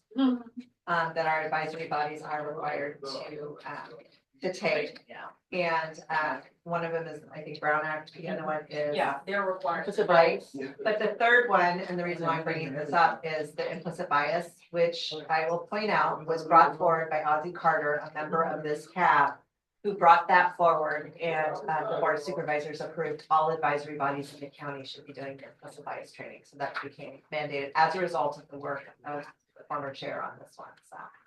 You guys. And I believe the better governance training and the Brown Act training, I think they're required to do that every 2 years. So just keep that in mind. Those of you, if this was your first time, send in your certifications, but if you do need to re-up, let us know as well. And that I is. don't think You guys might have to read. Oh, you guys might have to, we just let you know when we're recording again, or do we? We should take a look at that. We can't, but I'll send you that. Yeah, I'll send a follow-up. Okay, if you were a recent board, recently appointed board member of another board, and if you did take that, that training at that point in time, that new date will cover you for this body too. But just FYI. You'll be sending out the links so you can find. Yeah, it was in the initial email that I sent out when you were approved, but I can send them out again. Yeah. Okay. And that's it. All right. So let's go, our next one is to jump into the ambassador program, so there's a talking point as well as the toolkit, so we're gonna start, that's on tab number 11. Again, due to second time, there's some key things that I'll just wait. Oh, yeah, sorry. Okay, so the CAB ambassador program, for new members, this was a program that was developed by CAB members who really wanted to take an opportunity to have some real face time with CCP members, members of the board of supervisors.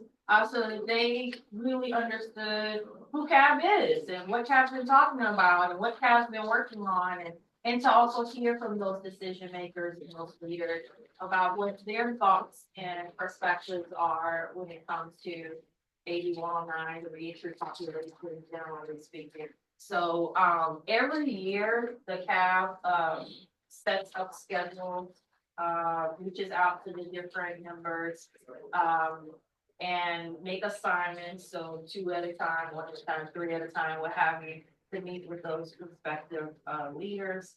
And what we always hear back from those meetings is one, that there's definitely alignment in values between the CAB and that respective leader.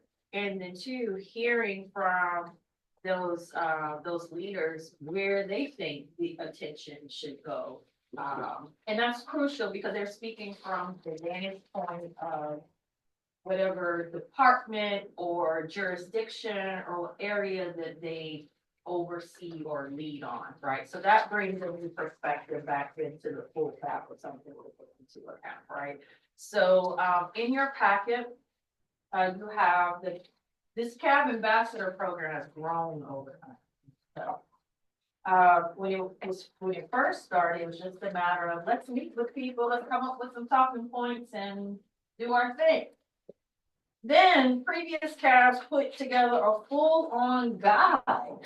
Okay, and this is a document developed by CAB members. So in the packet here, Nicole will walk you through the guide itself. It's to support you, be a reference doc for how to go about your ambassador meetings before, during, and after. And usually the talking points are updated every year to align with your policy recommendations. So that's sort of the gist and history on the CAB ambassador program. I would say CAB members have always enjoyed being a part of it. The leaders themselves have always appreciated it because it's their moment to really speak to community members on an issue topic that's really important to them. And the feedback I get all the time, even from the different, either the CAO's office or, chiefs herself, or even just from staff at the different supervisors, they really always appreciate those meetings, so. And is this something that's spearheaded by the OCEC, or is this something like everybody? Hold your horses, little one. So So to piggyback on what Laura was saying, we will go through this guide, we won't go like word for word. I do want to point out exactly what you said, OCEC actually spearhead this. So, I do want to make a pen to take some notes for your February meeting. OCEC did go through this and make some adjustments, but there are some additional changes that need to be made to the document as well in reference to position changing, people that are no longer on the board. And I know there's some adjustments, to the language, so when I get to that particular point, I'll point them out. So, initially, when we open this up, of course, we have our guide, our overview, and then we have our executive summary, which gives a recap of exactly what Patrice just did, the purpose and our overview of what the, CAB Ambassador Program is for. What I wanted to point out is on page 3, which is our program, member assignment. As Patrice mentioned, individuals are assigned to an individual to conduct their interviews, which is all done by OCEC. So OCEC works together to put the ambassador guide together. They discuss assignments for the ambassador meeting. And this year we will be looking at the talking points and some other things I'll bring up from our full board meeting. But they lead this process. So initially OCEC at one of their meetings will get together and based on the they can either at a full board meeting ask individuals, if they want to volunteer for a certain one, or there's been times where OCEC gets assigned, and at a full board meeting told you what your assignment was. But my purpose of that is we didn't really get to have a full discussion about the ambassador, so in February, I'd like to bring that back to you all, because there were some items, that we didn't complete, which was, the talking points, that we writing this off, and that'll be a good segue for you to learn exactly what all entails. But some things that we talked about in last year was the frequency, which I want to also bring up before we dive into that. We did bring up the timeline. As of right now, OCEC will start working on the ambassador around, I think it was September. Normally it's around September, and we'll start making phone calls to be able to bring the information back like end of October, like August, September will start, and then bring it back in like end of October. But We decided to start in August, not September. Remember, we pushed it up. I said, well, we did before. I get the correction. What we did before, she did bring up a good point. We had decided to move it up to August. However, Alexandra also made a good point, and I think Justin did, to start earlier in the year.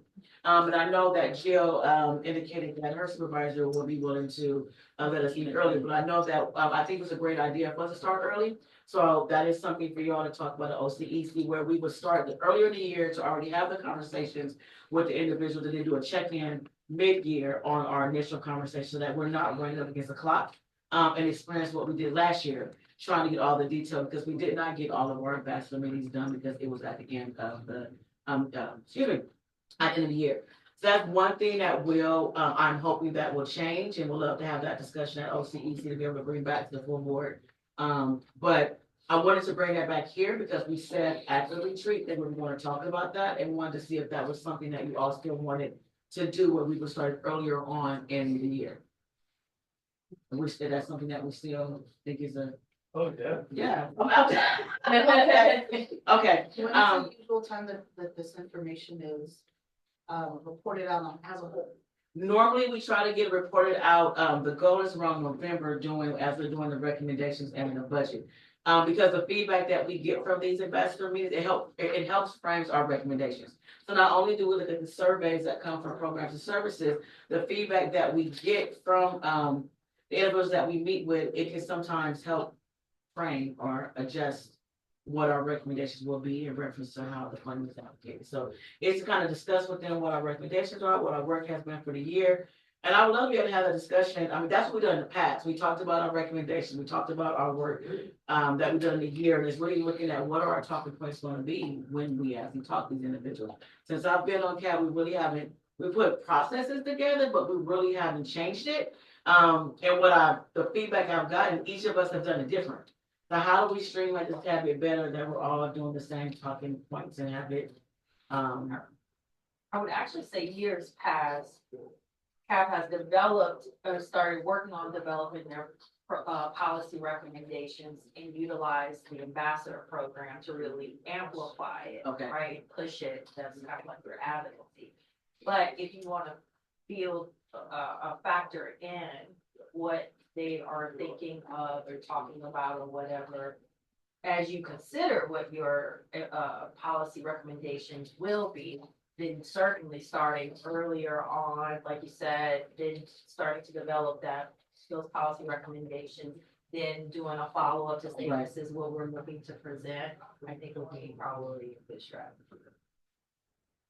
so we can definitely pin that sort of at one of the discussion items for where it goes to DC. Let me have that. And so going back again to the documents. Again, number 2 is, once it's decided on who's doing what, individuals are been assigned here and it's shared amongst all communities, so you'll know exactly who you're assigned to. We then also have the ambassador, contact list. There are some adjustments that needs to be done to that, and I did want to also add in reference to the reports. It's very difficult to get in contact. I've had them twice. And I know that Marianne, you gave me a new contact for them, but they were unresponsive as well. So if there's I don't know how often we check for the contacts, but ensuring that, is there a way for us to ensure that the people that we have are, aware that we're going to be reaching out, because that is one that is a really very good one. Yeah, we can talk to Matt Malone specifically. He's also he represents the courts on the R job. He would say very pointedly that he feels as though the court should always remain neutral, and hold that position. So though they may hear you out, there's really nothing that they could add to necessarily, but maybe inform, right, you guys of any set processes or things like that. So I would say when it comes to the court, that's usually the position that he in particular takes. When it comes to the court, you might want to have your own sort of strategy around, okay, what is it that we will want to say to this particular entity, or what information do we need to gather from them that would help us understand maybe some things for us to look at. So I would say for that one in particular, you might want to just sort of rethink how to approach that. But that was a good point. I think we should look at that as well as all of them, because I was just thinking about the different calls I've been on. I've had to structure my conversation around that department. So that may be something for us to look at when we're writing out our points, is who are we talking to? Well, and so with the courts, I would say reaching out to Kate Beaker, because she's the court executive officer, and she would determine who you would talk to. I think they reached out. Yeah, and I didn't get a, Having trouble. So that's why we changed it to that. But we can check. It may be in hand to reach out to. okay. I just have a question, because this was my first time doing the ambassador, like I jumped in. And I know that it was done through like Zoom calls and things like that, but has the CAP in the past thought about emails if people aren't responding to requests or a phone? Because I know also, Brenda, you had trouble connecting, canceled schedule of like, here's a written talking point. We did think about that last year, but we didn't get to the point of putting it together. So that can be something on there, due to our timing for 2024. Yeah. We were thinking about writing something up, so I definitely recommend that. I agree with you, because then we can send like a summary. Yeah, it's a summary. So you have Zoom, we have in person if they like that, and then maybe like some type of written summary.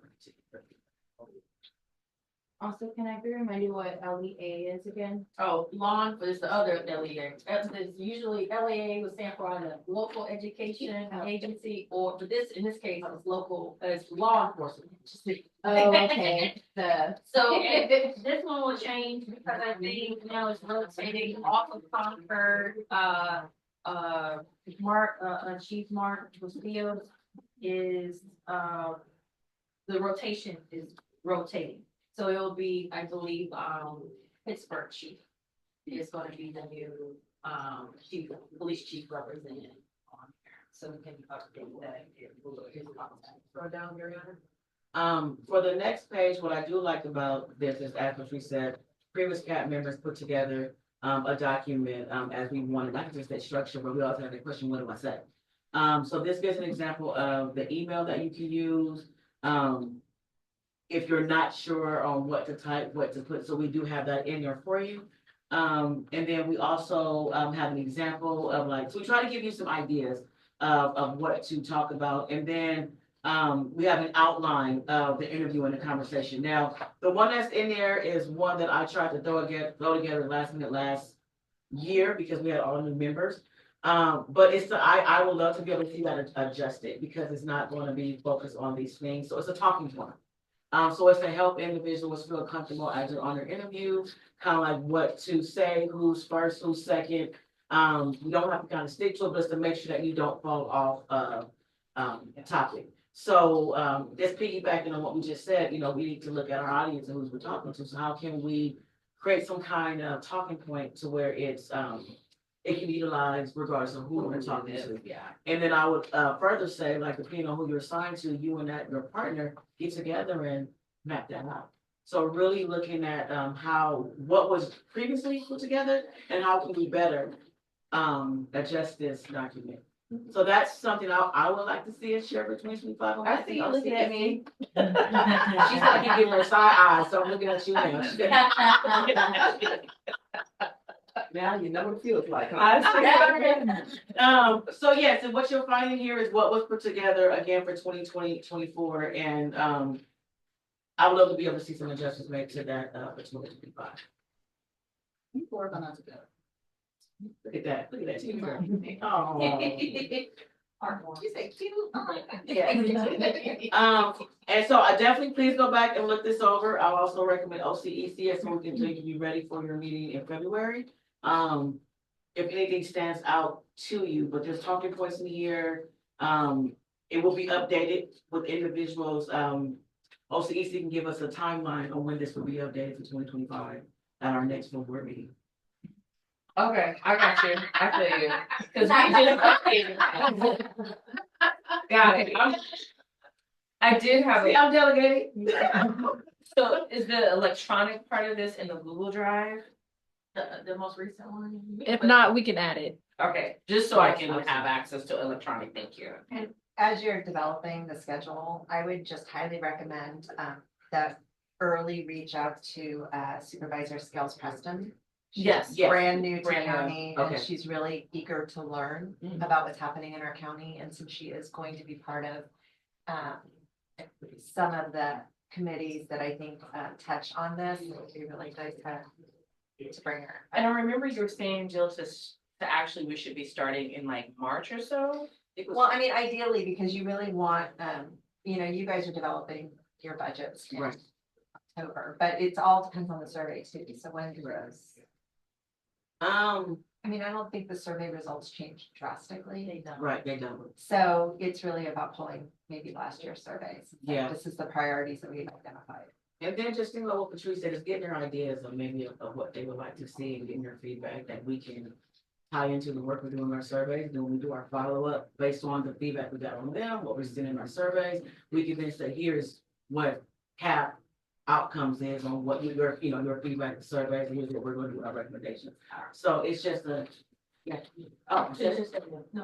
I'm good. Oh, I forgot. I think that, especially if you're gonna do it sooner, that maybe the bulk of that conversation is really outlining all the things that CAP has done, like that planning process. Now, supervisors, Joya and Glover knew about you guys' work because they had to deliberate on it, but the other supervisors may not know the depth of it. I'm sure Supervisor Anderson does. But Supervisor Burgess and or Supervisor Carlson, both of whom would, I think, love to hear how this is happening, because given how engaged they are even with the Measure X work with the CAP there. So certainly creating talking points to talk about what you guys have done over the past couple of years. on this planning process, how you've engaged with departments, what you've heard from them, the information you've collected, like your process. Right. They would be incredibly impressed to hear that this has been going on, and they're like, wait, why aren't our people here? Their staff should be here too. And I think from Sorry, and I was gonna say from a departmental standpoint, it goes back to what so that's for the supervisor from departments like behavioral health or H3. Again, what do we want to know? What do we want to ask them when we're having those meetings? So we really need to look at who we're talking to. Right, and I was gonna say the same thing, so when you're, so something about Supervisor Carlson is he's a former police officer, so, and he's also very involved with our, mental health commission, which is now the behavioral health commission, so, I mean, really aspects of things that you all touch, which is important, but as, you know, kind of looking at it, the supervisors aren't developing budgets for AB 109. So maybe they're earlier. And then those departments who are going to be developing their budgets, you do a little bit later so that they can remember the priorities of CAB as they're submitting their budgets for AB 109 funding. I get it, so it'd be like two outreach type of activities, right, supervisors, and then around the budgeting time for the agency. Yeah, before October, just so that they understand sort of where your priorities are and what you've determined are the needs in the community, so that they can hopefully sort of address that in their presentations of their budgets. One thing that is on their radar though, is because they've made a swift decision. Baby. Ahead, the AB 109 allocation for the guaranteed income. And that was ahead of the approval of all the others. So there were debates around guaranteed income specifically. The idea of having AB 109 dollars allocated to support a GI project for justice individuals specifically was like, yeah, go, you know, so you kind of leverage for the other supervisors that hadn't been as maybe aware of the work that you're doing, you certainly leverage that knowledge to say, you know, that was part of a larger process, right, of the work that you guys have been doing. I think they would be very impressed by it. So it sounds like it would be best to connect with supervisors potentially like spring, department, summer, and then follow up with supervisors in fall when we're submitting recommendations for budget. Especially as the board of supervisors are going into budget hearing in late April. You know, although you're talking about next year's budget, they're still going to be seeing this year's budget, and it could trigger questions for them in this year's budget.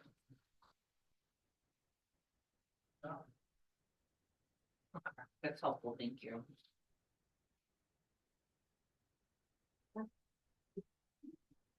Next slide, please. Okay, go back to it.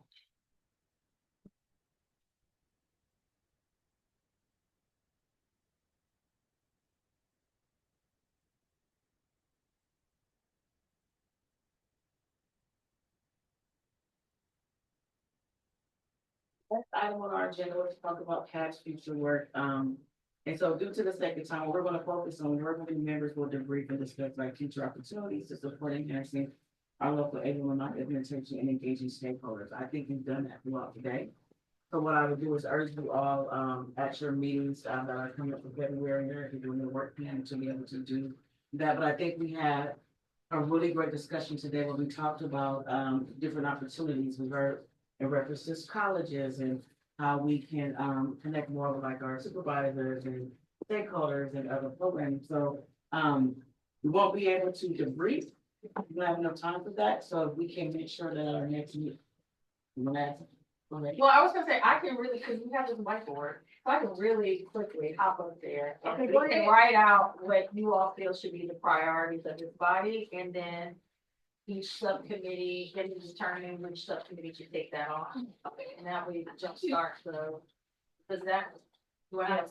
Yes, or please. privilege of the board to, okay. No, Even if I think about it. I did, because every time there's a whiteboard, I'm ready to jump into action. Okay.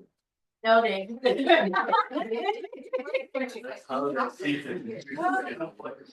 No, your whiteboard, just listen, you wanna give me something, get my whiteboard.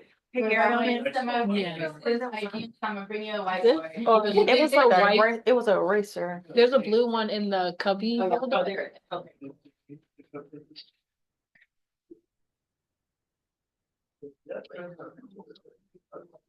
So there were some things that were discussed already. Sorry for those who are on the call here. We're writing, I'll sound out loud what I'm writing. Okay, so that. 2025 priorities. So there were some things that were already kind of called out, that you all wanted to focus in on. Can you guys see okay? Any Sorry, she gave me a mango slice. Okay. Priorities for this body for 2025, I heard, certainly the ambassador program, since we just talked about that. Early strategy. And developing a calendar, yeah. I think developing a calendar across subcommittees would be great. And like how all the functions that we're trying to do intertwine with each other. What?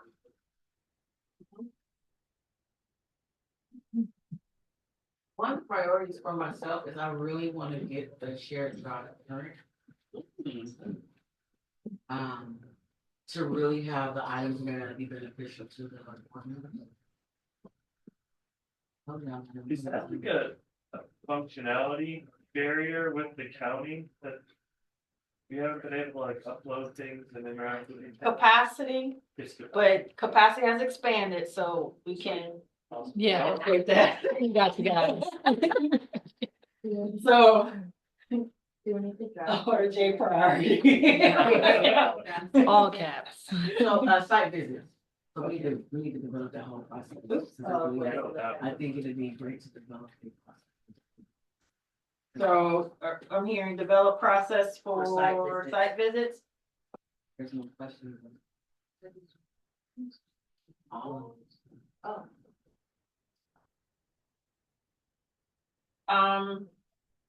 I think I heard, updates on, or continuing to monitor implementation of the one-time 15 million. Yes.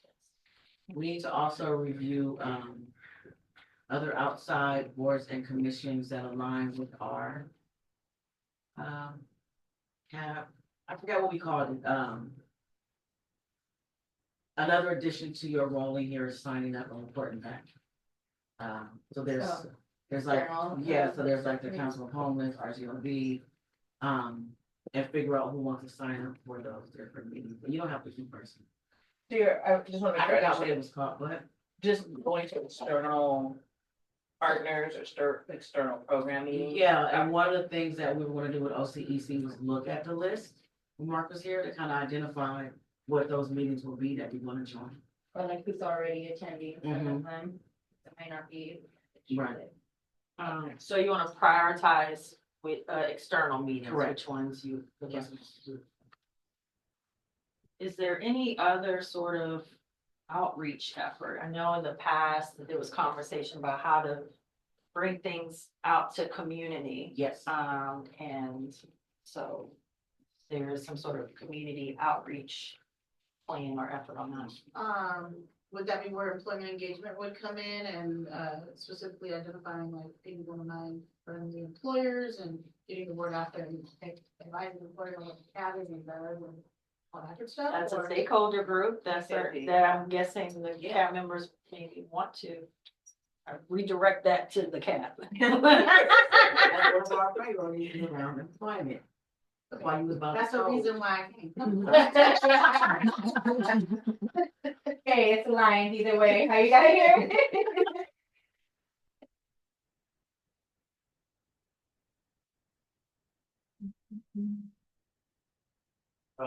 County department budget analysis would be great.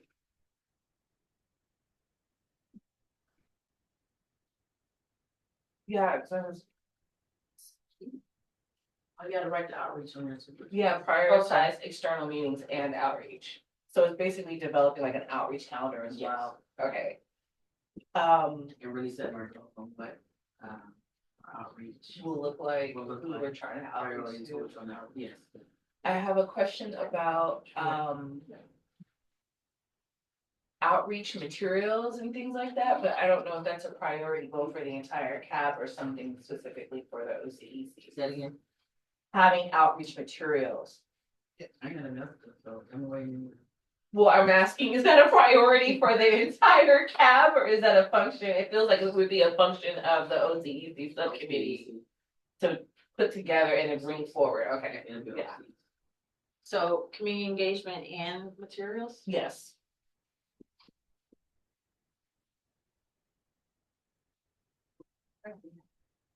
We have a flyer. No, flyers. No, I said Flyers. Yeah. Different Oh, I'm demographic. sorry, I cannot minimize. You also have a PowerPoint Yes. presentation. I want you to put that on there too, because you have to update that. And is that Update on the the shared PowerPoint. drive? Well, I'm gonna just put that under. Okay. Materials, yeah. Is that on the Something shared works, cause I drive? found you guys. Yeah. No, you can access, you just can't make any edits to it. But the PowerPoint, one of the key takeaways we talked about was adjusting it and having it for different, audiences, so.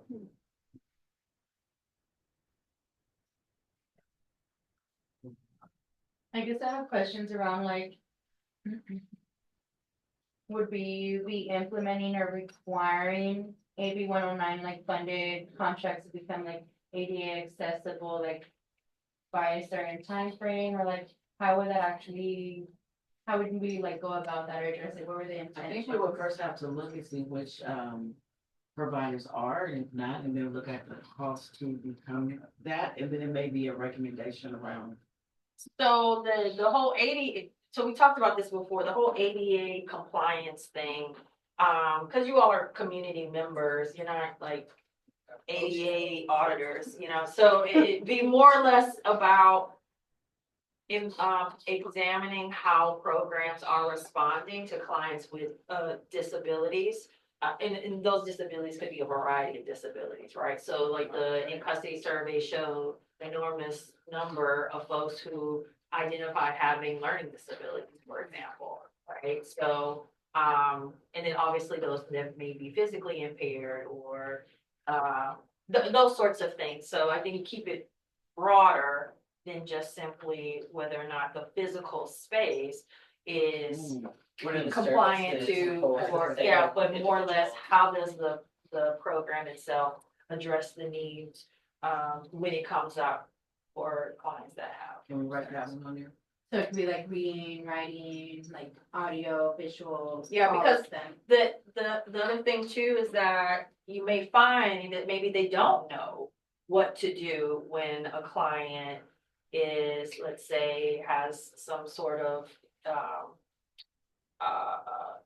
if a client is deaf, do they know what resources to connect that person to? If someone, the biggest challenge that we've always heard from providers is when a client might be showing signs that they are under the influence or they're triggered, and there's, what resources are available. Ideally, it'd be nice to have behavioral health clinicians that can be stationed or make rounds at different places, right? That was the whole point of the behavioral health mobile services. So those are kind of questions that you can certainly ask of providers, and it then aligns with one of your previous recommendations, which had to do with how can the county better support reentry folks who have disabilities. That's one of our priorities. So I said all of that, and I don't even know what I'm doing. Priority would be to follow up on previous recommendations around ADA. Around supporting folks with disabilities. Thank you. So, yes, because you're right, we're not ADA people, but supporting folks with disabilities. You don't want to shut down programs. Yes. You want to assist them. And just want to do a quick check-in, because we're already a little bit over this, everybody's so good with the time. Let's have a couple more slides. Oh, there's a couple more slides there, thank you slides. No, it's discussion question. That's what we're doing. Oh, that's what you were doing now. Oh, okay. Thank you. Discussing. My brain shut down. Yeah, slide 29, second bullet, what should be CAB goal priority for 2020? I was like, next couple slides is thank you. And next steps. So I think this is all inclusive though, in terms of what your next steps will be, because these are your priorities, right? So would number 8 also be the timeline of previous recommendations or kind of like centralized? That could be separate, Okay. since this is specific to the following up. Yeah, the mapping,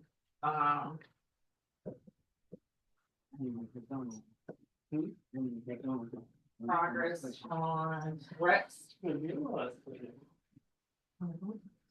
about my second one.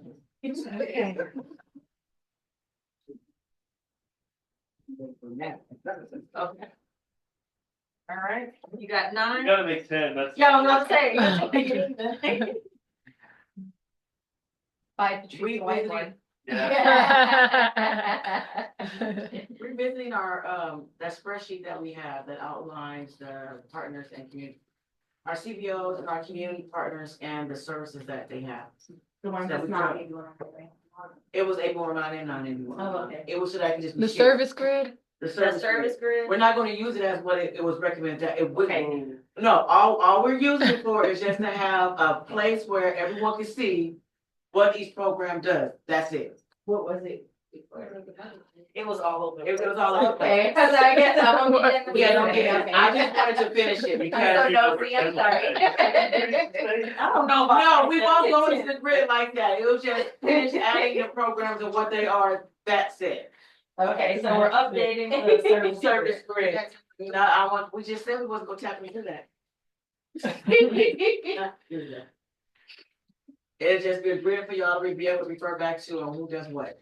Okay, so, really quickly, the assigned subcommittees that will be taking lead on these. CEC. Okay. Oh, wait, you know what? I'm gonna use another color. See, this is why. You gotta hold up, right below.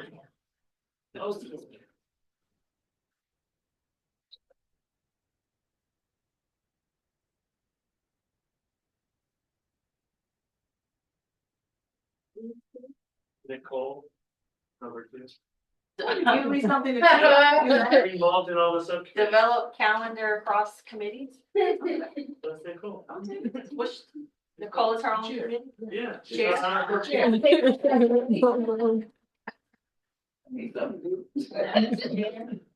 That's so funny. Obviously, this will be, It's me and RJ. ORJ. I wanna help. Oh, yeah, I was gonna say, if there's, because we probably need to know if we're missing, not only Happy just to do an current, audit of it. thank you. So I'll put CAB leaders and. Yeah. Cause you go to the agenda center and just look through all the lists. and Yeah. all the bodies. Yeah, Lists and lists, so you All can of just- he had, Wes Crawford's one of her folder of stuff, because I have all of his documents he created, and he sent me, yeah, it's a lot. And we can have conversation about this during like the. Okay. All right, develop process for site visits. Programs and services.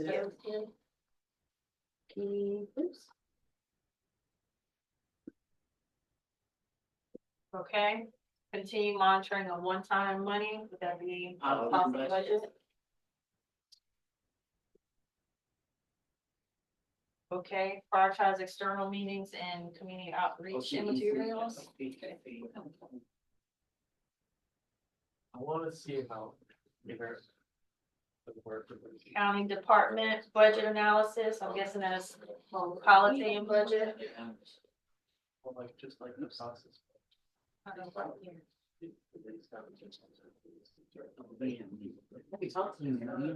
Okay, follow up on programs, response to, I give you my cell phone number. okay, so mapping progress on recommendations to date. Policy and budget can take that. Unless somebody else wants to do it. Okay, and then updating service grid. Sounds like it's Nicole. Nicole. I already started, so I'll So finish just it. okay. but then from that discussion, do you And I'll have want a discussion with the full board on it. or you want programs and Programs. services? Oh, programs and services, I'll tap in with,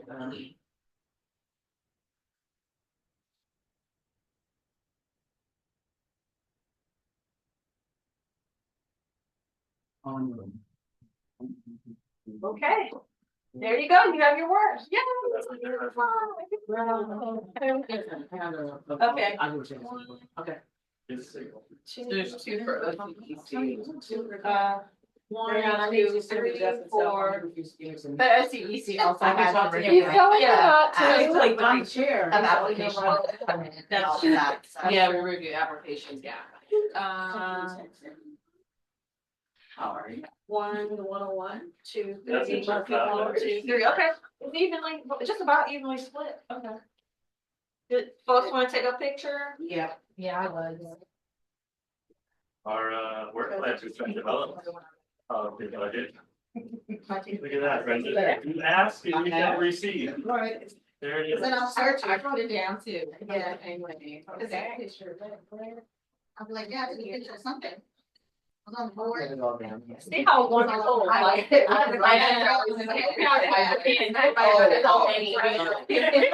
get Patrice in the picture. Did you get the pink. Get your little.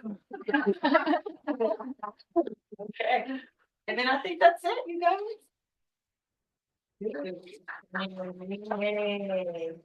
Good job, Nicole. Good job, RJ. Thank you. Nicole, you gonna join, Say what? are you gonna do the, yeah. Oh, I apologize. We will now adjourn our cab retreat. It is now 3:09. Our next meeting is February 13th. 13th for the full, cab. Okay. All right, thank you, everybody. Thank you. If anybody would like to take something with you, you're welcome to. We'll leave a couple here for the members that are here.